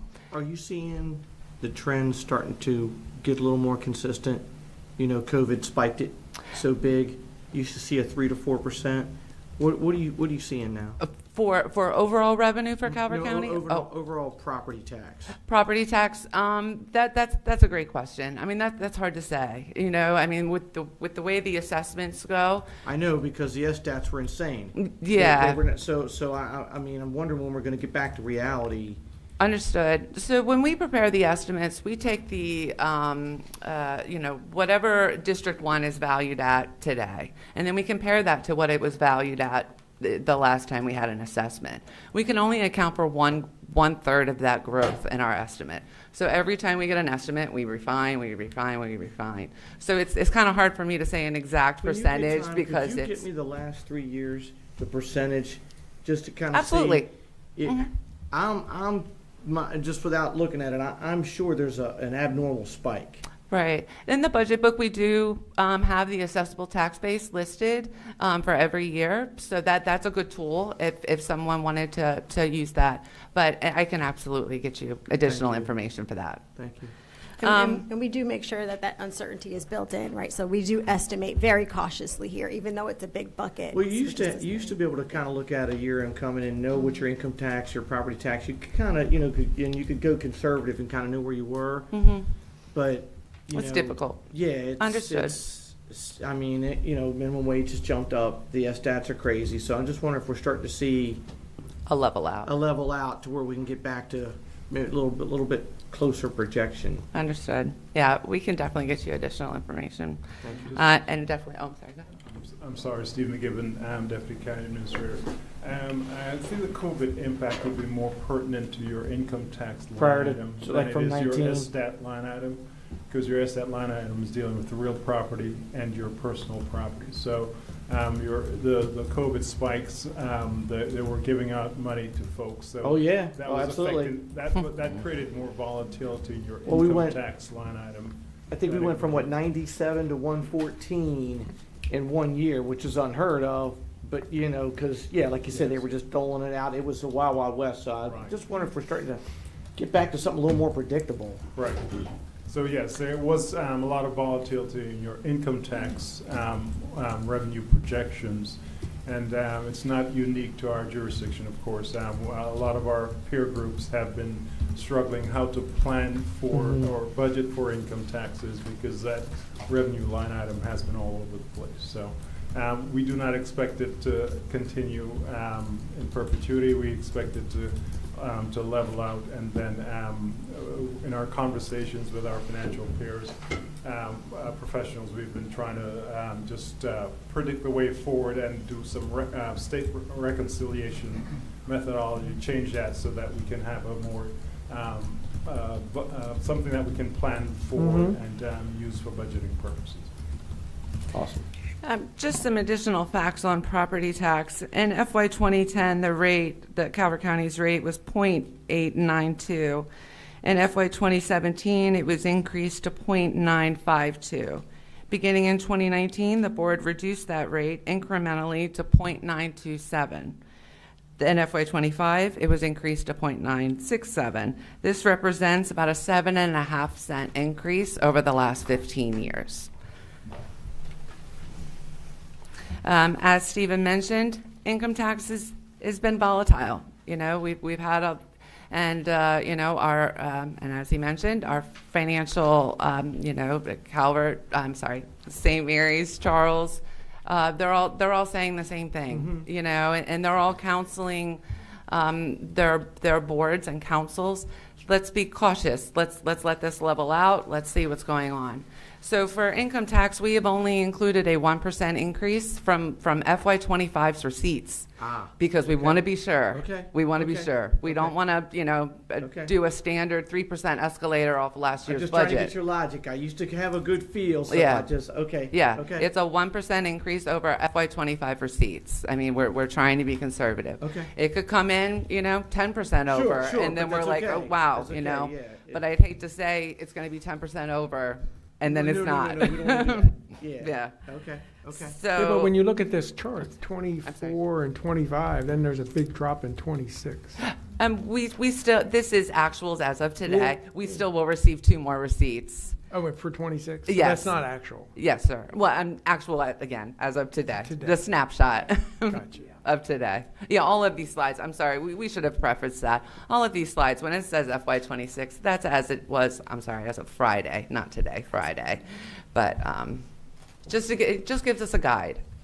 So you Where talk we're about going. income tax. So that rolling account, you just want to explain that one more time for the people listening so that it will sink in? I'm sorry. The income tax. How they come in? Oh, I'm sorry. Yes. The 4 payments. We receive 4 payments. The first one does not arrive until late November. The second one doesn't arrive until late February. Again, by that time, late February, we've already prepared the staff recommended budget. We've already had the estimates. So at that point, it's a little too late. But we do refine that to come back to the board for the commissioner's budget. But again, we're still being cautious. 1% over FY25 is really where we should stay. Thank you. And thank you for asking that, Commissioner Cox. Sorry, one of the earlier slides where we show, Yes, the yes. stair step of the changes, Yes. we refine as the information comes in. So to your point, it's really helpful as we're seeing numbers today as compared to a couple of months ago. Yeah, thanks. Absolutely. So now we move into non-operating revenue. This is revenue that, we can't apply an escalator to. This is fixed. Reimbursements. The town reimburses us for the police service, or or, you know, we have a reimbursable grant. We can't add an escalator to that. I mean, it is what it is, you know. But we do try to budget for that. You know, we get the idea of what our grants are going to be. We're supposed to be reimbursed a certain amount from the towns so, you know, we budget for those things. But we are not balancing the budget by assuming that additional dollars will come in this category. Again, this estimate is I mean, it's less than what we received in '24 just because we're trying to be conservative. Other financing sources. So these are your transfers from fund balance, indirect allocation that was applied in 25 and 26. As you can see, this number is minimal because we typically don't need to use it. But in case we do, we plan for it. So in FY27, staff recommended the $12 million. That was specifically for capital projects. If it comes into the general fund, we send it right back to capital projects. That is a significant increase over what we have done in previous years, and that's by design. It's GFOA best practices to use 10 to 20%. And, you know, we have the fund balance, right? So we use that, and we reinvest. For a shortfall. Exactly. That's what gets misconstrued, that there was a shortfall and it had to be moved over. No. Correct. This is specifically for capital projects, the new firehouse, the new sheriff's Well, because we office, hadn't you know. done it like that in the past, so now when somebody sees a budget transfer, they automatically think it's for a shortfall, where instead of it sitting and riding somewhere, it's specific, it's now just pulled from the general fund over to that. Exactly. But that's, and we're putting that gets lost in translation. Right. And then for the commissioner's budget, we did add, there is an addition of the benefits fund that we are using to keep the health insurance benefits flat for staff. There was a $3 million premium increase on health insurance. We would have had to raise rates. So we have this benefits fund that has these dollars. We're going to transfer them over so that we can keep those rates flat. We also added an additional $2 million in fund balance, but that is for FY27 capital expenditures. New vehicles, new equipment, you know, all those things that we need to buy. It's a one-time use. Unfortunately, as we've talked about in our operating revenue, we do not have that much of an increase in operating revenue. I mean, so we have to reach to these sources in order to fund these items, or we don't fund them, and that's not really a good solution either. The money's there, so we're trying to use it. So now we move to the expenditure side. So the money's come in now. How do you decide who gets them and where you spend it? So this is just by cost center, you know, general government. We'll get into the details about what general government is. But, you know, in public safety, that's your sheriff's office, detention center, all those things. But altogether, these things total the $420.5 million. Again, it shows the Board of Education increase, the transfer increase, all of those things. But we can go one by one now. I'm only going to highlight a few. Stop me if you need more info. The only thing I was going to ask, in the past, we used to take, and obviously we're way past that at this point, but we used to take early in a session and go department by department, and if there was a request, say, for a truck or something like that, then that would be all debated out before it got to this level. Yes. So if there are any cuts, who made them? Okay, that's a great question. Because you know what'll get thrown back at me? Hey, you know, I needed this, that, or the other, and you guys cut my budget, and I don't know.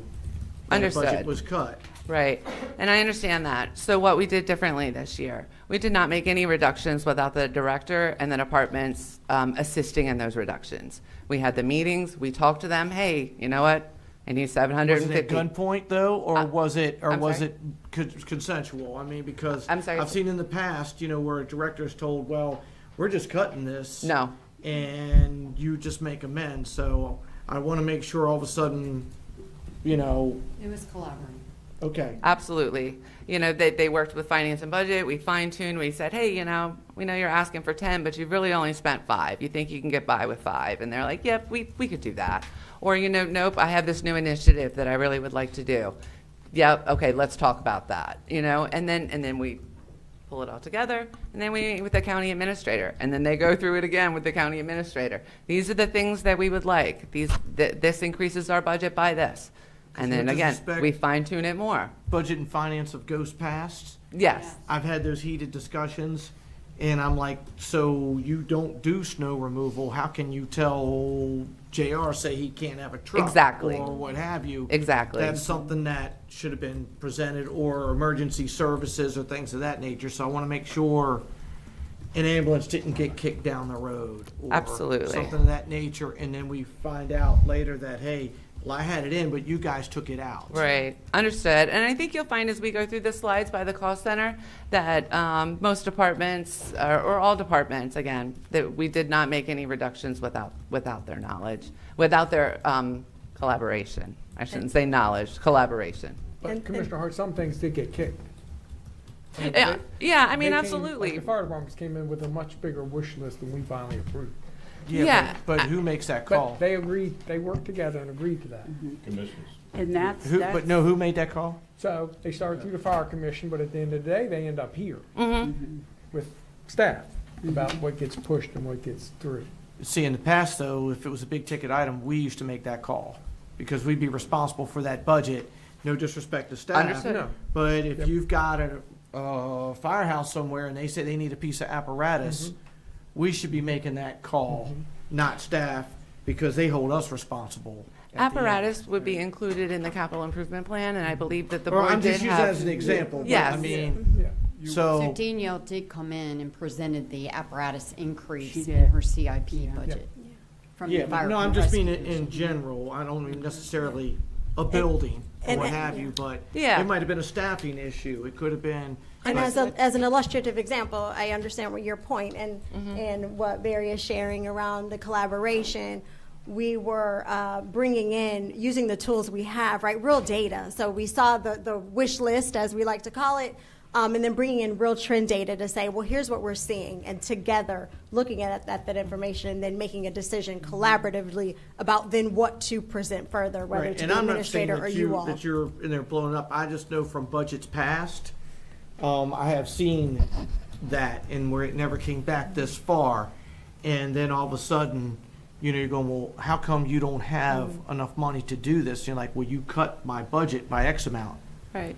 And I'm just gonna pick on JR over there just because it's easy, he's sitting there, so, say we didn't know that, and I'm just using an example, that you cut salt. Right? And he has to put that order in a year ahead of time, 6 months ahead of time, or what have you, and we didn't know about that. Now, all of a sudden, there's 12 inches of snow on the ground and we're unprepared. That's Yep. something that should be our fault, not staff's fault. Exactly, and we'll get to those individual things as we talk about through the cost centers, if that's okay. Yeah, oh yeah, it's fine. Like I say, Okay. I've just never had it where it was all on crunch time like this. We used to break it down before it got to the 11th hour. So we've always followed a process with vehicle inspections through vehicle maintenance, and it goes to the commissions or whatever that process is. That entire process has been followed all along. They didn't get everything they needed. I mean, Linda had several phone calls and several, I know Stephen did too, with the fire commission on all this. So the sheriff's office, we've known that vehicle's replacement list needed to be taken care of for at least 2 years anyhow. We kept kicking that can down the road, so they're getting their vehicles. So, but no, not everybody's getting everything they want. You're gonna hear a little bit here and there, but I think everything that met the criteria is getting replaced. Because JR's got to have salt. I mean, that's not a But, good example. and I'm just using an example, but that's not a good example, but paving, he'd love to have twice as much money as he's got in his paving budget. well, you know, we straightened out years ago when we had that slurry fiasco that we vowed we would never go back to slurry and do that to I people understand again. that, but he could use twice as much paving money He as could, he's got. but he's got to have adequate to where one day he's not having to put slurry down and just wasting taxpayer dollars. Well, no. I mean, and that's, but those are the discussions that we used to break down earlier instead of putting it on staff. No disrespect to what you folks do, but you don't do a road. That should be. Yeah, absolutely. So we And- work with JR and we talk to Public Works and we've And- had and probably, like I say, he's and- so sick and of I'm hearing not from me. Throwing rocks. I just know in the past, all of a sudden I would hear, well, I really wasn't given a choice. I know what you were told. So that's why I'm just clarifying that I know this is a staff recommended budget, but is it a staff recommended budget? I would say If I yes. may, So as Elena laid out for you at the beginning of this, we had a very in-depth budget process. Nothing was forced on people. We do have a limited pie to work with. So of course you have to make decisions based on priorities. And so we worked through that with the agencies. Anything worth elevating was brought to the commissioners. Through various conversations we had with you. But yeah, there was nothing was forced upon agencies.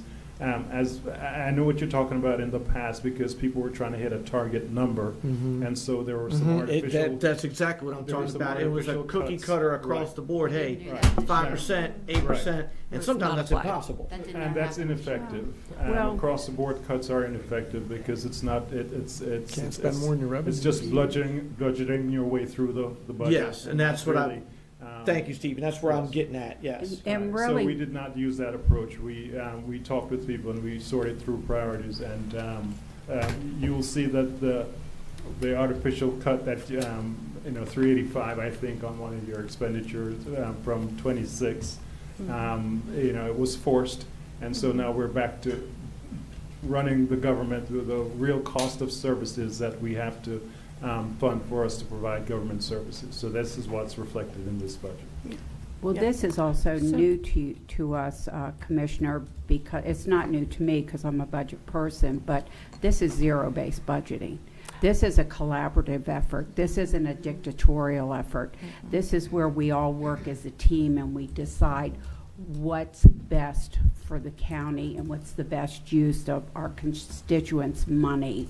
And everybody may not be happy, but everybody knows a reason why they didn't get what they wanted, and they have the opportunity to fight when you work collaboratively, to really come forward with your fight as to why you need it, and have a strategic plan in place, and be able to measure the outcomes in a positive manner. So this is why I love zero-based budgeting, because it's not pile on, pile on, pile on. It's justification, and it's a great use of the constituents' money. Well, Stephen made me feel better because I didn't want to go there, but yeah, that just didn't work for me. But so that approach is no longer in use is comforting. And the slide that Mary has been sitting on for a while is the reason why we started here first, is that it is a good example to illustrate that the across-the-board cuts was not the approach. It's very much more intentional and much more focused on the priorities and making sure we are being very clear about what the cost of providing the services and the priorities that we've laid out for the residents is, as opposed to trying to hit a number. But at the end of the day, you got a revenue cap. You gotta stay under your revenue cap. Yep, So it's absolutely. still a give and take of everybody get what they want. You gotta Right. give up something. So Right. JR's giving up paving money because he can't have all he wants. 'Cause Yeah. we don't have the revenue. Right. So like for animal services, their budget was significantly cut in 25 and 26, as you can see on the slide. 27 does reinstitute some of those dollars, but it is still $160,000 less than what they got in FY24. Again, we did not push anything on the department. They started at zero and we built it up. And this is what they have agreed that this is what they can do. They're getting a new vehicle in this budget. I mean, they're checking off all their boxes. The Board of County Commissioners, you all's budget, again, the budget is always high because there is always a contingency available for emergency expenses. But as you can see, it is rarely used, if ever. But still, the budget and this contingency for FY27 was reduced by $250,000. For the county administration, is approximately $250,000 less. However, a contingency was added, much like the BOCC contingency, for emergency needs. That contingency was reduced by $180,000. So, county attorney, their budget has increased, but however, they received a cost shift from the county administration's office for contracted services. So while it was flat in 24 and 25 and 26, they did receive an increase for 27.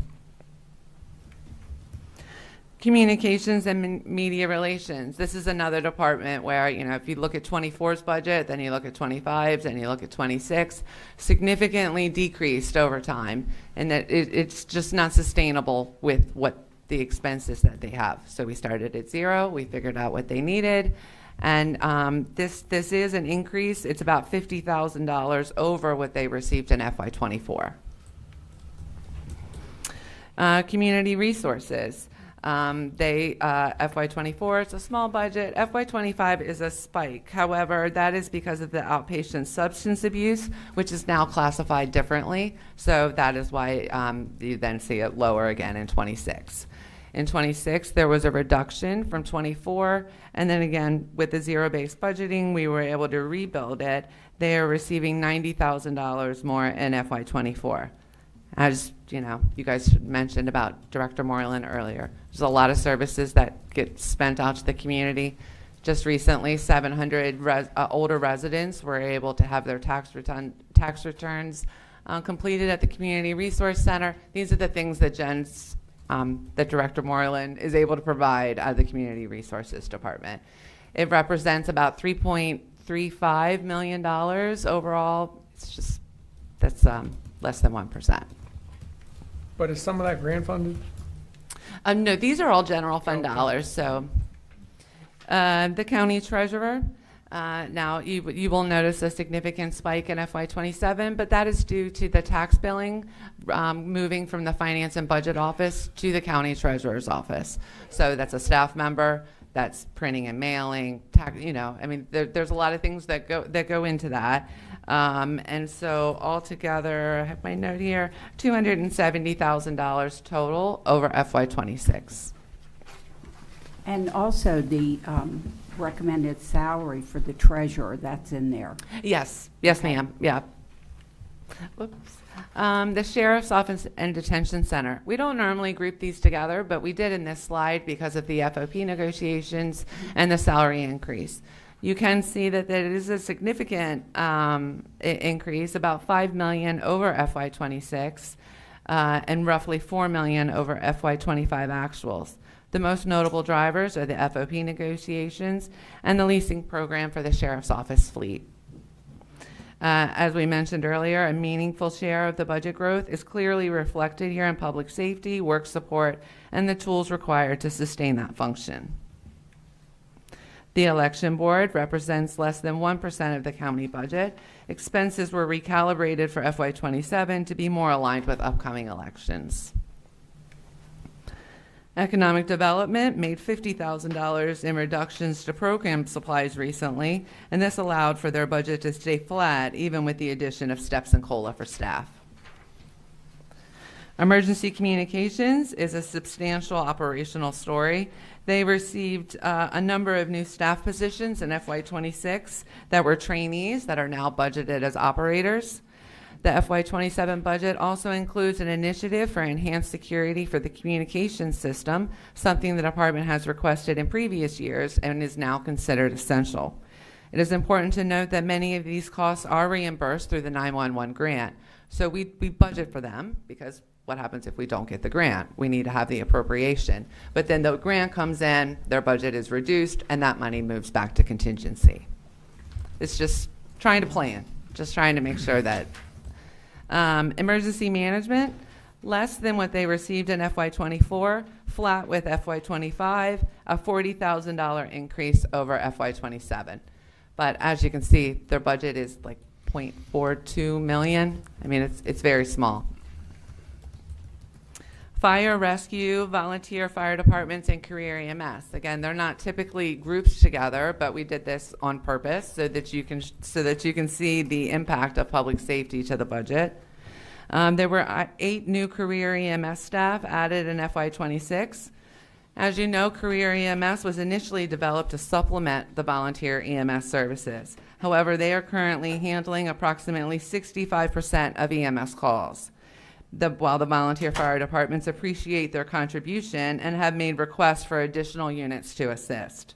Career EMS was otherwise flat funded in FY26 with operating costs outside of salary. Then the volunteer fire departments side increased by about $800,000 over FY26.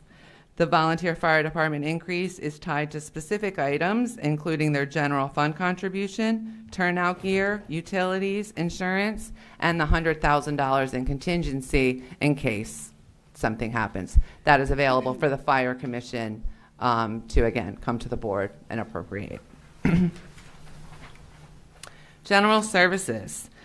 Their budget was significantly decreased in recent years, as you can see in the chart. A little difficult to maintain service levels at the budget that they received in FY26. These reductions were made to one-time repair costs and projects under $10K. The county, however, the county has been able to reduce our rent expenses by $175,000 annually with the move to the county administration building. So they are still less than they were in 24, but we worked with general services. We outlined exactly what they need. What do you need for the buildings? What do you need for staff? And this is what we've developed. Parks and Recreation. This department has consistently made reductions to operating expenses while still providing level services. An additional $200,000 was added in FY27 for equipment maintenance and replacement. It also includes a $100,000 contingency that has been added for emergency expenses. But again, they have to come to the board to be able to use those funds. But we're planning for them. Pensions and trust. This slide reflects the kinds of costs that are not always visible to residents, but are nevertheless real. The increase is driven by the state teacher pension contribution, the COLA increase for LoSAP recipients, and a realignment of budget with actuals. The county is recognizing obligations more accurately and budgeting them where they belong. The budget is catching up with genuine cost pressures and aligning with actual experience. Mary, did we get the gap to where we're 100% funding that yet? I did look. Oh, go ahead. Concerning teacher pensions, all right, so back, it's about a decade or so ago, the state decided to start sharing the cost with us on teacher pensions. They did so for the school system and for the colleges and I think the libraries they kept separate at that time. Over the years, so they were supposed to handle, and I don't want to get into too much technicality here, but there was the unfunded liability that they were supposed to handle, and then the counties were going to be handling the normal phased-in costs. There are certain components to your pension cost that gives you your pension liability. So there was a split there that counties were going to be responsible for some, and the state was going to be responsible for some. Where we are today now is that they have now, in 26, they started to shift 50% of the increase now. So as salaries go up, you heard about the blueprint today. As salaries go up, there's a derivative cost in your pensions because your pensions are linked to your salaries. So your pension costs will start increasing. The state has now just started billing us for any increment in your pension cost to the tune of 50%. The locals are bearing 50% of the increase in the state is. And I think they did that in 26. They're doing that in 27. And I believe that's going to be the pattern going forward. So essentially, we have 100% of the phased costs. The unfunded liabilities the state was supposed to take care of, but they're now shifting the increase over to us. And so that will be the pattern going forward for the foreseeable future, where the increment in the pension cost will be shared on a 50-50 basis. Okay, so that part's leveled out, but it will be, the increments will... Yes. Okay. Yes, yeah. Okay. What had happened, DLS had recommended in the budget process this year that 100% of the increase be shifted to the locals, but unfortunately that was shot down. But that'll be the only thing in play then, potentially, you think, yes, going I forward? think going forward, that's the pattern we see going forward. And I'm sorry, I know you told me. And they've now shifted the libraries to us as well. Oh, okay. Yes. So- But that's not as, right, yeah. So, and I know you told me, was it 1.6 this year, or was it 3? I can't remember what number you told me. Additional. Of the shift, what's the shift? 600,000. 600,000 was the increment this time around.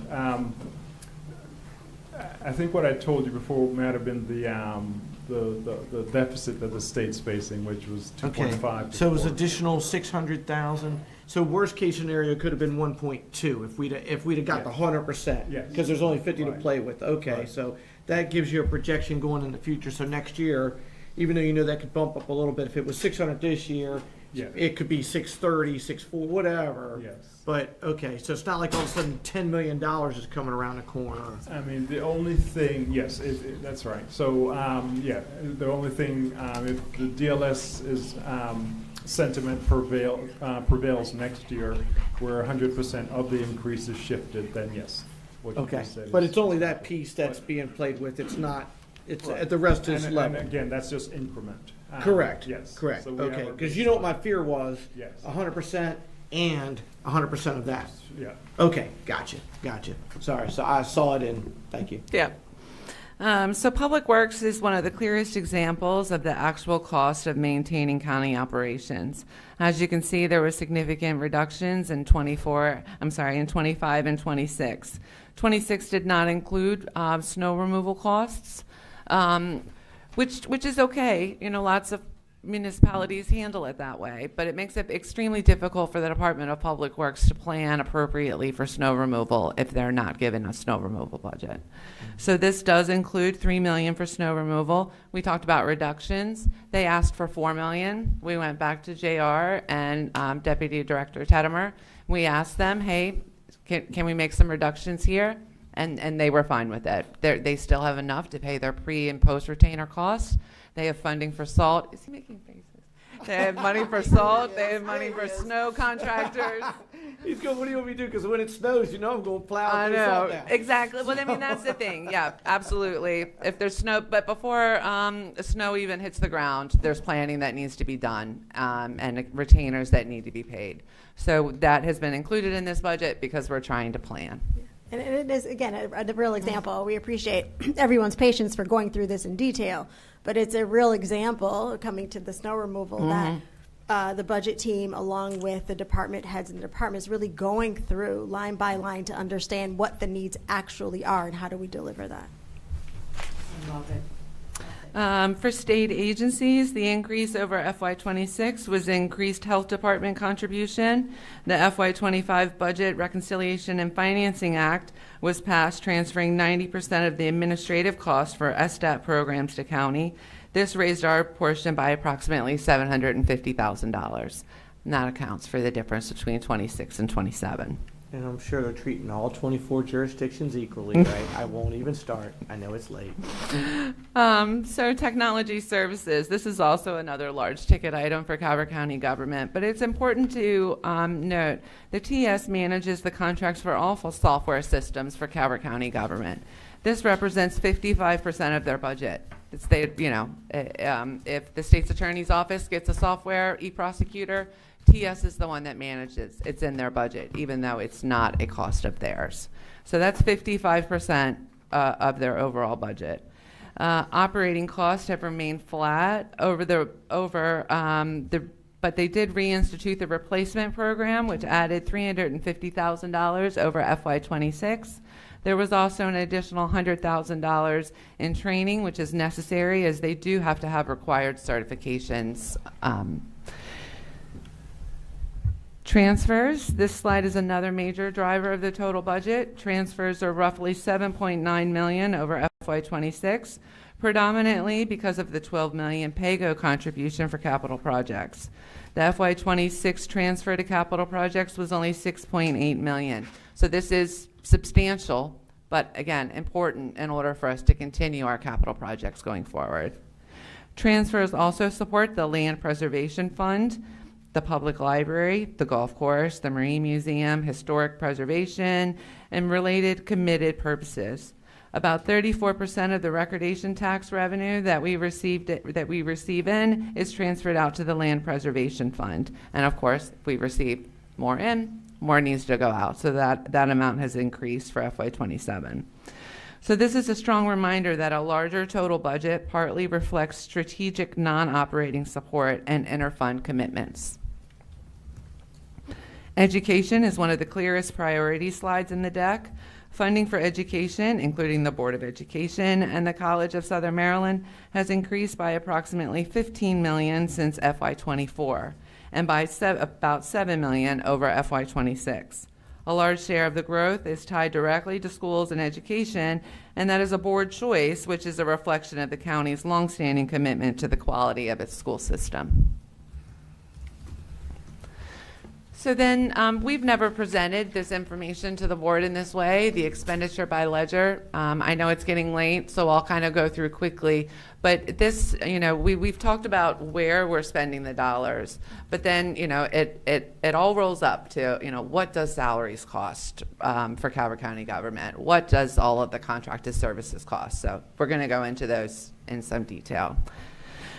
So salaries and benefits, approximately $3 million in attrition was removed in FY26.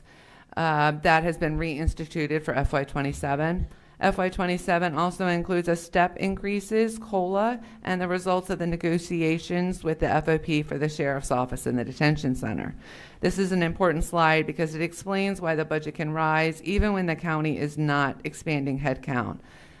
Sometimes the pressure is in the retaining and the compensating of their workforce to deliver existing services. Operating expenses, small increase over FY26. In FY26, we removed conferences and training and computer hardware replacements from the budget. We are reinstituting that for FY27. Again, just like with TS, they have training they need to do. They have certifications they need to complete. This is how we do this.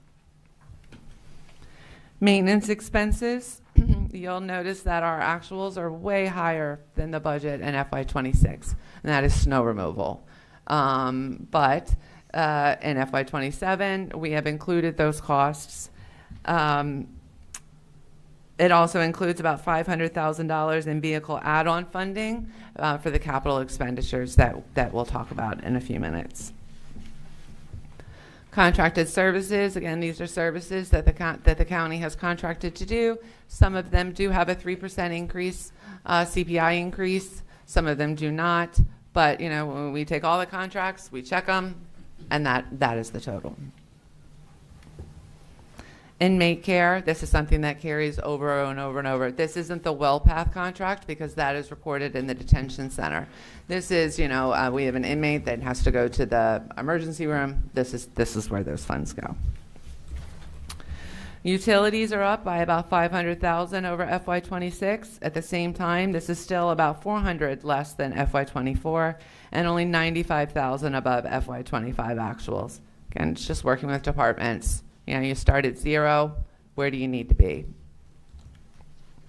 Capital expenditures, vehicles and equipment. In FY25 and FY26, we didn't focus a lot on that, so we're trying to institute a replacement program to make sure that we're covering these things. Other expenses, these are your transfers out that we talked about earlier, Calvert Marine Museum, the library. Pensions and insurance are increasing because of healthcare costs and general and insurance expenses rising. These are not always visible parts of the budget, but they are the most unavoidable. And again, the Board of Education in Southern Maryland, they're listed again because they are a ledger in our books, but the number is the same, the 175. Okay. That's it. Yeah. So, as we've shared, it really does reflect the actual cost of maintaining our core services and the targeted investments that we show today. Schools, public safety, making sure that we're running a sustainable government to support the services that we all know are very important. So again, thank you for your patience in walking through that detail. We knew it would be really important to share that just so that we are being extremely transparent. So we'll take any questions. Any questions? I don't have any questions, but I do have a comment. Oh my God. This is wonderful. Great. This is the way you run government. Thank you so, so much. And thank you to everybody who had input into this. Thank you. We couldn't do this without the collaboration of the departments, like Mary said. This is Absolutely. the baseline that we're presenting is that from that collaboration. And then, of course, as we mentioned, the information is refined as the data and information comes in over time. So we're being very intentional about that. Thank you. I just want to say thank you to the administrator, Stephen, Linda, your complete staff, and all of our employees for a job well done. Thank you. No, just thank you guys. You just know what I do. So I just need to understand it. Absolutely, and we're happy to lay it out at any time. You know, public comment is today, but I really get public comment tomorrow. So Absolutely. When I'm standing there at 7:30 in the morning, I need to be able to explain what happened. Thank you. Well, hopefully this helps.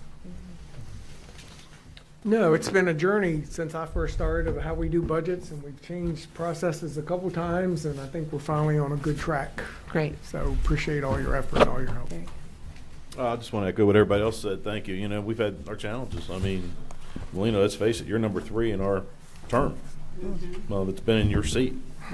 And right now I feel more confident than I've ever been able to feel going into this process at this point in time. So I want to thank you and Linda and Stephen and, like I say, everybody involved. I appreciate it very much. And you've been wonderful.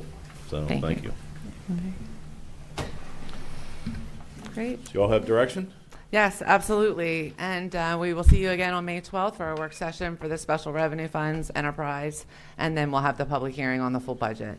The budget will be released to the public on May 5th. Well, thank you. Thank you. Thank you. Thank you, guys. Good rest of your day. Have a good night. That takes us to public comment, Madam Attorney. Yes.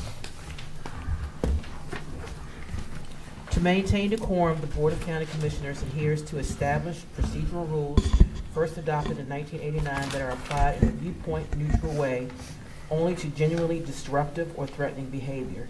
As an invited speaker addressing topics pertaining to county government, please observe the following guidelines.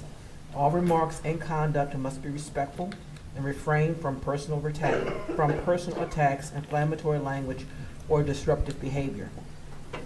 Prior to commencing your remarks, please state your full name for the record. Individual speakers are allocated 2 minutes. Designated representatives speaking on behalf of an organization or group are allotted 5 minutes. Individuals seeking to influence governmental decisions are categorized as lobbyists and are required to register with the Ethics Commission prior to their engagement with the board. Thank you, Commissioner President.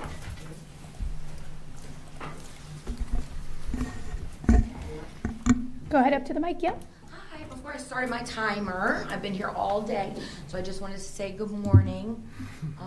And I would like to propose that we get Marty a new chair in that next year's budget. But I'll start now, okay? Nice to see you, Ms. Grasso and Mike and Mr. Cox. Okay, my name is Sherry Verdon. I am representing the Marley Run HOA 1 Board of Directors, okay? Okay, good afternoon. I actually had a bright pink shirt picked out for today. I'd be willing to bet that we may have some country music fans listening in. I felt that it was more appropriate to change into black, and I did that intentionally. Perhaps many people in this county know and understand why Johnny Cash wore black. It was a reminder that things weren't right yet, that people were still being affected, and that the problems hadn't been fully addressed. He was grieving until that changed. And that's why I'm wearing black today, because there are still questions that have not been answered and real impacts that have not been acknowledged. I'm not here to be difficult. I'm here because I care, and I want to help make sure that we get this right, and that we, the public, have the information needed to make an informed decision and an informed vote. I believe that's our right. I want to walk through a timeline because I am not here to speculate. I am here to ask for alignment between what we were told and what is happening now. In 2022 and 2023, residents were told our water sewer system required major investment, capacity concerns, infrastructure strain, and rising costs. And we paid. Through an enterprise fund, residents, not general taxpayers, funded those improvements, all 5,500 of us, and that includes commercial businesses. Those lovely commercial businesses like the new boba shop we just heard from today. In September 2023, we were informed by Commissioner Mark Cox and the county's Water Sewer Division Director. And I thought that from that presentation, I understood that nearly $100 million of new debt would be taken out that we would have to pay back with interest. Then we were told that 41% of our private enterprise funds was made up of salaries. Then J.R. Cosgrove, under county authority, explained that the salaries are funded by the debt. Well, that's not true. Salaries are funded by the ratepayers' operating expenses paid for by the user rates themselves. In 2022 through 2025, the message was clear. The system was under pressure, so I asked, what changed? How does a system described as constrained suddenly become available for high volume use? This is not an accusation. It is a request for clarity. Because when infrastructure is funded under one set of assumptions and then used under another, that creates a responsibility question. As was stated by then Board of County Commissioner President Buddy Hance in his 2023 email response to me regarding the 5-figure water bills that 220 private ratepayers received at Christmas. As a business person yourself, he said, you should understand that costs are recovered based on the needs of a particular client. So my question is now, who is your client? Because right now, it does not feel like the residents, it is the residents who funded the system. And I'm talking about water sewer in this instance. Now let's talk about Marley Run, Huntingtown District 2, Mr. Mark Cox's direct constituents. Do we have anything in common with Lusby Offsite A that's being sold to the developer, or there are propositions to be sold to Mr. Natale? We have a wastewater treatment facility managed by Calvert County Water Sewer Division. We have gray water, reclaimed treated wastewater for clarification purposes.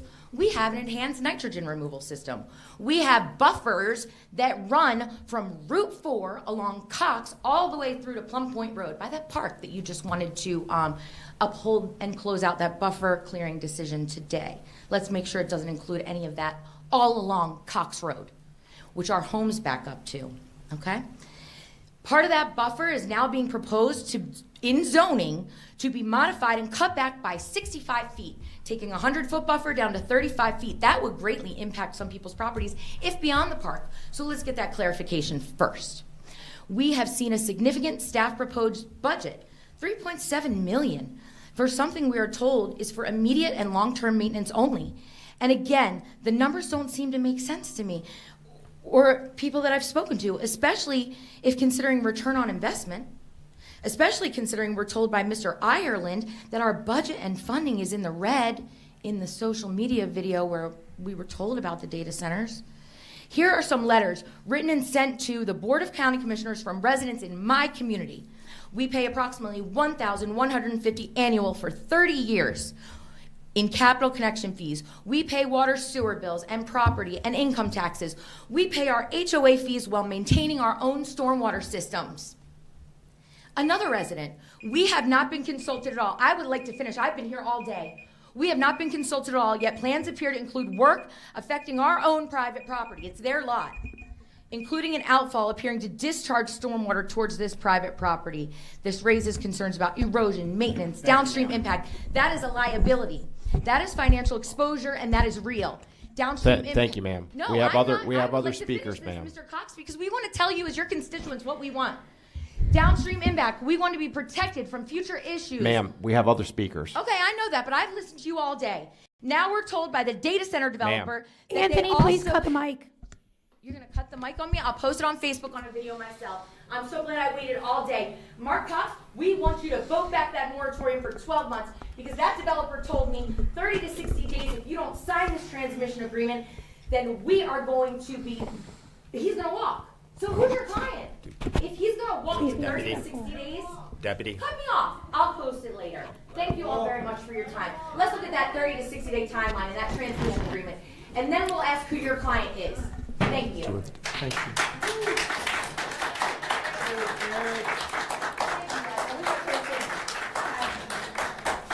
Plan of action I need to ask before. Patrick Flaherty, Lesby, Commissioner Cannon for District 1.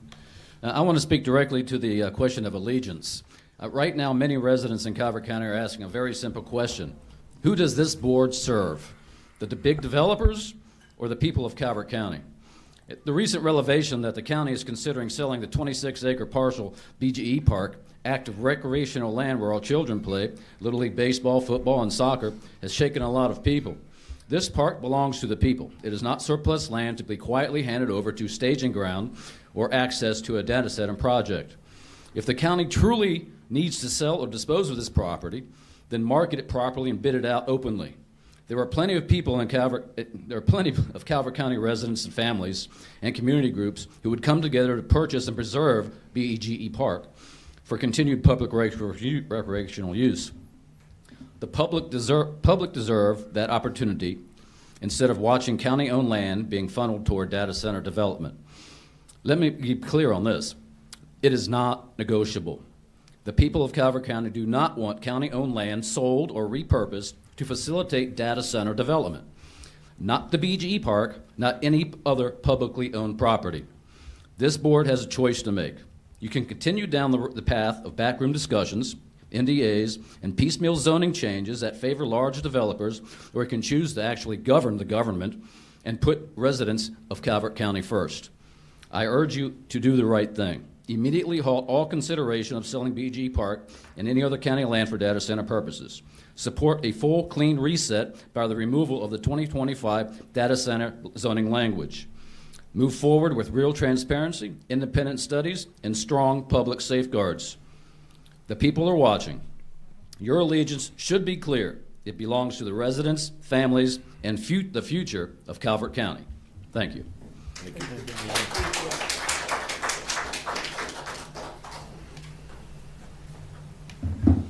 Good afternoon. My name is Megan Berenger. I'm from Lesby, and I'm speaking on behalf of myself. I actually don't have a written speech today, but good afternoon, commissioners.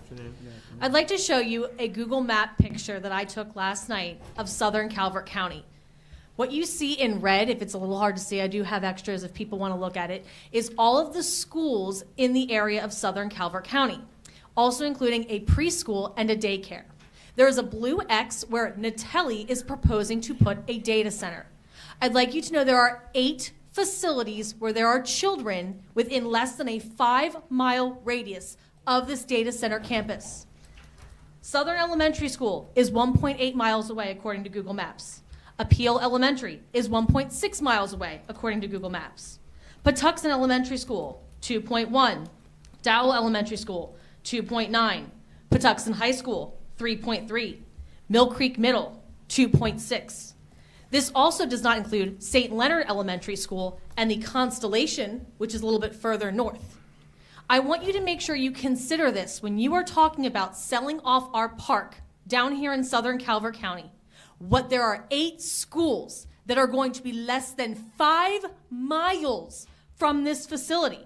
And if you're doing any research, as you continue to say that you don't know what you don't know, there are lots of studies about electromagnetic fields that we're already dealing with cell phones, with televisions, and microwaves that we've been hearing since the 90s. I know, I grew up in them. Thinking about that on a larger scale with a data center, and there are 8 schools with children that this is going to impact.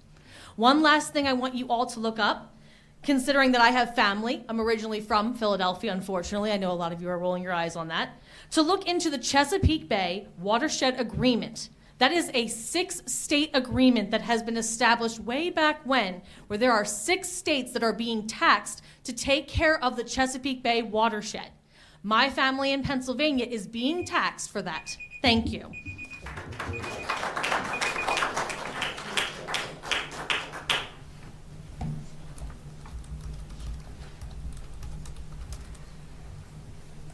Carl Elwine speaking as an individual today, 2 minutes. The SMECO presentation, I want to let the public be aware of, and the Board of Commissioners be aware of the presidential proclamation that's entered in the Code of Federal Regulations, 3 CFR, and it affects quite a bit here. The proclamation, in summary, is ensuring tech companies build, bring, or buy new power for data centers. And under that proclamation, under President Trump's leadership, it says Amazon, Google, Meta, Microsoft, OpenAI, Oracle, and XAI signed the Ratepayer Protection Pledge, agreeing to build, bring, or buy new generation resources to cover the cost and so forth. Now, new. So it does appear that SMECO was a little bit aware of that on the question that Commissioner Hart proposed. He said that, well, that was a good question. And I expect that it's new. This was March 4th, when this was entered into the CFR. We just need to make the public aware of this, and we need to hold Amazon to that pledge, because it's in the law right now. The CFR is law. The attorneys can verify all of this. What I want to say in summary is will Amazon follow this pledge? And Natelli's not out of the woods on this. They don't have a customer, right? Well, Natelli knows that this is the federal policy now, and whoever their customer is will be held to this. So new generation needs to be produced. Thank you. Thank you.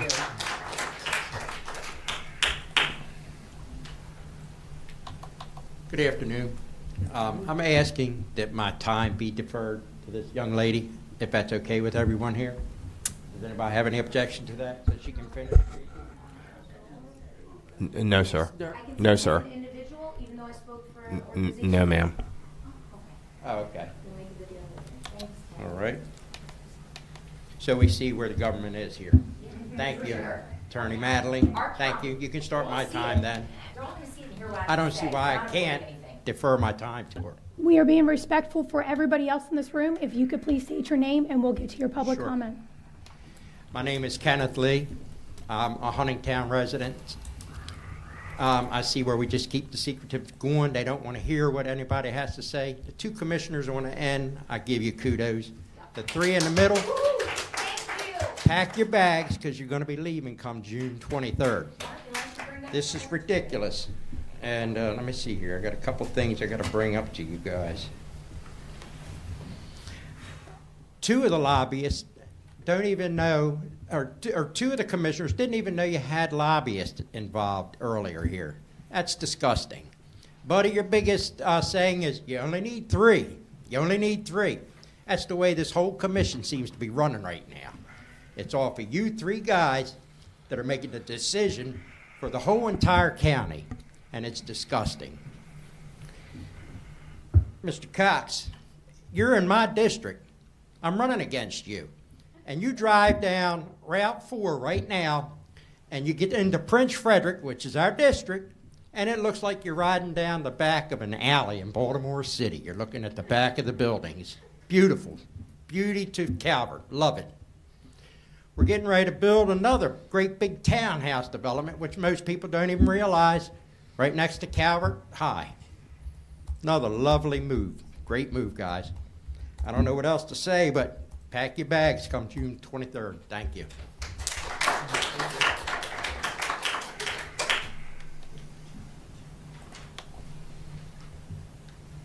Patty Stuckler, candidate for Commissioner at Large. My comments are directed to the 3 of you commissioners, Hance, Ireland, and Cox, that have voted twice now against a moratorium that clearly you see the people want. We had the gentleman from SMECO today literally sit here and say, I hope we advocate that the data centers pay for their own electric increase of cost, that it wouldn't trickle down to the residents, that they would cover that cost. Those are the words he used. He hopes. They advocate. Then when Commissioner Grasso pressed him on, do they have any legal authority? He acknowledged, no, they have no legal authority to enforce any of that. So why wouldn't you put a moratorium in place until we can figure this all out if it's so great for the county? I have a partial list right here with me today. This partial list is a list of counties across the country that are dealing with this very issue everywhere, where data centers are coming into their county and propose, hey, we're going to give you millions of dollars, just let us set up shop here, okay? That SMECO representative mentioned 2 data centers proposed for Prince George's County, our neighbor. Guess what? Prince George's County is on this list. They were smart enough to impose at least a 6-month moratorium. So do the right thing. Act responsibly. You 3 that are running for re-election, by the way, do the right thing. Do a simple 6-month moratorium. So I ask that today, and I ask kindly, respectfully ask for either Commissioners Hart or Commissioner Grasso to kindly call for that motion. Thank you.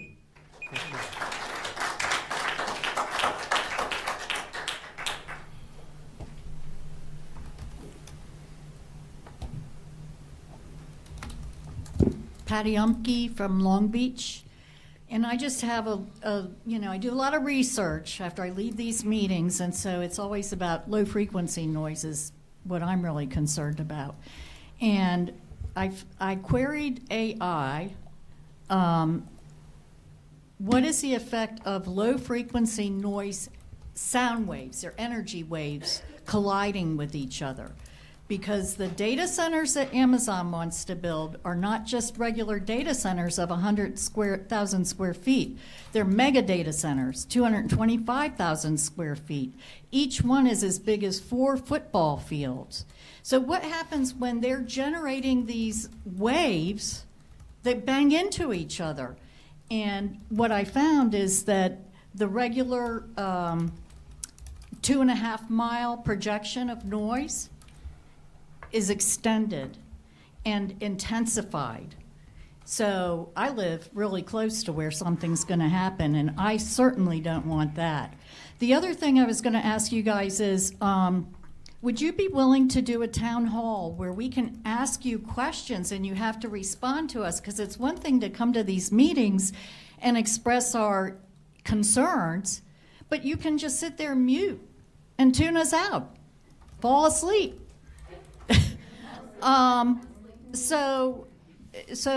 Would you be willing to face the people that you are inflicting this on with your bad decision? That's all I have to say for today.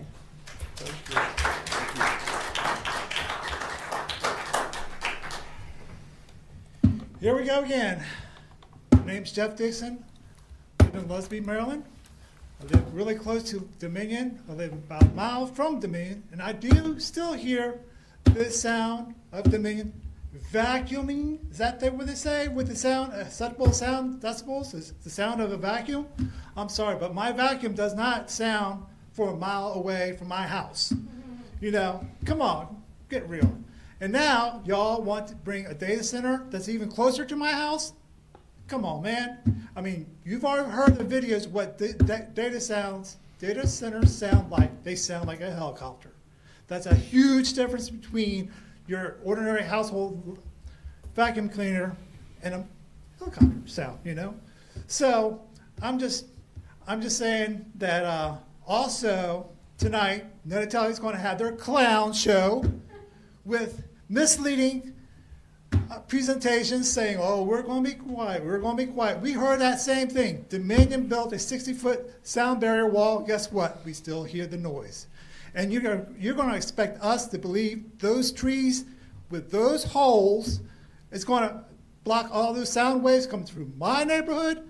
I mean, and then on their maps are incomplete. They basically cut off most of Cook Point Road, H.G. Truman. Guess what? One of y'all, you, actually golf at Chesapeake Hills. And I just happen to have one of your commissioner's balls. Guess what? You can have it back because I don't want to see you again. Thank you very much.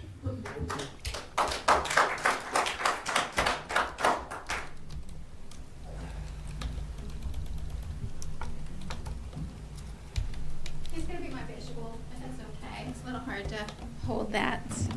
Hopefully we can get through this in 5 minutes. Kathy Decker, Lusby. I'm speaking on behalf of Calvert Citizens for Student Safety and Responsible Development. I am here regarding TA 2623 and the placement of the data centers in Lusby. Last week I proposed a 1-mile student safety zone to the Planning Commission. Today, after reviewing national standards and real conditions in Calvert County, I'm formally advocating for a 5-mile student safety zone because 1 mile does not reflect how risk is actually managed. Let's start with the reality. These proposed sites are near Calvert Cliffs Nuclear Facility, near the Dominion LNG plant, and directly between our schools.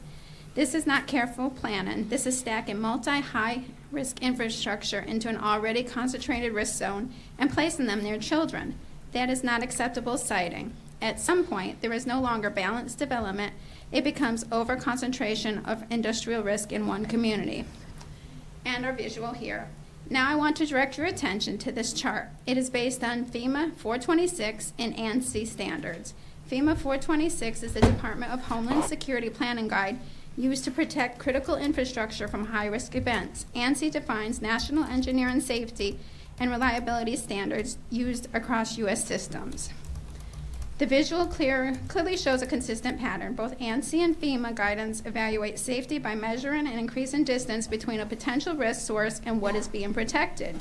While these documents are here written to protect infrastructure, not schools, they are consistent principle. When risk increases, distance increases.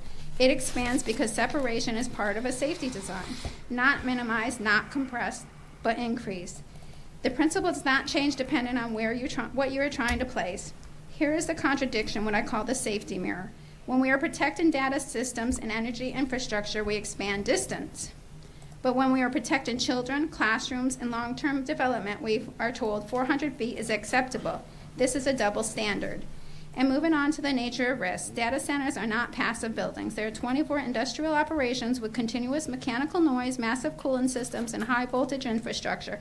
And yet, under your current proposal, you are considering placing that level of industrial activity directly near a school. The World Health Organization has linked long-term environmental noise exposure to children, increased stress responses, sleep disruption, reduced reading comprehension, and impaired memory. Low-frequency industrial noise travels farther, penetrates building, and is constant. This is not perception. This is daily exposure during brain development. Now the policy. A 400-foot setback is just a line on the zoning map. It is not a planning decision rooted in safety.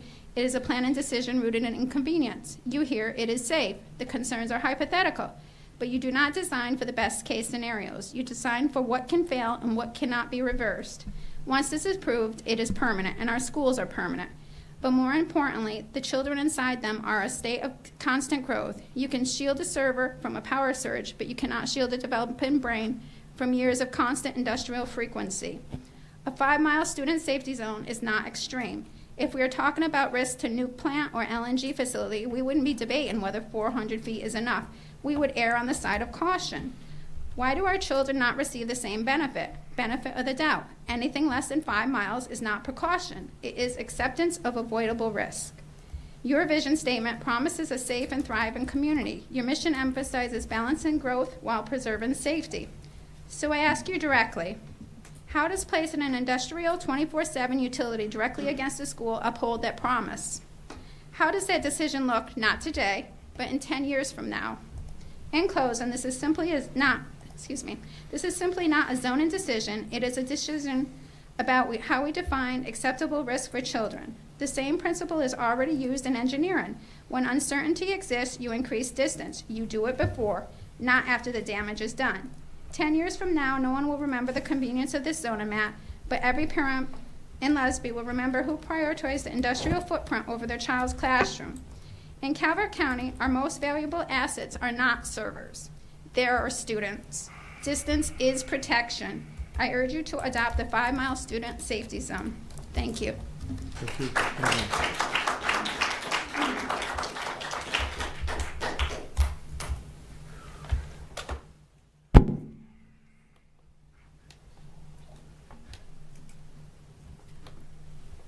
Good afternoon. My name is Dawn McNellis, and I'm speaking for the neighbors of St. Leonard Creek, and I'm asking for 5 minutes, please. I wanted to say thank you, commissioners, for asking questions to SMETCO and hearing the public's opinion on this matter. As SMETCO stated, we do not have the power currently available for any data center. We do not have the extra water for the data centers either. A recent study done on April 2026 this year by the Environmental and Energy Study Institute has found data centers primarily use PFAS to cool their servers, PFAS, aka forever chemicals, to cool their servers and to suppress fires. Direct PFAS pollution from data centers are difficult to ascertain because the cooling systems generally run as closed loops. Data centers have historically emitted PFAS, which harm communities and the ecosystems near their facilities, which we have been seeing all over the nation, from Oregon to here. The data centers often use additives such as anti-corrosive and antibacterial agents, glycol, antifreeze, as well as carbon and fluorine, which are building blocks for several types of PFAS. Particularly, PFAS furthermore break down into trifluoride acid, a chemical linked to reproductive health risk in animals and humans. All of these contaminants are in the purged water from the closed loop cooling water, which can contaminate local waterway systems if not treated properly. While the closed loop systems are more efficient at preventing water evaporation compared to open systems, they often serve as a concentrated source of chemical pollution, requiring careful monitoring, which is why I'm proposing a text amendment for the purged contaminated water from the closed loop system to be trucked out and processed by a water facility that does not dump into the bay, that is not near any of our waterways. Yes, the state has their own regulations for water filtration, but is not specific to the heavy contaminants from the data centers. We do not want to further pollute the already struggling waterways. With these contaminants in our water, the seafood we love will die off and not come back. Once they are released into the system, they just keep going. Let's keep Calvert